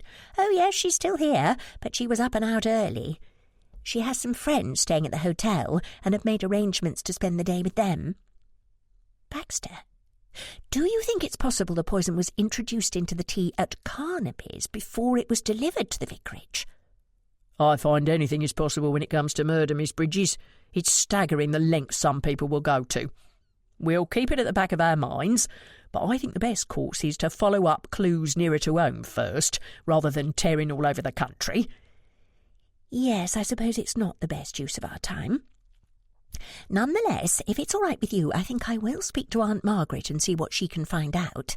She's one of their best customers, and I suspect she knows the owner. It can't do any harm, and the more we know, the better. We'll be prepared should a visit be required. My thoughts exactly. Now, I think I'll drive around to the servants' entrance, I said, as we reached the turning for the Blenkinsop's house and started up the drive. Catch 'em unprepared. Baxter nodded approvingly.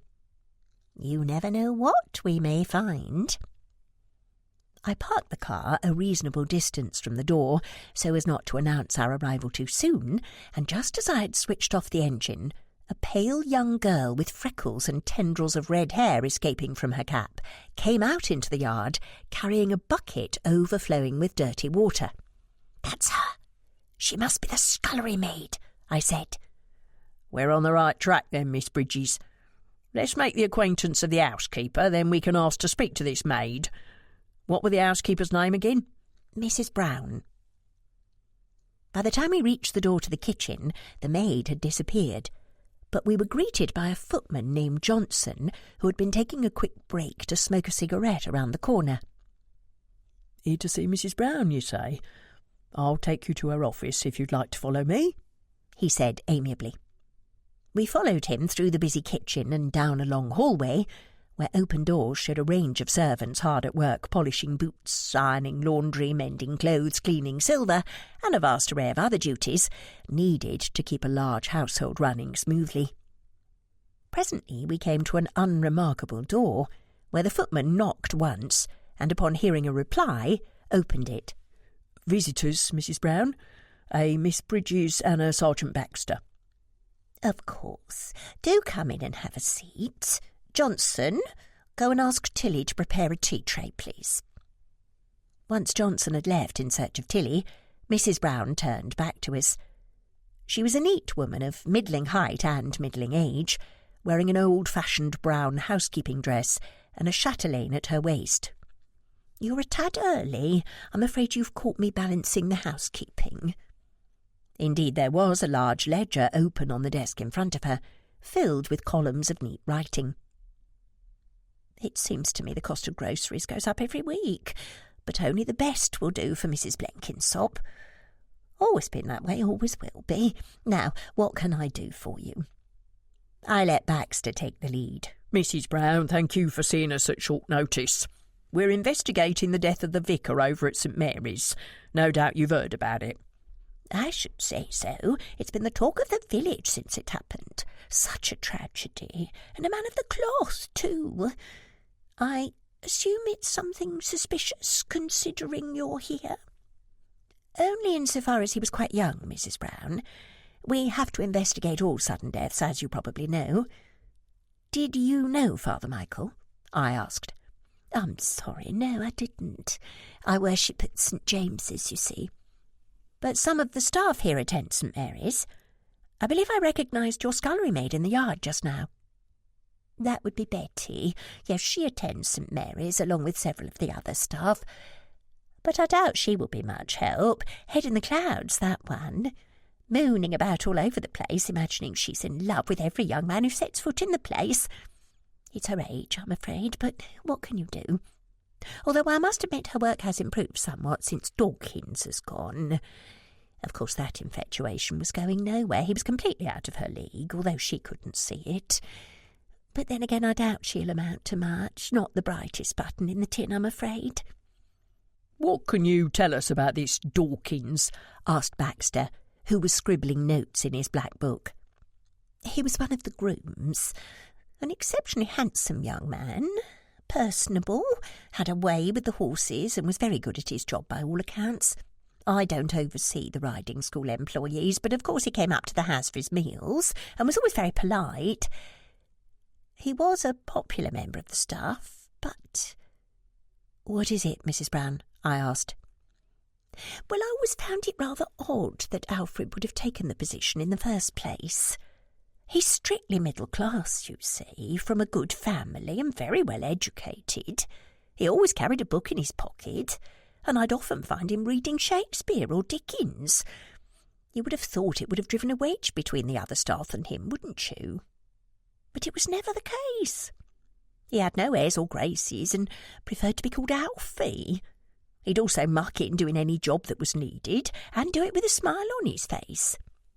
But by the same token, he never hid where he came from, nor his education. He was simply perfectly at ease with everyone, and they with him. It seems odd, considering all you've just said, that he would no longer be working here. Was he dismissed? Mrs. Brown paused here for a moment, as though trying to think of a suitably tactful reply.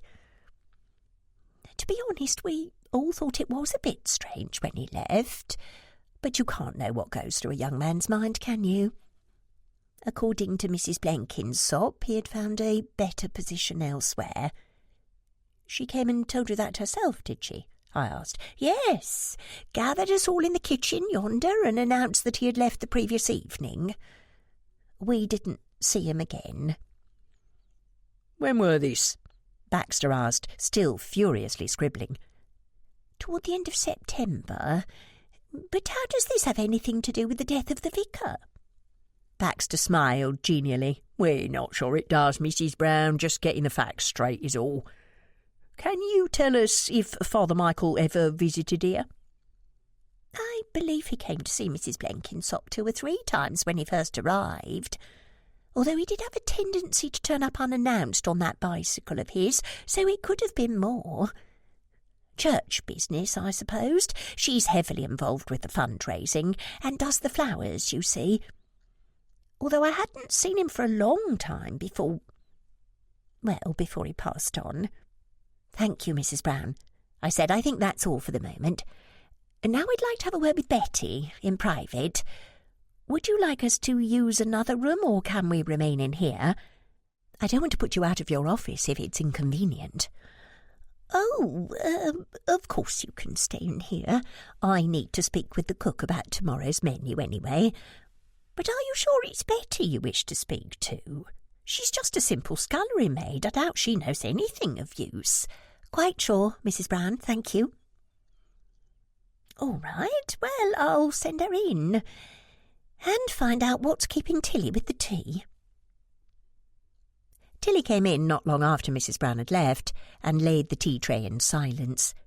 Giving a small curtsy, she left as quietly as she'd arrived, and Baxter and I were left alone while we waited for Betty. "So, what are your thoughts so far, Miss Bridges?" "I think after we've spoken to Betty, we need to find the groom, Dawkins. There is most assuredly more going on in that regard than at first appears." "They're my thoughts too. I have a nasty feeling we're about to find out something that'll blow this case wide open." I sighed heavily. "A possible motive, you mean?" Baxter nodded. I began to pour the tea, my mind in a whirl, when the door suddenly opened and Betty entered. She was even younger than I had first thought. 13 or 14, perhaps, certainly no older. "Sit down, Betty," I said without preamble, indicating Mrs. Brown's recently vacated chair. She hesitated for a moment, then did as she was told. "I'll come straight to the point." Reaching into my bag, I removed the note and laid it on the desk in front of her. "You slipped this into my pocket at Father Michael's memorial service the other day. Why?" 'Tweren't me, miss. I'd been prepared for such a denial after the description of the girl from Mrs. Brown. It seems you haven't been as clever as you think you have, Betty. You see, I recognise you. Bumping into me as harshly as you did nearly made me fall, so I was bound to look to see who was responsible. Plus, of course, Sergeant Baxter and myself are detectives. Very good ones, in fact.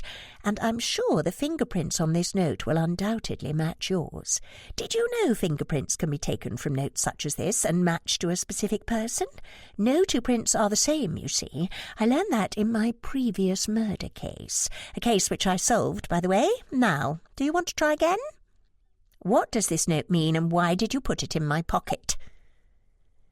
At my deliberately stern pronouncement, Betty's plain, plump face crumpled, and she dissolved into floods of tears. I fished in my bag for a handkerchief, which she filled noisily, then tried to return. "Do keep it," I said. "She took him from me. He loved me and she took him from me," she suddenly blurted out. "Who do you mean, Betty? Mrs. Blenkinsop?" She nodded. "Who did she take from you?" "Alfie," she wailed amid another bout of tears. I looked at Baxter, who shrugged and nodded for me to continue. Obviously, dealing with hysterical young girls was to be my job. "Do you mean Alfred Dawkins, the groom?" She nodded again and looked up at me. Her pale skin had broken out into ugly red blotches, and her eyes were swollen from all the tears. She looked positively wretched. "Look, just tell us exactly what happened, Betty, from the beginning." "I saw 'em together.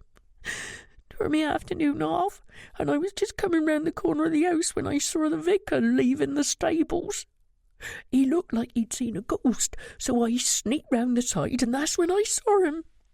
They was undressed and had been lying in the hay. The mistress grabbed a blanket and ran to the stable door. She must have seen the vicar cycling away, 'cause she came back and said to Alfie to get dressed quickly and leave, and to keep his mouth shut. Next day he was gone." I glanced at Baxter's notebook while Betty recovered herself and saw him underline the word motive twice. We'd eventually extracted information from Betty which led us to believe Alfred Dawkins was currently employed at the Hardcastle livery stables, situated on the northern side of Linhay. So we said our goodbyes, and with an air of gloom set off to find him. "It all fits," said Baxter a while later. "I know." "Once we've got this Dawkins' statement, we'll have to formally interview Mrs. Blenkinsop." "Yes, she's back from London early tomorrow evening. I suppose we'll have to do it then?" "We'll have to make sure we're there when she arrives. No doubt her staff will mention our visit if they get to her first. I only hope Betty keeps quiet like she promised." "I'm quite sure she will, Baxter. Don't forget she saw Jocasta and this Dawkins in the stable herself, yet she hasn't mentioned it to anyone. The only time she has broken her silence was when she found out Father Michael was dead, and she made contact with me via the note. Even then she tried to do it anonymously." "Well, I hope you're right." "Jocasta is coming in on the 4:45 train, by the way. Perhaps we could contrive to be at the station to meet her. By coincidence, naturally. Of course, we'll have to let her driver know not to pick her up." "Leave it with me," he said, and we once more lapsed into silence, each of us with our own thoughts. The more we'd talked to Betty, the more pity I had felt for her. She'd been brought up by a drunk and absentee father who had finally met his maker by way of 2 bottles of cheap whiskey in the river 2 years ago, her mother having passed on when she was just 6. The Friends of St. Mary's had taken it upon themselves to find her gainful employment to avoid the orphanage, or worse, a public assistance institution, which, up until 5 years ago, was aptly named the workhouse. Jocasta had stepped forward with a position of scullery maid, and Betty had been in her employ ever since. However, I was having difficulty uniting this plain, simple girl with the description Mrs. Brown had given us of the exceptionally handsome Alfie Dawkins, and so had asked, "Betty, did you and Alfie have an understanding?" At her look of incomprehension, I tried again. "I mean to say, did you think that you and Alfie were a couple?" She looked up at me coyly, through swollen red-rimmed eyes and short lashes so pale they were almost invisible, and said, "I think so, miss." "And what made you think so, Betty?" "He were nice to me, miss. He talked to me when he come up to the house, and he brought me a posy once, daisies and the like from the back field." "I see. And did he talk to the other girls, or bring them posies?" I asked gently. She shrugged, a sullen look on her face. "Suppose so. But mine were nicer, and he talked to me more." I'd left it then, no longer wishing to pry into the heart of a young and impressionable girl who had been so devoid of love and affection for most of her life that she'd latched on to the first person who showed her any true kindness. Baxter's voice, when he suddenly spoke, made me jump, as I'd been completely lost in my thoughts. "We're here, Miss Bridges."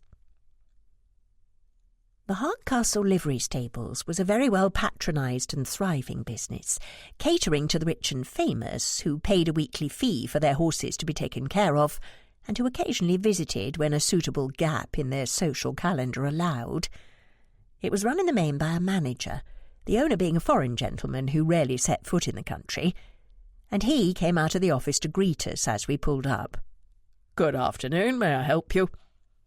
Baxter introduced us both and explained why we were there. "Alfie Dawkins?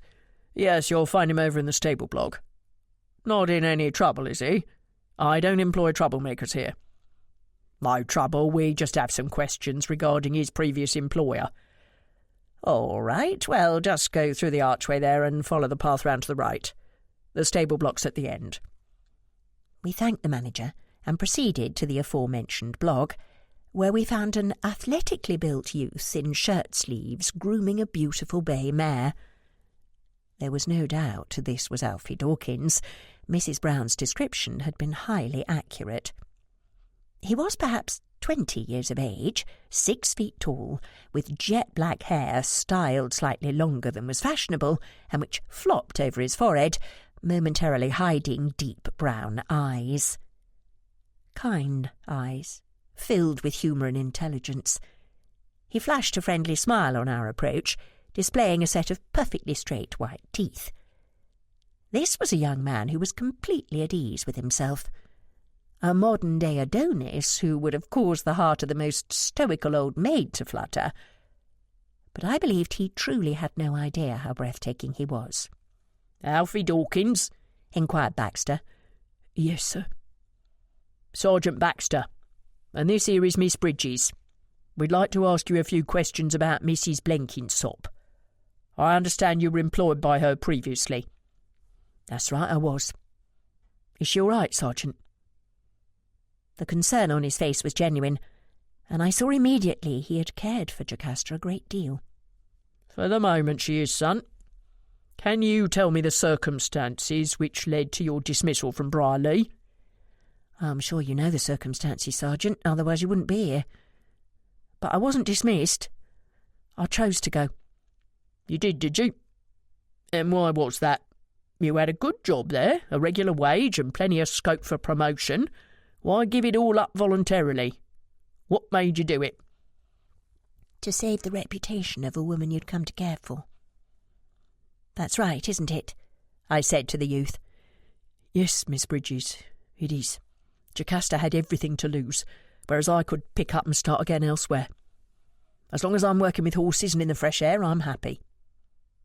"How did it happen, Alfie? The affair, I mean?" I asked. He glanced into the yard, and I saw it was beginning to fill up with other workers.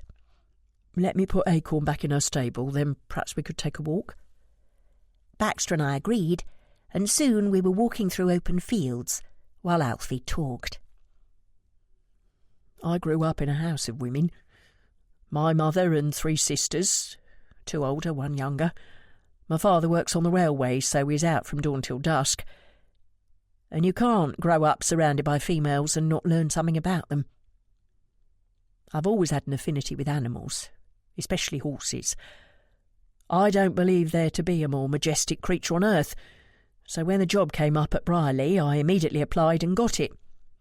Much to my father's chagrin, unfortunately. It was like a dream come true, being paid for doing a job I loved most. But I soon realised how lonely Jocasta really was. We became friends to start with, you see. I know how ridiculous that sounds, the lady of the house becoming friends with a lowly groom, but that's how it happened. Forgive my crudeness, Miss Bridges, but it wasn't all rolling about in the hay. In fact, it wasn't about that at all, really. She needed someone to talk to, and I was a good listener. She started to seek me out, especially, just to talk about the school and the horses and the general running of things to begin with.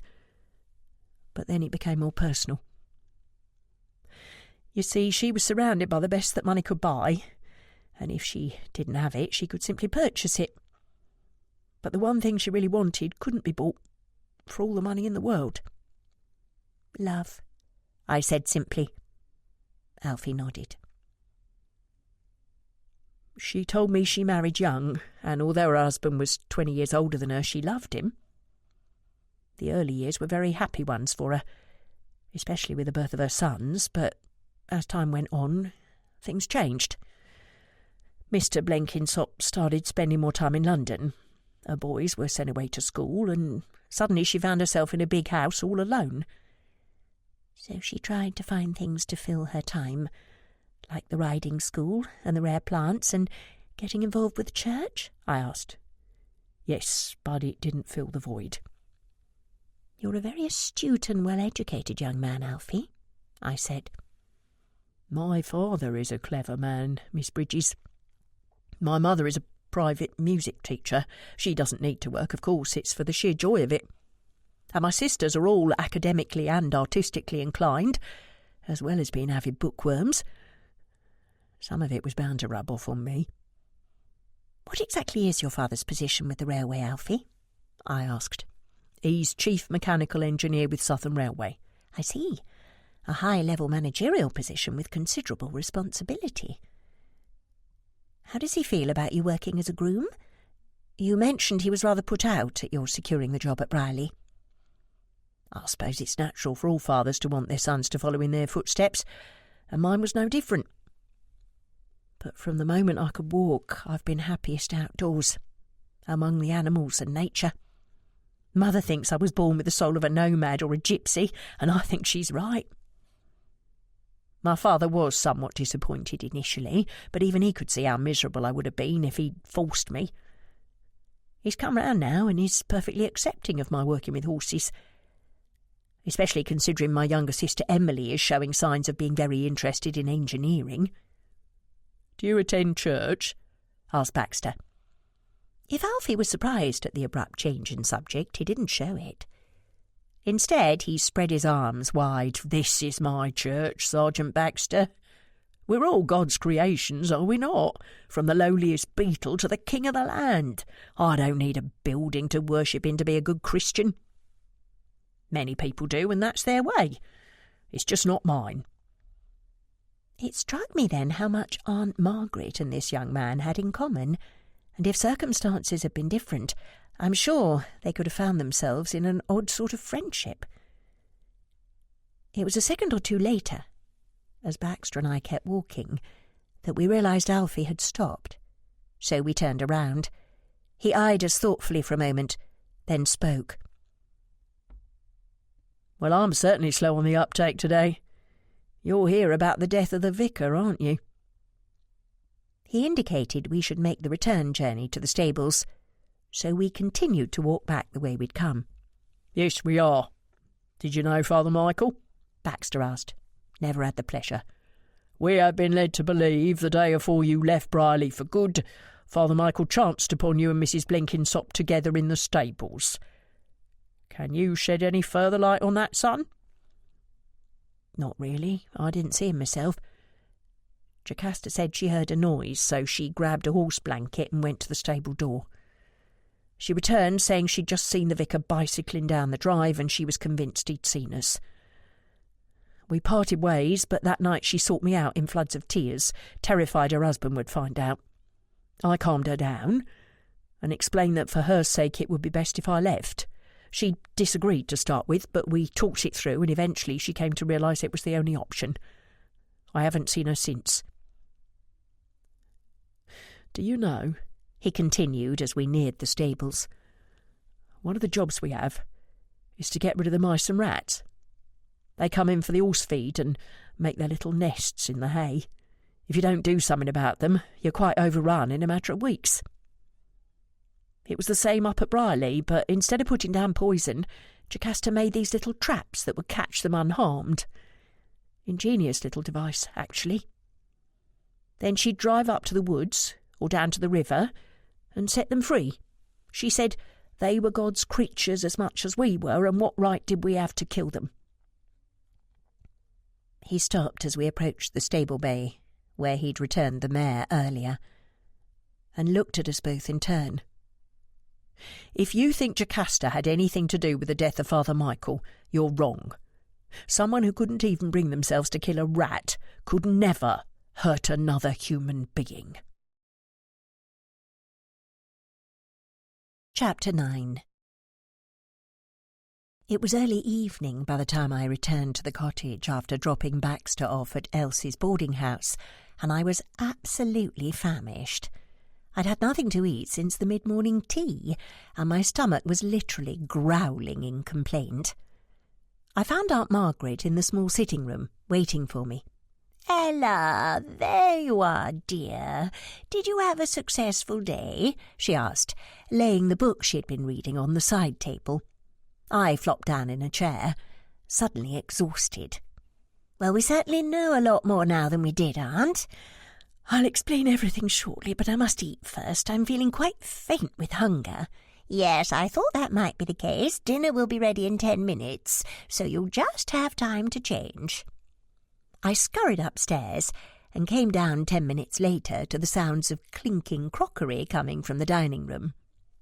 "Salmon en croûte, new potatoes in herb butter, and a medley of vegetables," my aunt announced, lifting various lids.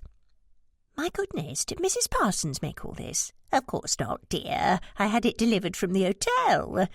I fancied something a little different, and the chefs there are quite excellent. There's treacle tart for dessert." "Oh, Aunt Margaret, I feel quite ashamed.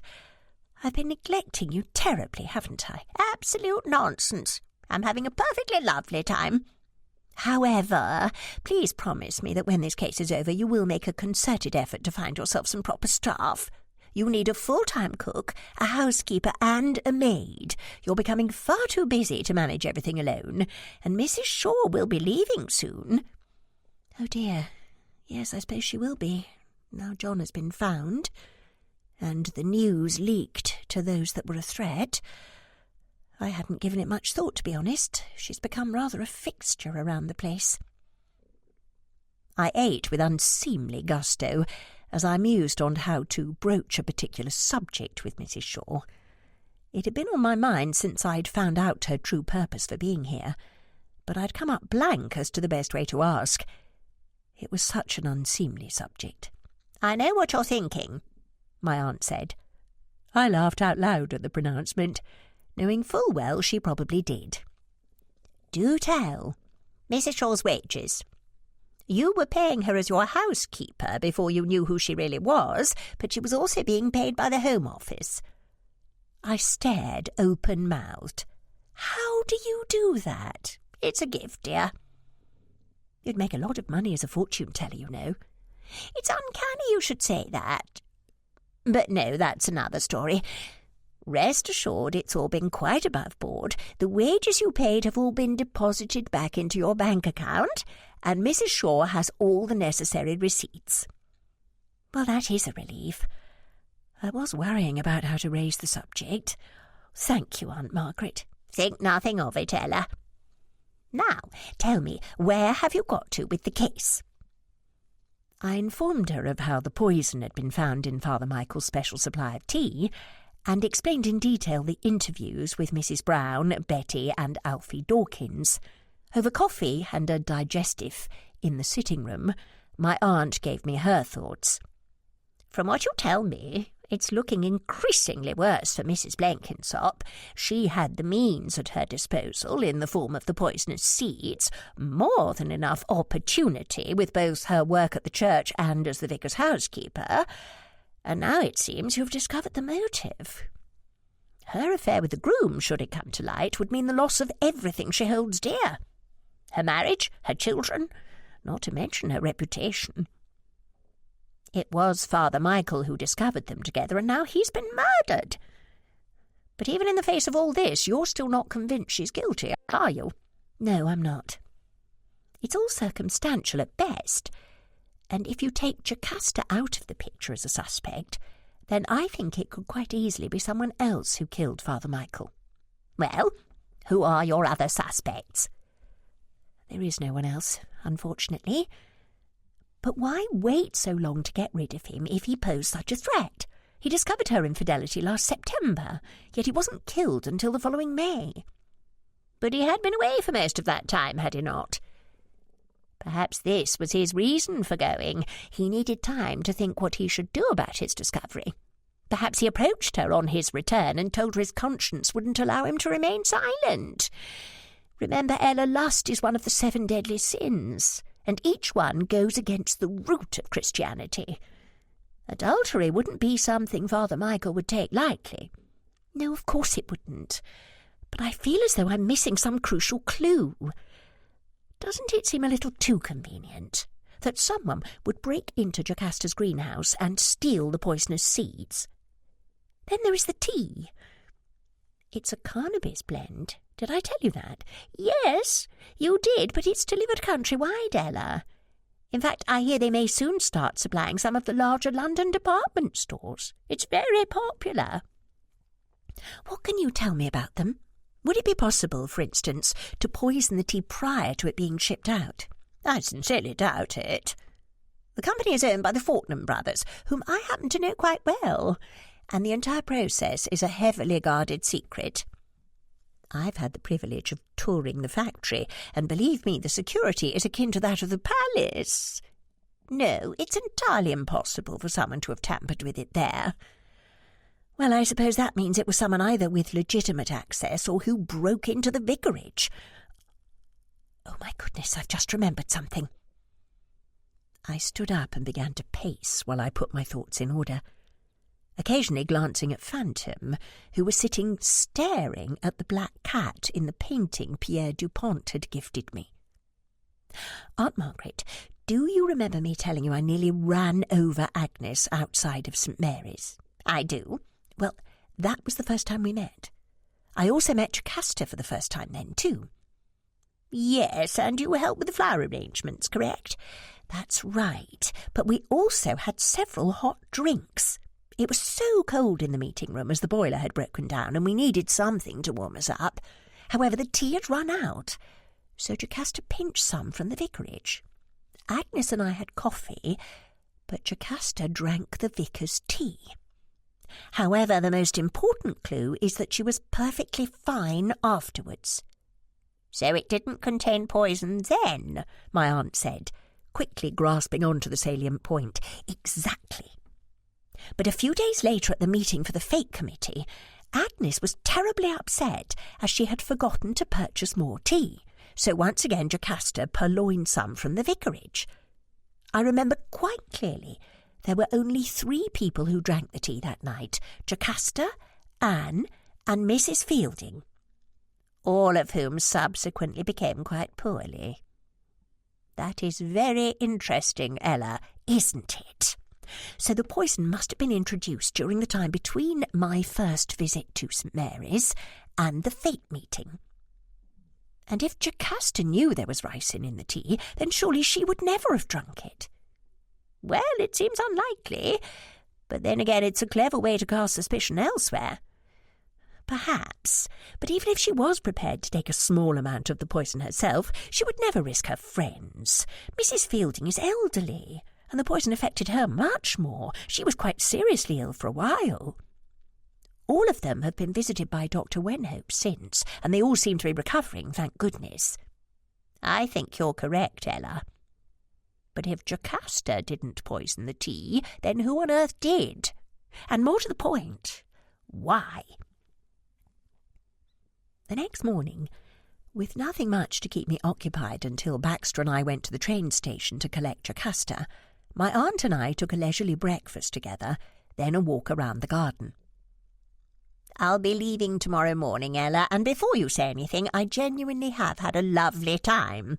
The cottage is adorable, and the island quite enchanting. In fact, I shall be visiting more often from now on. You know you're welcome any time, Aunt Margaret. It's been wonderful having you here, even though I've not spent as much time with you as I would have liked. Oh, and while I remember, please do thank your housekeeper for the donations. It was very generous of her. I will. She'll be pleased to know there was such a valuable contribution. Aunt Margaret, I said, stopping and taking both her hands, I can't thank you enough for being here and supporting me during the last weeks. When the news of John came through, it was such a shock, and I don't think I would have managed at all without you. Oh, my darling girl, you are my family, and I love you dearly. Of course I would take care of you. I'm just glad I was here with you when it happened. But take it from me, you are stronger than you know, and don't ever forget it. But by the same token, have a good cry if you feel like it. There's no sense bottling it all up. Now, is there any news on when the extension to the church will be built? I'm afraid it's all rather up in the air at present, with the loss of Father Michael. Plus, of course, Jocasta was steering the committee, and while you and I know what's about to happen, no one else does. Without Jocasta, the building may not go ahead at all. So you're quite sure an arrest is imminent, even after what we realised last night? I don't think there will be any alternative, considering the mounting evidence against her, but I will bring Baxter up to date before we interview Jocasta this evening and see what his thoughts are. I'm rather hoping we can avoid putting her in prison while we exhaust all other avenues. Like a house arrest, you mean? Asked my aunt. Yes, something like that. Of course, it will all depend on what she says. If she does break down and confess, well... She'll only do that if she is guilty, and you've quite swayed me to your way of thinking, my dear. She does have much to lose, but I'm not wholly certain she would commit murder to save it. What do you know of her husband? Could he have found out about the affair and murdered Father Michael to save his wife? It will be a question to put to her, of course, but according to Alfie Dawkins, they never met unless they were absolutely certain Hubert Blenkinsop was in London. I don't see how he could have found out. But even if he did, and decided not to confront his wife about it, how would he know the vicar had been a witness? No, the more I think about it, the more I'm convinced that he was unaware of their liaisons. So we're back to square one, with Jocasta being the only viable suspect, my aunt said with a sigh. I'm afraid we are. At 4:30 on the dot that evening, Baxter and I were sitting in the car at the station, waiting for the 4:45 from Waterloo. I'd explained the poison had been added to the tea in between my first 2 visits to St. Mary's, and who had drunk it. So we could easily have been investigating 4 suspicious deaths rather than just 1, he said with a disbelieving shake of his head. Yes, including that of our prime suspect. I've taken the liberty of speaking with Dr. Wenhope to confirm poison. He has been treating them all anyway, but he'll do some follow-up visits now he has a correct diagnosis. However, he told me he thought the danger had passed, so they must all have only ingested a small quantity. When he said that, I realised he was right. At the fate meeting, I distinctly remember Anne adding so much milk to her cup there was barely room for the tea. Mrs. Fielding drank just under half and then spilled the rest, and Jocasta was so busy talking she barely drank any. He made some notes in his little book, as I stared out of the window, watching a car pull up and park not far from where we were. "I say, isn't that Jocasta's driver?" I asked. Baxter glanced at the car and nodded. "It is. I'll go and have a word, while you go to the platform to meet Mrs. Blenkinsop." A few minutes later, the train pulled into the little station amid gusts of billowing steam, and Jocasta stepped down lightly onto the platform, an overnight bag in her hand. "Jocasta," I called, and standing on tiptoe, waved over the heads of the alighting crowd. "Hello, what a nice surprise. What are you doing here?" "I've come to meet you." "You have? Well, that's very thoughtful, but how did you know I'd be here?" "I spoke to your housekeeper yesterday, and she mentioned it." "Come along, the car is this way," I said, and quickened my step in an attempt to avoid more questions. We walked through the station building and out the other side towards the car, where Jocasta immediately spied my companion leaning against the door. Her countenance stiffened slightly, and a wary look appeared in her eye briefly, but she carried on gamely. "And Sergeant Baxter, too. Well, what a welcome committee. I feel quite honoured." "Mrs. Blenkinsop," Baxter said in greeting, and helped her into the rear of the vehicle. Once we were all settled, I set off towards Brierley. "So how was London?" I asked. "Busy, noisy, and quite dirty. It's easy to forget all that discord exists when living here. It catches me by surprise every time I go." "Was it a special occasion?" "The birthday of a friend of my husband's. Dinner, theatre and dancing, the usual sort of thing when you go to the city." "It sounds wonderful," I said. "Yes, it does, doesn't it?" she replied in a way that made me think she hadn't enjoyed it at all. "So why are you really here? I assume you have news of Father Michael's death," she continued. "That's right, Mrs. Blenkinsop. There's some new information come to light, and we wanted to keep you updated," answered Baxter smoothly, while my stomach churned. "I see. Well, we can speak in the drawing-room. We won't be disturbed there." "Can I get you a drink of something?" Jocasta asked as we settled into the drawing-room. She approached the drinks cabinet, and after some musing decided on a stiff gin and tonic. Baxter and I both declined the offer of alcohol. "But I wouldn't say no to a coffee if there is one," Baxter said. Jocasta rang the bell, and a moment later a butler appeared. "You rang, madam?" "Yes, could you ask Tilly to bring coffee, please?" "Certainly, madam," replied the butler, and with a stiff bow disappeared. Leaning against the sill of the large window, glass in hand, Jocasta turned to face us. "So what is this new information you mentioned in the car?" Baxter cleared his throat, then said, "We spoke with Alfie Dawkins yesterday, Mrs. Blenkinsop. We know about your affair." I watched Jocasta like a hawk as this news was imparted, but she remained quite still, staring into mid-air, but seemingly seeing nothing, her face inscrutable. Eventually she took a sip of her drink and turned to look out of the window. "It was only a matter of time before you found out, I suppose?" "Do you understand the implications of this, Mrs. Blenkinsop?" Baxter asked.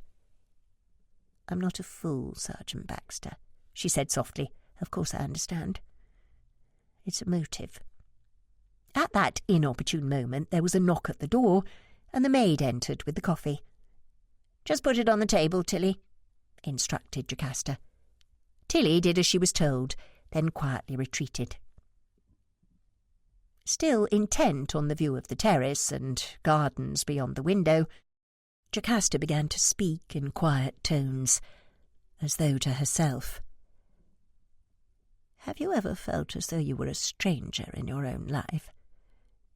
Going about things day to day, but never really feeling as though you belong? Practically invisible, but for a series of titles and associated duties. Wife, mother, Mrs. Blenkinsop, but never Jocasta, never me. No one ever saw me until Alfie. You've met him, of course, so you understand what a remarkable young man he is. An old soul in a young body is how I referred to him.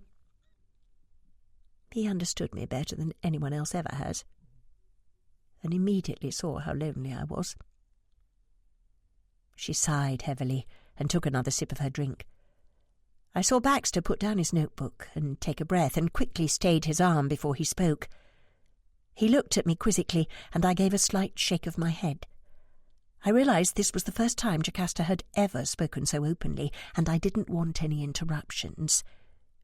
She would get to the point eventually, but it was important she got to it in her own way, regardless of how roundabout it was. Baxter seemed to realise what I meant, and settled back with his coffee as Jocasta continued. I married too young, you see, to a man who was a friend of my father's and twice my age. And while it was quite wonderful in the beginning, it didn't take me long to realise what a horrible mistake I'd made. But of course by then it was too late. We already had one child, and the second was about to be born. With 2 sons, Hubert had done his duty, and his life was once more his own. It was the oddest feeling, but I felt like a widow, even though he was still alive. For the sake of the boys, we've kept up appearances, but the marriage has been over for a long time now. She shook her head, and realising her glass was empty, went to refill it. But of course you want to know about Father Michael. I wasn't 100% sure he had seen us that day, you know. I saw him cycling away, but that wasn't to say he'd stopped by the stables. I became certain, however, the following Sunday, when the subject of his sermon was sins of the flesh. He looked at me directly several times, and I knew without a doubt he'd been there. So I waited until the service was over and everyone had left. Then I went to speak with him in private. "You did?" I asked, momentarily forgetting my decision to keep quiet at this revelation. "I can see you're surprised at the news, but it wasn't as though it would make any difference. My marriage was already over. Alfie had gone and our affair ended. It was the right time to clear the air. My only concern was for my children, and I knew Father Michael would never speak of our conversation." "But how could you be so sure?" asked Baxter. "Because it happened within the sanctity of a confessional, Sergeant, and he would have been prohibited from repeating it. So you see, I had absolutely no reason to kill Father Michael, as my secrets were safe," Jocasta continued. "I will also tell you plainly now that I did not do so. You will need to look elsewhere to find your murderer. However, there is something else I can tell you that may be of help." "And what is that, Mrs. Blenkinsop?" asked Baxter, retrieving his notebook. "The father and I talked briefly after we had left the confessional, and he appeared to me to be quite overwhelmed with worry about another matter entirely. Eventually, after some gentle encouragement, he intimated he had recently lost a friend, a man he had held in great esteem. I could see he blamed himself, but I didn't understand exactly why, until he said the devil comes in many guises. If only I'd recognised sooner he'd taken her to his side, he might still be alive. And that was it. After that he made me promise not to give in to further temptation and seek forgiveness from God, which I did." We sat in silence for a moment, while Baxter and I digested this information. "What do you believe he meant by that, Mrs. Blenkinsop?"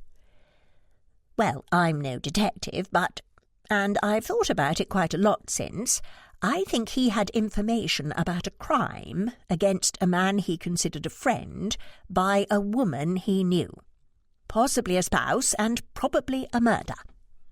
Father Michael hadn't been here long, remember, so I'm quite sure it must have happened in his previous parish, although where that was I haven't the foggiest. But I think this must have been the reason he left, and why his previous posting was deliberately kept quiet." Baxter and I excused ourselves while we went out through the French windows onto the terrace. We needed to discuss this new information further, and in private. "Do you think she's telling the truth? We only have her word the conversation with the vicar took place," Baxter said as we sauntered to the end of the terrace, where we could still see Jocasta seated in the drawing-room, but wouldn't be overheard. Well, I'm considered a bit of an expert at spotting the art of a lie. "Oh, that's perfect," I said, scrabbling in my bag for my notebook. "What is?" It's the perfect title for the compendium, The Art of the Lie, especially with your wonderful illustrations. I knew it would come to me eventually. I see. But do you think we could get back to the case? Baxter asked, smirking. Of course. Well, I have to say I do think she's telling the truth. There were no indications of subterfuge in her mannerisms. And what's more, I don't think she murdered Father Michael. However, as she is our only suspect, I'll understand if you want to arrest her, although I'd prefer it if you didn't. I'm not sure her reputation would ever recover if she's hauled in for killing a priest, even if she is subsequently found innocent. It hardly seems fair to do that to her. Baxter looked at me in amusement. And what would you suggest instead? Well, I was talking to Aunt Margaret about it last night.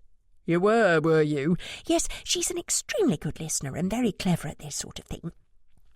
I wondered if some sort of house arrest would be an option. Perhaps we could arrange for a plainclothes detective to stay here for a while, under the guise of a family friend to save face, while we follow this new lead. Baxter laughed. Well, you've certainly thought this through, I'll give you that, and it might be possible, but I'll have to speak to my superiors. It's a bit above my pay grade. However, there's a bit of a problem as far as I can see. Oh? Just where exactly is this new lead? I sat on the terrace wall, thoroughly deflated. Without the Archbishop of York, who was not due back for a while, we had no idea where the vicar's previous parish had been.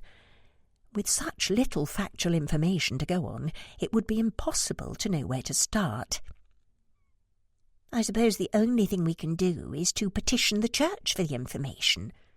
They've obviously kept things quiet to protect Father Michael, but now he's dead, I don't suppose they'll mind sharing what they know.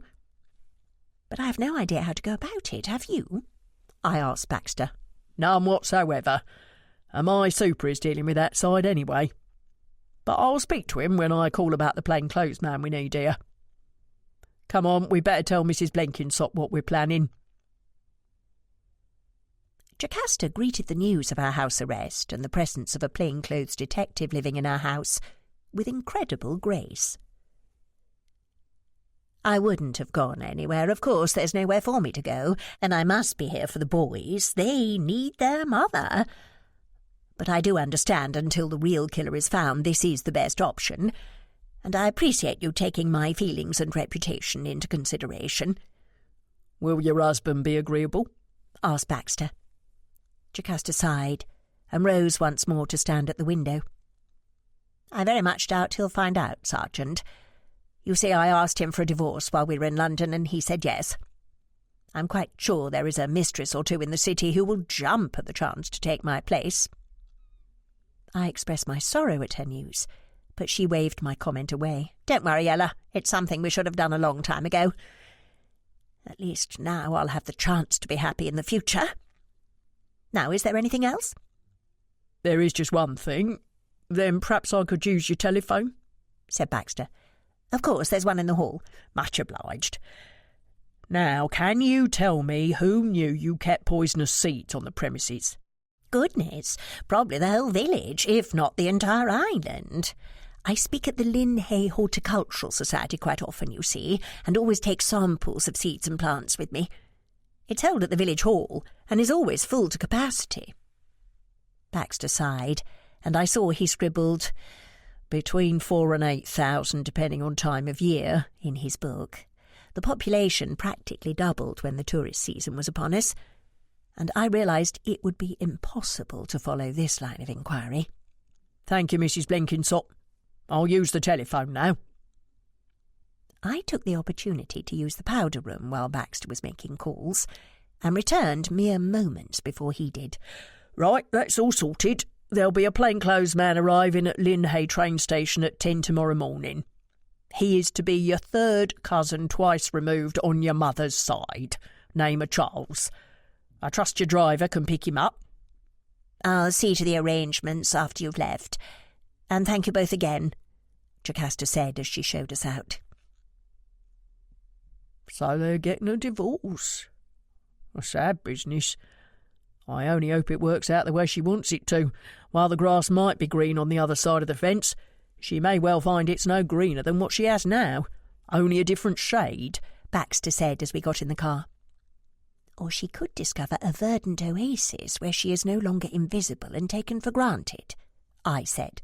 Well, there's always that, I suppose, and I agree she has been treated a bit shabbily by her husband, if what she says is true.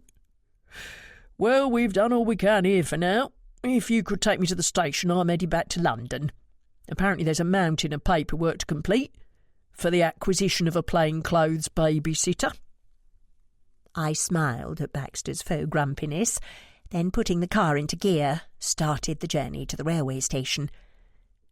As I drove, my thoughts turned to how little progress we were making on the case.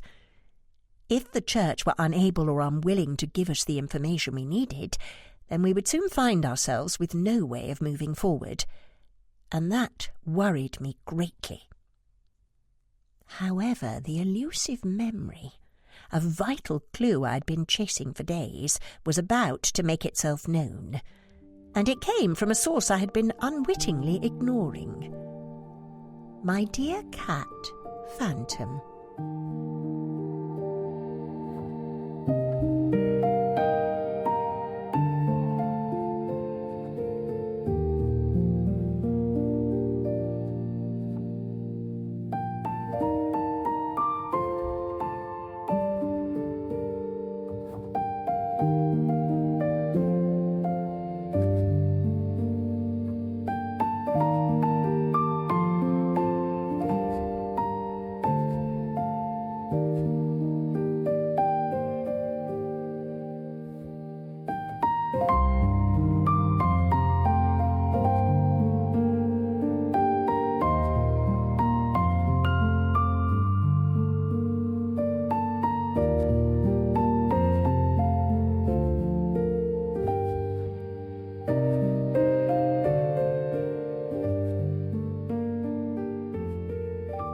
Chapter 10. Early the next morning I took Aunt Margaret to the station, where she had a ticket booked on the first train out. "Thank you, darling. It's been wonderful. I should be back home in time for afternoon tea. I'll telephone you to let you know. Best of luck with the investigation. It will all work itself out soon, you'll see. And do keep me posted on developments if you can." "I do hope you're right, Aunt Margaret. We seem to have reached a brick wall at present." "Well, you know where I am if you want to talk things through." A shrill whistle and clouds of steam signalled the train's imminent departure, and I stood back as the wheels began to turn and the train chugged slowly out of the station. Aunt Margaret slid down the window and waved briefly before disappearing into her carriage. My next few hours at home were filled with tasks I needed to catch up on. The Art of the Lie was coming along nicely, and Mrs. Shaw wholeheartedly agreed with the new title. I caught up on some correspondence, then took a walk in the gardens. It was a beautiful summer day with a clear blue sky and not a cloud in sight. I hadn't seen Tom for days, but he'd managed to clear an impressive amount of dead shrubbery along the wall of the enclosed garden, and eventually a large wooden gate had been revealed. It was terribly exciting, but I was under strict instructions not to interfere, and I was quite happy to leave him to it. The key to the gate had been unearthed in one of the outbuildings, and I could hear Tom's cheerful whistle now, alongside the excited yips of Digger, his little dog, emanating from beyond the wall as they worked. I spent a very pleasant half-hour sitting on the bench at the end of the garden, watching a pair of swans glide majestically up and down the river, and several ducks waddling in the reed bed on the opposite bank. I could hear a woodpecker hard at work on one of the trees in the woodland across the water, and to my immense joy a sleek otter popped his head out of a cleverly concealed holt for a moment, then vanished as quickly as he'd appeared. It was quite the most perfect and magical time, with thoughts of murder pushed to the far recesses of my mind, and I felt quite rejuvenated by the time I returned to the cottage. It was early afternoon. I'd taken my coffee into the sitting-room, and once again I found Phantom staring at the painting from Pierre. Dear Phantom, I realise that you cats were worshipped as gods by the early Egyptians, but this really is taking your narcissistic tendencies a little too far, don't you think? I said to him, as I moved closer to study the painting in more detail. Although I do agree it is a very good likeness. Oh! I barely noticed the coffee cup slip from my hands and crash to the hearth, breaking into smithereens, as the elusive clue finally rushed forward to the forefront of my mind. Oh, Phantom, you've been trying to tell me for days, haven't you? Phantom finally looked at me, then jumping down from his perch, disappeared through the wall into the garden. His job was done. Miss Bridges, are you all right? I heard a crash, Mrs. Shaw said as she rushed into the room. I'm fine, Mrs. Shaw. I just dropped the coffee cup. Sorry, I need to call my aunt urgently. Actually, that's what I was coming to tell you when I heard the crash. She's on the telephone now. She is? Goodness, she seems to be able to read my mind from a distance, too, I murmured, dashing into the hall and picking up the receiver. Aunt Margaret, I need... Ella, listen to me. You need to come at once. I've just spoken to my housekeeper. That's just what I was going to say. It was. Yes, and I'll be bringing Sergeant Baxter. I was going to suggest that myself. I also need you to do something for me. I explained to my aunt what I wanted, and she agreed immediately. What time will you be here? She asked. I'll telephone Baxter now and ask him to meet me off the train at Waterloo, but it will be quite late. I doubt we'll get to Broughton Station much before 11 tonight. My driver will be waiting for you both. I'll see you soon, Ella. I telephoned Baxter as soon as I'd disconnected from Aunt Margaret, and once I'd briefly explained how the pieces were finally fitting together, he agreed to the journey at once. That's an excellent bit of detective work, Miss Bridges. Well done. But time is of the essence if what you're telling me is right, and a man's life is at stake. I'll get a plainclothes man to get over there and watch the house urgently. See you soon. True to her word, Aunt Margaret's driver was waiting at Broughton train station when we arrived, and by 11:15 we were all comfortably seated in the parlour. Is Pierre here? I asked. No, dear, you know what he's like with, crowds. But he sent what you asked for. I shared a smile with my aunt, understanding immediately Pierre's reluctance to meet yet another member of Scotland Yard. Who's Pierre? Asked Baxter. Pierre Dupont, I said. The artist? Well, I never. How is he involved in this mess? You've heard of him, I said, somewhat surprised. Indeed I have. I've long been an admirer of his work, Miss Bridges. Once upon a time I fancied I'd be lucky enough to own one of his paintings. Sadly, the more popular they are, the further out of my reach. But how on earth is he involved with this case? Aunt Margaret interrupted at this point. Before you get to that, would you mind listening to what my housekeeper has to say? The poor dear has been waiting up for you. Mrs. Shipley came into the parlour, full of her usual cheeriness and bright smile, despite the lateness of the hour. Miss Isabella, how lovely to see you again so soon. Hello, Mrs. Shipley. This is Sergeant Baxter. She greeted Baxter, then, at my aunt's urging, began her tale. When your aunt returned home this afternoon, she passed on your thanks regarding the donations for your May Day fete. You are very welcome, by the way. Now, I believe she told you we wouldn't be needing them this year, but not why? I wasn't aware of it until you told me today, said my aunt. No, I realise that. I apologise, said the housekeeper. No need to apologise, Shipley. I was just explaining for Ella and Sergeant Baxter. Do go on, Mrs. Shipley, I said. Well, the reason we no longer needed them was because we weren't having a fair this year because our vicar had left unexpectedly. It was at the end of July last year and he just up and disappeared. None of us had any inkling. He didn't even say goodbye. We all thought it terribly odd at the time. Of course, there have been a number of rumours since, some complete nonsense, of course, but the general consensus is that he found out something about one of the parishioners which caused him to go. But One of his friends died around the same time, so it could just as easily have been that. Mrs. Shipley, what was the name of this priest? I asked. Oh, of course, I apologise. It was Father Michael. Mrs. Shipley could tell us nothing more and so retired. She didn't know who the deceased friend had been, but the description she gave us of her Father Michael fitted ours perfectly, and none of us were in any doubt it was the same man. Well, we're certainly getting somewhere now, Baxter said with relief in his voice, then added, all we need now is to find the woman Father Michael mentioned to Mrs. Blenkinsop, and we should be able to wrap this case up. I believe I can help with that. Aunt Margaret, do you have the painting and drawings Pierre sent over? My aunt nodded and collected a parcel from the sideboard. Bringing it over, she unwrapped it carefully and laid the contents on the table in front of us. Good God! Baxter exclaimed, in a very un-Baxter-like way. Awful, isn't it? I said.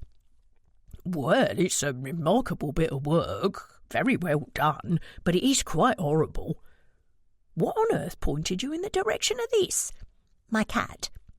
I didn't realise you had a cat. Well, he's not really mine. He appears and disappears when he feels like it.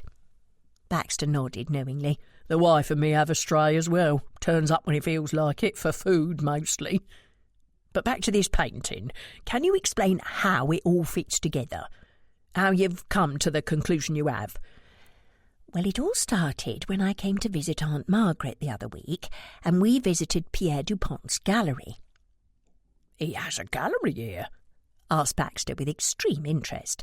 He does, and no doubt you'll be able to visit tomorrow. Anyway, it just so happened this painting was in the window. It wasn't supposed to be. Pierre was quite cross when he realised and removed it at once. But of course I'd seen it by then, and once seen, never forgotten. However, it got pushed to the back of my mind until I received your note with the drawings for the compendium. Right. And how did that help, exactly? Your note mentioned you'd gone out and drawn real people. I've never really thought how artists paint their subjects before, but of course it must be like that. Regardless, it suddenly dawned on me you'd need to have a real person to sketch to start with. And you think Mr. Dupont based this painting on a real person? Oh, I'm sure of it. I recognise her, you see. But I asked him to also send preliminary sketches, if he had any, just to make sure. I presume those are in this portfolio. I untied the ribbon holding the portfolio together and opened it with extreme care. The sketches, as well as the painting itself, were worth a lot of money. Inside were several loose sheets of paper, each with numerous pencil studies of the same woman. Yes, this is definitely her. I thought originally I must have seen her at St. Mary's, but it was one of those elusive memories that I couldn't quite grasp. I realise now the painting was what I was remembering. But this is your suspect? Asked my aunt. Yes, it is. You see, I've met her since, on Linhay. So you know who she is? I know who she is now, but not who she was when she lived here, and that's the proof we need. Did you ask Pierre those questions I gave you on the phone when we spoke earlier, Aunt Margaret? I did, and I wrote down his answers. She reached over to retrieve a writing pad and, tearing off the top sheet, handed it to me. Baxter and I read in silence for a moment. I'll visit this place Nell Bank tomorrow, Baxter said, pointing at one of the answers. My driver can drop Ella and myself in town, then be at your disposal for the rest of the day, Sergeant. You'll have the furthest of all of us to travel, Aunt Margaret offered. Now, I think we'd better turn in. It's very late, and we have an exceedingly busy day ahead of us tomorrow. She was right, for if everything went according to plan, tomorrow we would catch a murderer.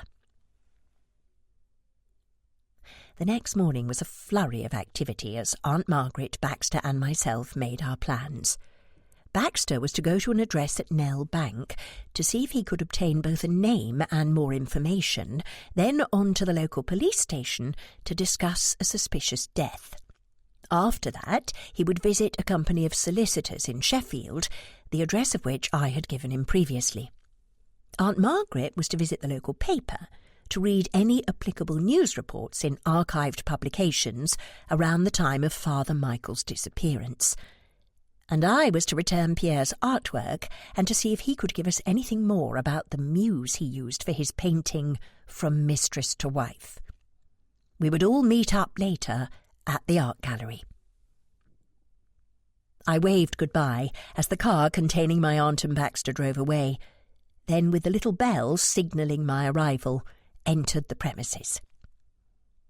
I was greeted by a tall, heavy-set girl in a black dress with white apron and a mass of blonde hair piled on top of her head in a complicated arrangement of thick plaits, which gave the impression she wore an upturned wicker basket on her head.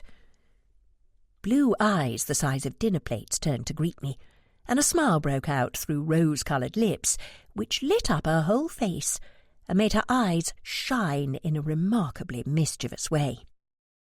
"Good morning. Welcome to the Dupont Gallery. May I be of assistance? I'm here to see Monsieur Dupont. My name is Ella Bridges." Before the girl could reply, the man himself appeared from beyond the curtain. He was wearing a floor-length apron, which was so covered in splotches of paint, it was difficult to know what its original colour had been. Upon his head was a French beret in midnight blue velvet, and he had a paintbrush stuck behind one ear. "Miss Bridges, how delightful to see you again," he said as he bowed to kiss my hand. "Bonjour, Pierre." "Hilda, bring tea immediately. We will take it in the studio. Chop, chop," he said, clapping his hands. Hilda rolled her eyes, and with a smile at me said to the little man, "Be polite, or I shall hide your ladders." I stifled a surprised laugh as she disappeared toward the kitchen. Pierre took my elbow and gently steered me toward the back room, shaking his head in mock exasperation. "Mon Dieu, but it is difficult to get good staff nowadays." Safely seated in the studio, which to my eye was every bit as confusing and disorganized as the shop, and with tea on a low table in front of us, I explained the reason for my visit. "Firstly, I would like to thank you for the loan of your painting and sketches." "Think nothing of it. Were they of help?" "Very much so. Indeed, your paintings have provided a vital thread throughout this latest case." "And just what is this case you speak of?" "Murder, Pierre. I am investigating a murder." "Sacre bleu! But this is most horrible to hear. Maggie mentioned nothing of this on the telephone. And you wish for my help in some way. But what can I do? I know nothing of this murder." "Can you tell me more about the woman you used for this painting?" I asked, indicating the two-faced woman which I had unwrapped and placed on a convenient easel just moments earlier. "It is she who is dead?" "Ah, no. I see now. It is she who is the culprit, no?" I nodded. "It does not surprise me so much, actually. You can see how I painted her. So different from my usual work, yes? This is how she appeared to me. Beautiful to look at, but with a core of evil and rotten to her soul." "Can you tell me from the beginning how you came to meet her?" "Of course, but I did not really meet her until a long time after the portrait was finished, when she visited the shop unexpectedly. But I will begin at the beginning and tell you what little I can." Pierre's tale began on a warm day in spring of the previous year. With an urge for fresh air, he'd taken his sketchbook and pencils to a little park opposite St. Paul's Church in Broughton, and had settled himself to an afternoon of sketching. He had been there perhaps 2 hours, and filled several pages with drawings, when this woman had appeared and sat on a nearby bench. At first he'd simply watched her, she seemingly oblivious to his attentions. Then he felt a compulsion so strong to immortalise her, he became almost afraid.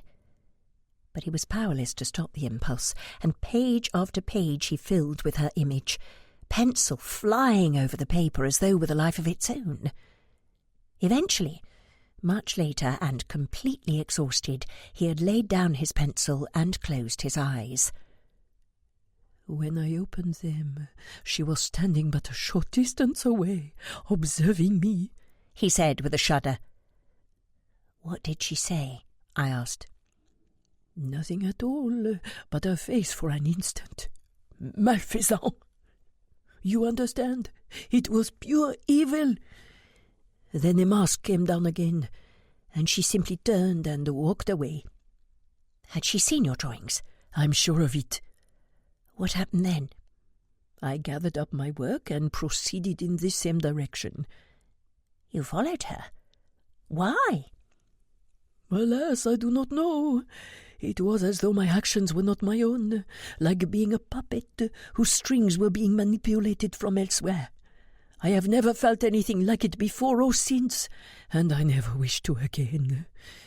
It sounds fanciful, does it not? But it is as exactly as I have explained."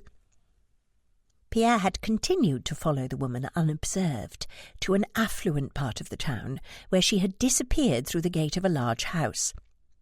"Nell Bank," I said. "Oui, just like I told Maggie." "So when did you come to the shop?" "Not until June. It was a horrible shock to hear the little bell, then find her standing there. She demanded to see the painting I had done of her. I had finished it, of course, but I told her it did not exist, that I had returned with the sketches, but they had amounted to nothing." "And did she believe you?" Pierre gave a shrug. "I did not know, and I did not care. I offered to give her something else instead, and when she informed me of the illness of her husband, I found something suitable, and she left. I have never seen her again." "This is why you were upset the day I came, to find Hilda had displayed the painting in the window." "But of course, I had lied and said it did not exist. What would have happened if she had seen it?" "You have no more need to worry, Pierre. She no longer lives in Broughton. She has moved to Linhay." "Such a relief, I cannot tell you." "I'm glad you are relieved, and thank you for telling me it all. I realise it must have been quite an ordeal. Now I need to tell you, my aunt will be here shortly, along with my colleague." "Another policeman?" "Yes. I thought I should tell you in case... Well, never mind. But he is a great fan of your work, and has been looking forward to visiting the gallery and meeting you." "Then we shall make him feel quite at home, mon ami." The bell above the shop door tinkled the arrival of newcomers, and a moment later Hilda popped her head through the curtain. "Visitors to see you, almighty one," she said with a cheeky glint in her eye. "Less of your impudence, wench, or you will find yourself on the streets," Pierre replied. "Yes, my lord," said the girl with a giggle, and disappeared back into the shop. Chapter 11. "Ah, Maggie, you look as lovely as ever," Pierre said with a bow and a kiss of her hand. "And this must be the colleague of Miss Bridges, no?" "Sergeant Baxter, Mr. Dupont. It is a real pleasure to meet you at last." "Likewise, my dear Sergeant. Now, say nothing more." Aunt Margaret and I stood to one side, while Pierre dragged his step-ladders in front of Baxter and peered deeply into his eyes. Baxter shot a worried glance at me, and his eyebrows rose high enough to disappear beneath his hairline as a blush crept across his cheeks. I couldn't help but grin. Most interesting," the dwarf said. Grasping Baxter's hands, he turned them this way and that, examining them first close up, then at a distance. "Yes, it is as I thought. Remain still, please." Jumping off the ladder, he wandered around the perplexed sergeant, studying him from every angle until he declared himself done. "A man after my own heart. I have the most perfect piece for you, my dear sergeant." I had assumed it would take some time, as it had with me, for Pierre to find a gift for Baxter. But I was wrong. With a flourish, he pulled a small frame from the rear of the chaise longue just seconds later. "Et voilà," he said, and thrust the painting into Baxter's hands. "Well, I never. How did you know?" he said, staring at Pierre in astonishment. "What is it? Do let me see," I said, moving to Baxter's side. The painting was exquisite. A small, tow-headed boy sitting on the stoop of a step, his tongue caught between his teeth and a look of fierce concentration on his face, as he bent over a little drawing-pad, sketching in perfect detail a robin redbreast perched atop a milk bottle. "It's simply perfect, isn't it?" I said. He looked at me with a questioning raise of an eyebrow. "I never said a word, Baxter. Truly." "Then how?" he said, once again addressing Pierre. The little man gave a depreciating shrug. "It is easy to identify a fellow artiste, would you not agree? Now, I'll have Hilda wrap it for you." As we were leaving, Baxter turned to the dwarf and shook his hand. "It's been a real pleasure to meet you, Mr. Dupont. I'm more grateful than words can say. If there is ever anything I can do for you in return—" "As a matter of fact, there is something, Sergeant." "Yes?" "Catch this despicable murderess, for she is evil through and through." "I have every intention of doing so, sir. You can count on it." "I presume my aunt told you to accept a gift from Pierre if he offered?" I asked Baxter as we settled in the car. "Yes, indeed. Said he'd feel mortally wounded if I refused, though she warned me it might not happen. He's very particular about who he gives his paintings to. I feel very honoured." My aunt nodded. "Perfectly true. It's very rare for him to bestow his work on strangers, and you have both been honoured. He must think highly of you." "How does he do it, Aunt Margaret? Find the most perfect painting for the person?" "Honestly, I have no idea, darling. He says it's a gift, and I don't question it. Now, I thought we'd visit the tea rooms on the way home and discuss our findings. There are some private booths at the rear which will be perfect for our needs. I find myself in dire need of sustenance." Ensconced in a booth at the rear of the Lily tea rooms, the table groaning with more food than the three of us could possibly eat, we shared what we had learned. I began by relaying the story Pierre had told me, how he'd eventually followed our suspect to a large house at Nell Bank, and culminating in her visit to his shop some months later. "Goodness, poor Pierre! I had no idea," my aunt said. "How did you get on at the newspaper?" I asked. "Quite well, as a matter of fact. I only found the one article pertaining to a gentleman's suspicious death at the correct time, a man by the name of Redmond. Here, I was able to clip it." She laid the newspaper clipping on the table, and Baxter and I quickly read it. "Not much to go on here, but it mentions he lived at Nell Bank, so it must be the same man," said Baxter. "Well, I also managed to find the reporter, and he was much more forthcoming." "That's excellent work, tracking down the reporter," said Baxter. "Well, I'd like to take credit, Sergeant, but sadly I cannot. It's a small-town newspaper, and there are actually only 2 reporters, both of whom happened to be in the office when I arrived, so it was quite simple to find the right one." "Was his name Briggs, by any chance?" "Why, yes, it was. How did you know?" "And did you explain you were working with a Scotland Yard detective who was at that very moment on his way to Nell Bank?" "Of course, I could hardly waltz in there asking questions without some form of legitimacy." "And after you imparted this information, did he then excuse himself to make a brief telephone call?" "Sergeant Baxter, you really are quite the tease. Who did he telephone?" "The daughter from Mr. Redmond's first marriage. She was waiting outside the house when I arrived." "So all my snooping was superfluous?" "On the contrary, it was invaluable. How else could we have flushed out the daughter? But I apologise for interrupting. Please carry on." My aunt, quite amused at Baxter, continued. "I have made some notes of the pertinent facts." She informed us Mr. Redmond was a man who had always been in excellent health.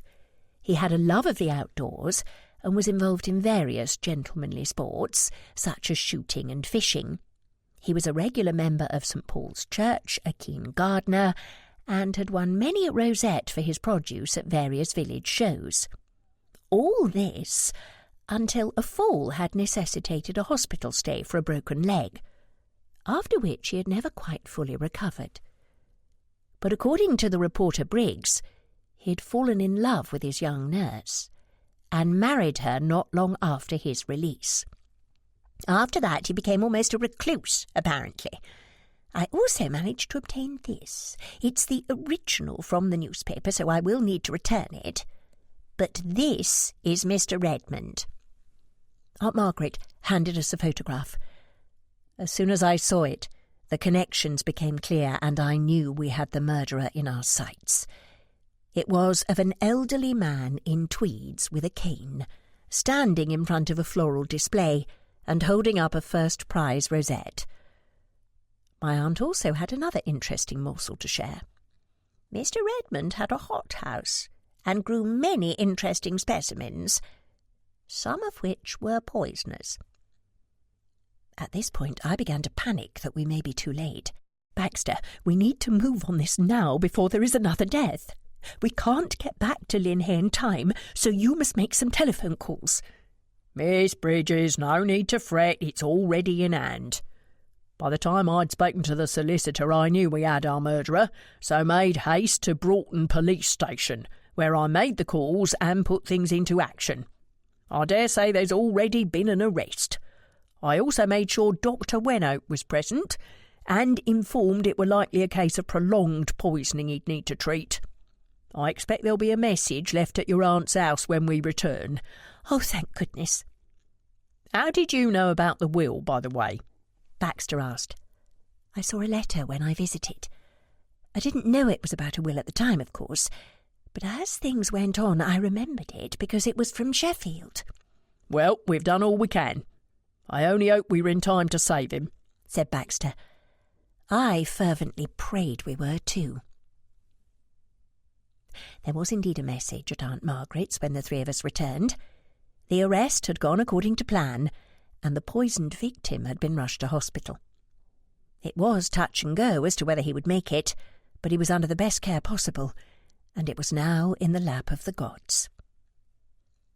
The packets of seeds stolen from Mrs. Blenkinsop's greenhouse had been found on the premises, along with a copy of a new last will and testament giving everything over to the murderer. And fingerprints taken had matched those on the box of tea at the vicarage. By the time I returned home, the news of the arrest had spread through the village like wildfire, and everywhere I went, shocked locals and visitors alike were huddled in small clusters, discussing the news in hushed tones. Jocasta had telephoned to inform me her resident detective had left, and to thank me again for my tact. And Agnes, in an unusual show of fortitude, had called and asked if she could come for lunch. I had naturally said yes, and she appeared on time and with a freshly baked peach tart. "Mrs. Whittingstall!" exclaimed Agnes as she sat across from me at the outdoor table.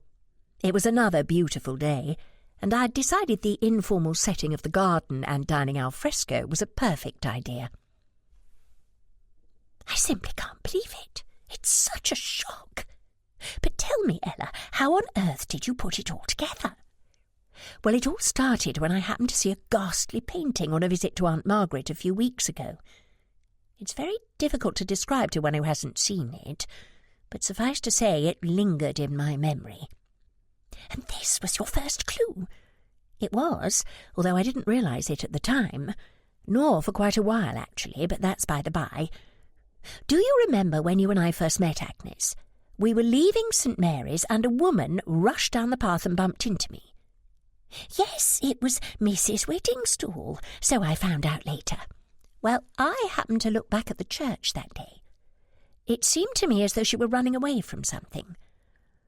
What I saw was Father Michael, and he looked in a state of shock. Of course, I realise now they must have recognised one another." "From when he was at the Broughton parish, you mean?" "Quite right. You said yourself you'd never seen Mrs. Whittingstall at St. Mary's prior to that incident, and Father Michael had been away for a long time, returning just moments before, in fact. I doubt either of them realised the other was now living on Linhay. It must have been a dreadful shock for both of them to come face to face that day, and I'm afraid the vicar was in terrible danger from that moment on." But how did you know it was Mrs. Whittingstall who had murdered Father Michael? Well, it was a case of lots of little things which eventually made me see the bigger picture. Much of it when you and I went to visit her, actually. I shudder when I think of that visit. It was quite horrid. But how did it help? We never even set foot in the door, so you can't have seen much. I saw what I needed to, Agnes. I explained the things I had noted. The photograph of the gentleman in tweeds with his pheasants, which had turned out to be Mr. Redmond, and the cane in the umbrella stand, which also belonged to him. I said I had filed away for future reference, not being able to attach much significance to them there and then. Of course, this was a small taradiddle on my part. However, I wasn't about to add visitations from his ghost into the conversation. But I did share my observation of the Pierre Dupont painting on the back wall, and the return address of the solicitors I had seen on the letter the postman was delivering. I remember you mentioning the painting, but thought you were trying to make polite conversation under remarkably strange circumstances, Agnes said. I smiled. Perhaps I was at the time, but it was another little clue to add to the others. Of course, the real break came when my aunt telephoned about her housekeeper and insisted Sergeant Baxter and I went up there post-haste. I relayed to Agnes all that had gone on in Broughton, and the subsequent proof we had found, which led to the arrest of Elizabeth Whittingstall, previously known as Elspeth Redmond. Oh, dear, it's all rather dreadful, isn't it, Ella? I can't imagine what Mr. Redmond's daughter must have felt, not only having lost her father, but our entire inheritance, including her family home, to this evil woman. But how do you prove murder so long after the fact? I looked down, wondering how to explain gently to Agnes what Baxter had told me earlier. But I need not have worried about her sensibilities, as she grasped the truth almost immediately. He's going to be exhumed! How utterly ghastly! But I suppose it must be done for the family's sake. I wonder what actually happened between Mrs. Whittingstall and Father Michael. Do you know? I shook my head. I don't think we will ever know for certain, Agnes. But here is what I think happened. Mr. Redmond was a good friend of Father Michael's, someone he held in great esteem and presumably spent a lot of time with. But all that changed when his new wife came on the scene and succeeded in isolating him from his family and friends. Of course, we think now she was slowly poisoning him and preventing anyone from realising the truth of what was happening. Sadly, she was very successful in that regard. However, I believe Father Michael was suspicious, and not realising how truly dangerous this woman was, eventually made a dreadful error in judgment when his friend died. He met with her and accused her face to face of murder. Oh dear, I'm sorry. I thought I'd come to terms with it, but hearing this, said Agnes, fishing for her handkerchief as tears coursed down her cheeks. Don't worry, Agnes, it's delayed shock. It happens like that, catching you unawares at the least expected moment, I said gently, taking her hand. She nodded and blew her nose. Please carry on. Are you sure? Yes, I need to know. All right. Well, there isn't much more to tell, but Sergeant Baxter is still up in Broughton and has found out something else. Shortly after the funeral of Mr. Redmond, according to witnesses, his widow visited the church and went to confession. It is our belief she must have confessed to Father Michael that she had murdered her husband, and he couldn't tell anyone, finished Agnes, a look of anguish on her face. No, he couldn't. It was a cruel and evil thing to do, but she is an evil woman. I'm quite sure she deliberately told him, in order to gloat and prove she had got away with it. And I'm sure this is what had been troubling him for so long, and the reason he took his sabbatical. Why did she do it, Ella? Murder her first husband and try to murder her second? For the inheritance. It was greed, pure and simple. Agnes sat back and sipped her tea in contemplative silence for a while, before asking a final question. She won't get away with it, will she, Ella? She's going to be sent to prison for the rest of her life, isn't she? She might not go to prison, Agnes. Baxter has heard rumours of an insanity plea. If she is found to be mad, then she will be incarcerated in an asylum. But you have no need to worry. I can assure you she will never be a free woman again. Agnes nodded then, accepting of my word. I was under no such illusion, however. I felt sure a plea of insanity would be thrown out, as the crimes had been premeditated, very carefully and cleverly worked out. No, Baxter and I both agreed that the reprehensible Mrs. Whittingstall would be hanged from the neck until dead. The next day I decided to ride over to St. Mary's.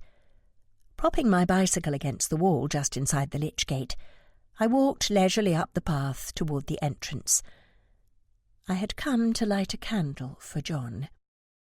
He'd been buried properly this time, in the grave where I thought he had rested for the last 2 years. I had not been allowed to attend, done as it was under cover of darkness and in secret. However, I had been assured full protocols had been observed. I frowned at the ludicrous impersonal language which had been used, but understood it to mean a vicar had been present, along with a few members of MI5 who were his friends, and a proper burial had taken place. I was still coming to terms with how I felt about it all, but was comforted in the knowledge he had at last found peace, and had been laid to rest properly. I would visit one day, but for now I would light a candle to remember him by, and say a prayer. Halfway up the path I noticed a figure standing by the far wall and stopped to greet him. He raised his cane in acknowledgment, nodded his thanks, and with a slight shimmer, the ghost of Mr. Redmond vanished completely. The temperature inside the church was a welcome respite from the heat of the day, and I stood for a moment cooling down, while my eyes adjusted to the dimness. When I was quite sure I wouldn't bump into things if I moved, I collected a candle, and lighting it, set it with the others. I stood for a moment, watching the flickering flames, then moved to sit on a pew at the front. There were already several others sitting in quiet contemplation, no doubt including Father Michael in their prayers. Agnes had informed me his funeral was to be held the next day, presided over by the Archbishop of York, and I had already noticed on the way in the sexton hard at work digging the grave. Several minutes had passed before I felt the presence of someone sit behind me and lean forward. It was Jocasta. "I'll be in the meeting room. Come and have a cup of tea with me when you're ready," she whispered. "All right. Just give me a moment and I'll be along," I whispered back. In the meeting room, I found Jocasta putting the finishing touches to the church flowers for Father Michael's funeral. Stacked along one wall were numerous wreaths and bouquets, expressing the sorrow and heartfelt loss of a man who, although he hadn't been at St. Mary's long, had become a friend to many. "Is tea all right, or would you prefer coffee?" "Coffee, please." I must admit this business nearly put me off tea, although I brought my own with me this time. I feel awful about what happened. If I hadn't filched the vicar's stuff, poor Anne and Mrs. Fielding would have been fine. You can hardly blame yourself, Jocasta. You didn't lace it with poison. No, I know, but I can't help it. "Well, in that case, let's play Agnes," I said. "Why would we do that?" "Because she was the one who forgot to buy more." "But that's just silly. It's hardly her fault." "Just as silly as blaming yourself. It wasn't your fault either." Jocasta looked at me for a minute, then burst out laughing. "Ella, you have no idea how glad I am we met. Come on, let's go and sit outside in the sunshine." Once again we moved to the bench where we had sat when I first visited St. Mary's. It seemed a lifetime ago, and Jocasta obviously had the same train of thought. "Gosh, it seems ages since we first sat here. Such a lot has happened since then. I spoke to Agnes last night, by the way. She told me what you discussed over lunch. I hope you don't mind." "Of course I don't mind. It's hardly a secret now. Besides, I expected her to, considering how close you are." "Poor Agnes, my dearest friend, and I've treated her abominably. I feel horribly guilty about it." "Agnes will forgive you, Jocasta. In fact, I doubt she thinks there is anything to forgive. She probably thinks the same way I do, that you tried so hard to be someone your husband wanted, you lost sight of who you really are." "No wonder you're such a good detective." "Alfie said something similar, actually. How did he put it? Something about the hardened shell I'd built around myself being a reaction to my unhappiness. He's terribly intuitive. He was right, of course, although I shan't use it as an excuse." "You've seen Alfie, then?" "Yes, a couple of days ago." "Will he be moving back to Brierley?" "There's a huge amount to be sorted out before then, not least a divorce and an agreeable settlement, which I confess I am dreading having to go through. But Alfie is hugely supportive. We're just taking it one day at a time and enjoying each moment." "If he does come back, it won't be as a groom, however. I'll never go skulking around like that again. I have well and truly learned that particular lesson." "Well, if he does return, in whatever capacity, might I make a suggestion?" "Of course." "That you find a new position for your scullery maid, Betty. She's very young and impressionable, and thinks herself not only in love with Alfie, but that her feelings are reciprocated. I think it will make things terribly difficult for you and Alfie, if he returns and she is still there. It's not her fault. She had a terrible start in life, and was on the receiving end of some awful abuse, as you know. But I believe she would benefit from another position, where she will have a good mentor. She missed so many of her early life lessons, and I worry about what she may become." To my surprise, Jocasta put down her teacup and enfolded me in a hug. "Gosh, you're such a good egg, Ella. I'm so glad we're friends. And yes, I shall find somewhere perfect for Betty." Releasing me and reaching for her tea, she went on to ask if there had been any new developments in the case. "Actually, I spoke to Sergeant Baxter this morning, and there's a few things come to light that make him believe Mr. Redmond wasn't her first victim." "Good heavens, that's shocking news. Thank goodness you caught her when you did, Ella. It sounds to me as though she would have just carried on marrying and murdering if you hadn't. It's peculiar the way things work out, isn't it? Father Michael knew she was guilty, and had wanted to stop her. In his own way, desperately tragic though it was, he has done just that." Chapter 12. 2 days after the funeral, Mrs. Shaw and I finished The Art of the Lie. "It's excellent, isn't it?" she said. "It really is, Mrs. Shaw. We should be jolly proud of ourselves. I can't thank you enough for all your help. I shall, of course, give you credit on the cover." "Actually, I'd rather you didn't, if you don't mind. But I would very much like a copy once it's printed, if that's possible." "That's more than possible, Mrs. Shaw. You deserve it." We were just packing it up, ready to send to Uncle Albert, when Mrs. Parsons came bustling in, a look of barely suppressed excitement on her face. "Whatever is the matter, Mrs. Parsons?" "Miss Bridges, Mrs. Shaw, I wonder if you have time to come down to the kitchen for a moment." "Yes, of course. But is something the matter?" "Not at all, Miss Bridges," she said enigmatically, then bustled off towards the back stairs. Mrs. Shaw and I shared a puzzled glance, and then followed. In the kitchen we found Tom standing to attention, with Digger at his side. Everything became clear then, and I felt the immediate prick of tears spring unbidden to my eyes.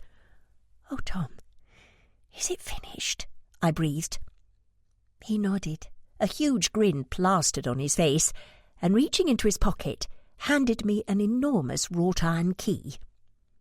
I looked at Mrs. Shaw, then at Mrs. Parsons, then finally back at Tom. "Well, what are we waiting for? Let's go," I said to them all, and raced out into the garden, Digger hot on my heels, and the others not far behind. I ran across the lawns with the exuberance and excitement of a child who had awoken on Christmas morning to find Father Christmas had visited. The weeks since John's telephone call had weighed heavily, as though a huge invisible millstone had been placed around my neck, forcing me to stoop lower and lower until I barely had the strength to lift my head. But with John now at peace, and the murder of Father Michael solved, the weight had been lifted. Of course, a telephone call barely 2 hours later would put a stop to all that, but for the moment I felt free, and as light as a feather. I stopped in front of the huge gate, and taking a step forward, read aloud the engraved plaque which had been placed there. To think or reflect is to step aside from events, to give up the world for a space of internal quiet, as if you have entered a walled garden. I gently traced the letters with my finger, and thought how utterly perfect it was. "Do the honours then, Miss Bridges," said Mrs. Parsons, who had come up puffing and panting behind me. I lifted a shaking hand and inserted the key into the lock. With a clockwise twist, I heard a click and slowly pushed open the gate. I stood on the threshold for a moment, then took a step inside. "Oh, my goodness," whispered Mrs. Parsons behind me. "How splendid," said Mrs. Shaw. It could have been the inspiration for Frances Hodgson Burnett's novel. So completely magical was it. I turned to Tom, who was waiting in his usual quiet way. "It's more than I ever dreamed possible, Tom. You have worked miracles here. It's as though we have our own slice of Eden. A simple thank you just doesn't seem enough for the oasis you have created. But no, I will be forever grateful for what you have done. It's exactly what I need. But please understand, this is as much your garden as it is mine, and you must treat it as such." Tom grinned and nodded, then beckoned for us all to follow, and we began to explore in earnest. There were 2 things I'd noticed immediately upon entering. The first was the long greenhouse, which ran the entire length of one wall. Freshly painted in dark green with white window frames on an old red brick base, it had 2 steps leading up to an interior full of everything a gardener could possibly need, and I couldn't wait to begin work. The second was in the absolute centre of the enormous space, a huge old weeping willow tree, whose frond-like branches fell to the ground like a living waterfall. It must have been planted many years ago and been growing all this time, just waiting for someone to rediscover it. But the real magic was inside, a secret within a secret. As I stepped through the leafy curtain into the cool space below, I saw attached to the strongest branch a simple rope swing with a sturdy wooden seat. On the opposite side was an iron table and matching chairs with rose-patterned cushions. To the rear of the enormous trunk, suspended between 2 thick branches, to my delighted surprise, was a hammock in a thick and colourful striped fabric, upon which rested several cushions. "Well, I never," said Mrs. Parsons, coming up behind me and gazing at the hammock. I laughed, and pushing my way back through the branches, went to explore further in the sunshine. There was a huge herb garden in the shape of a cartwheel made from woven willow, and further along several strawberry planters, their luscious red fruits ready for picking. There were rows of tomato plants, with marigolds planted between, and I smiled, remembering Jocasta's tip, which Tom apparently already knew. Along the walls were trained trees, their wares in abundance, 3 kinds of apples and 2 sorts of pears, plums and damsons, which would fruit later in the year, and even a medlar, unusual in that it provided its fruit in winter. Various beds showed red currant and black currant bushes, alongside blackberries and gooseberries, as well as my favourite raspberries. And further along, The large leaf and red stalks of rhubarb were apparent. Through a magnificent avenue of white rose arches, their branches heavy with creamy white blooms, I discovered an entirely separate section of the garden, and was amazed to find a row of beehives.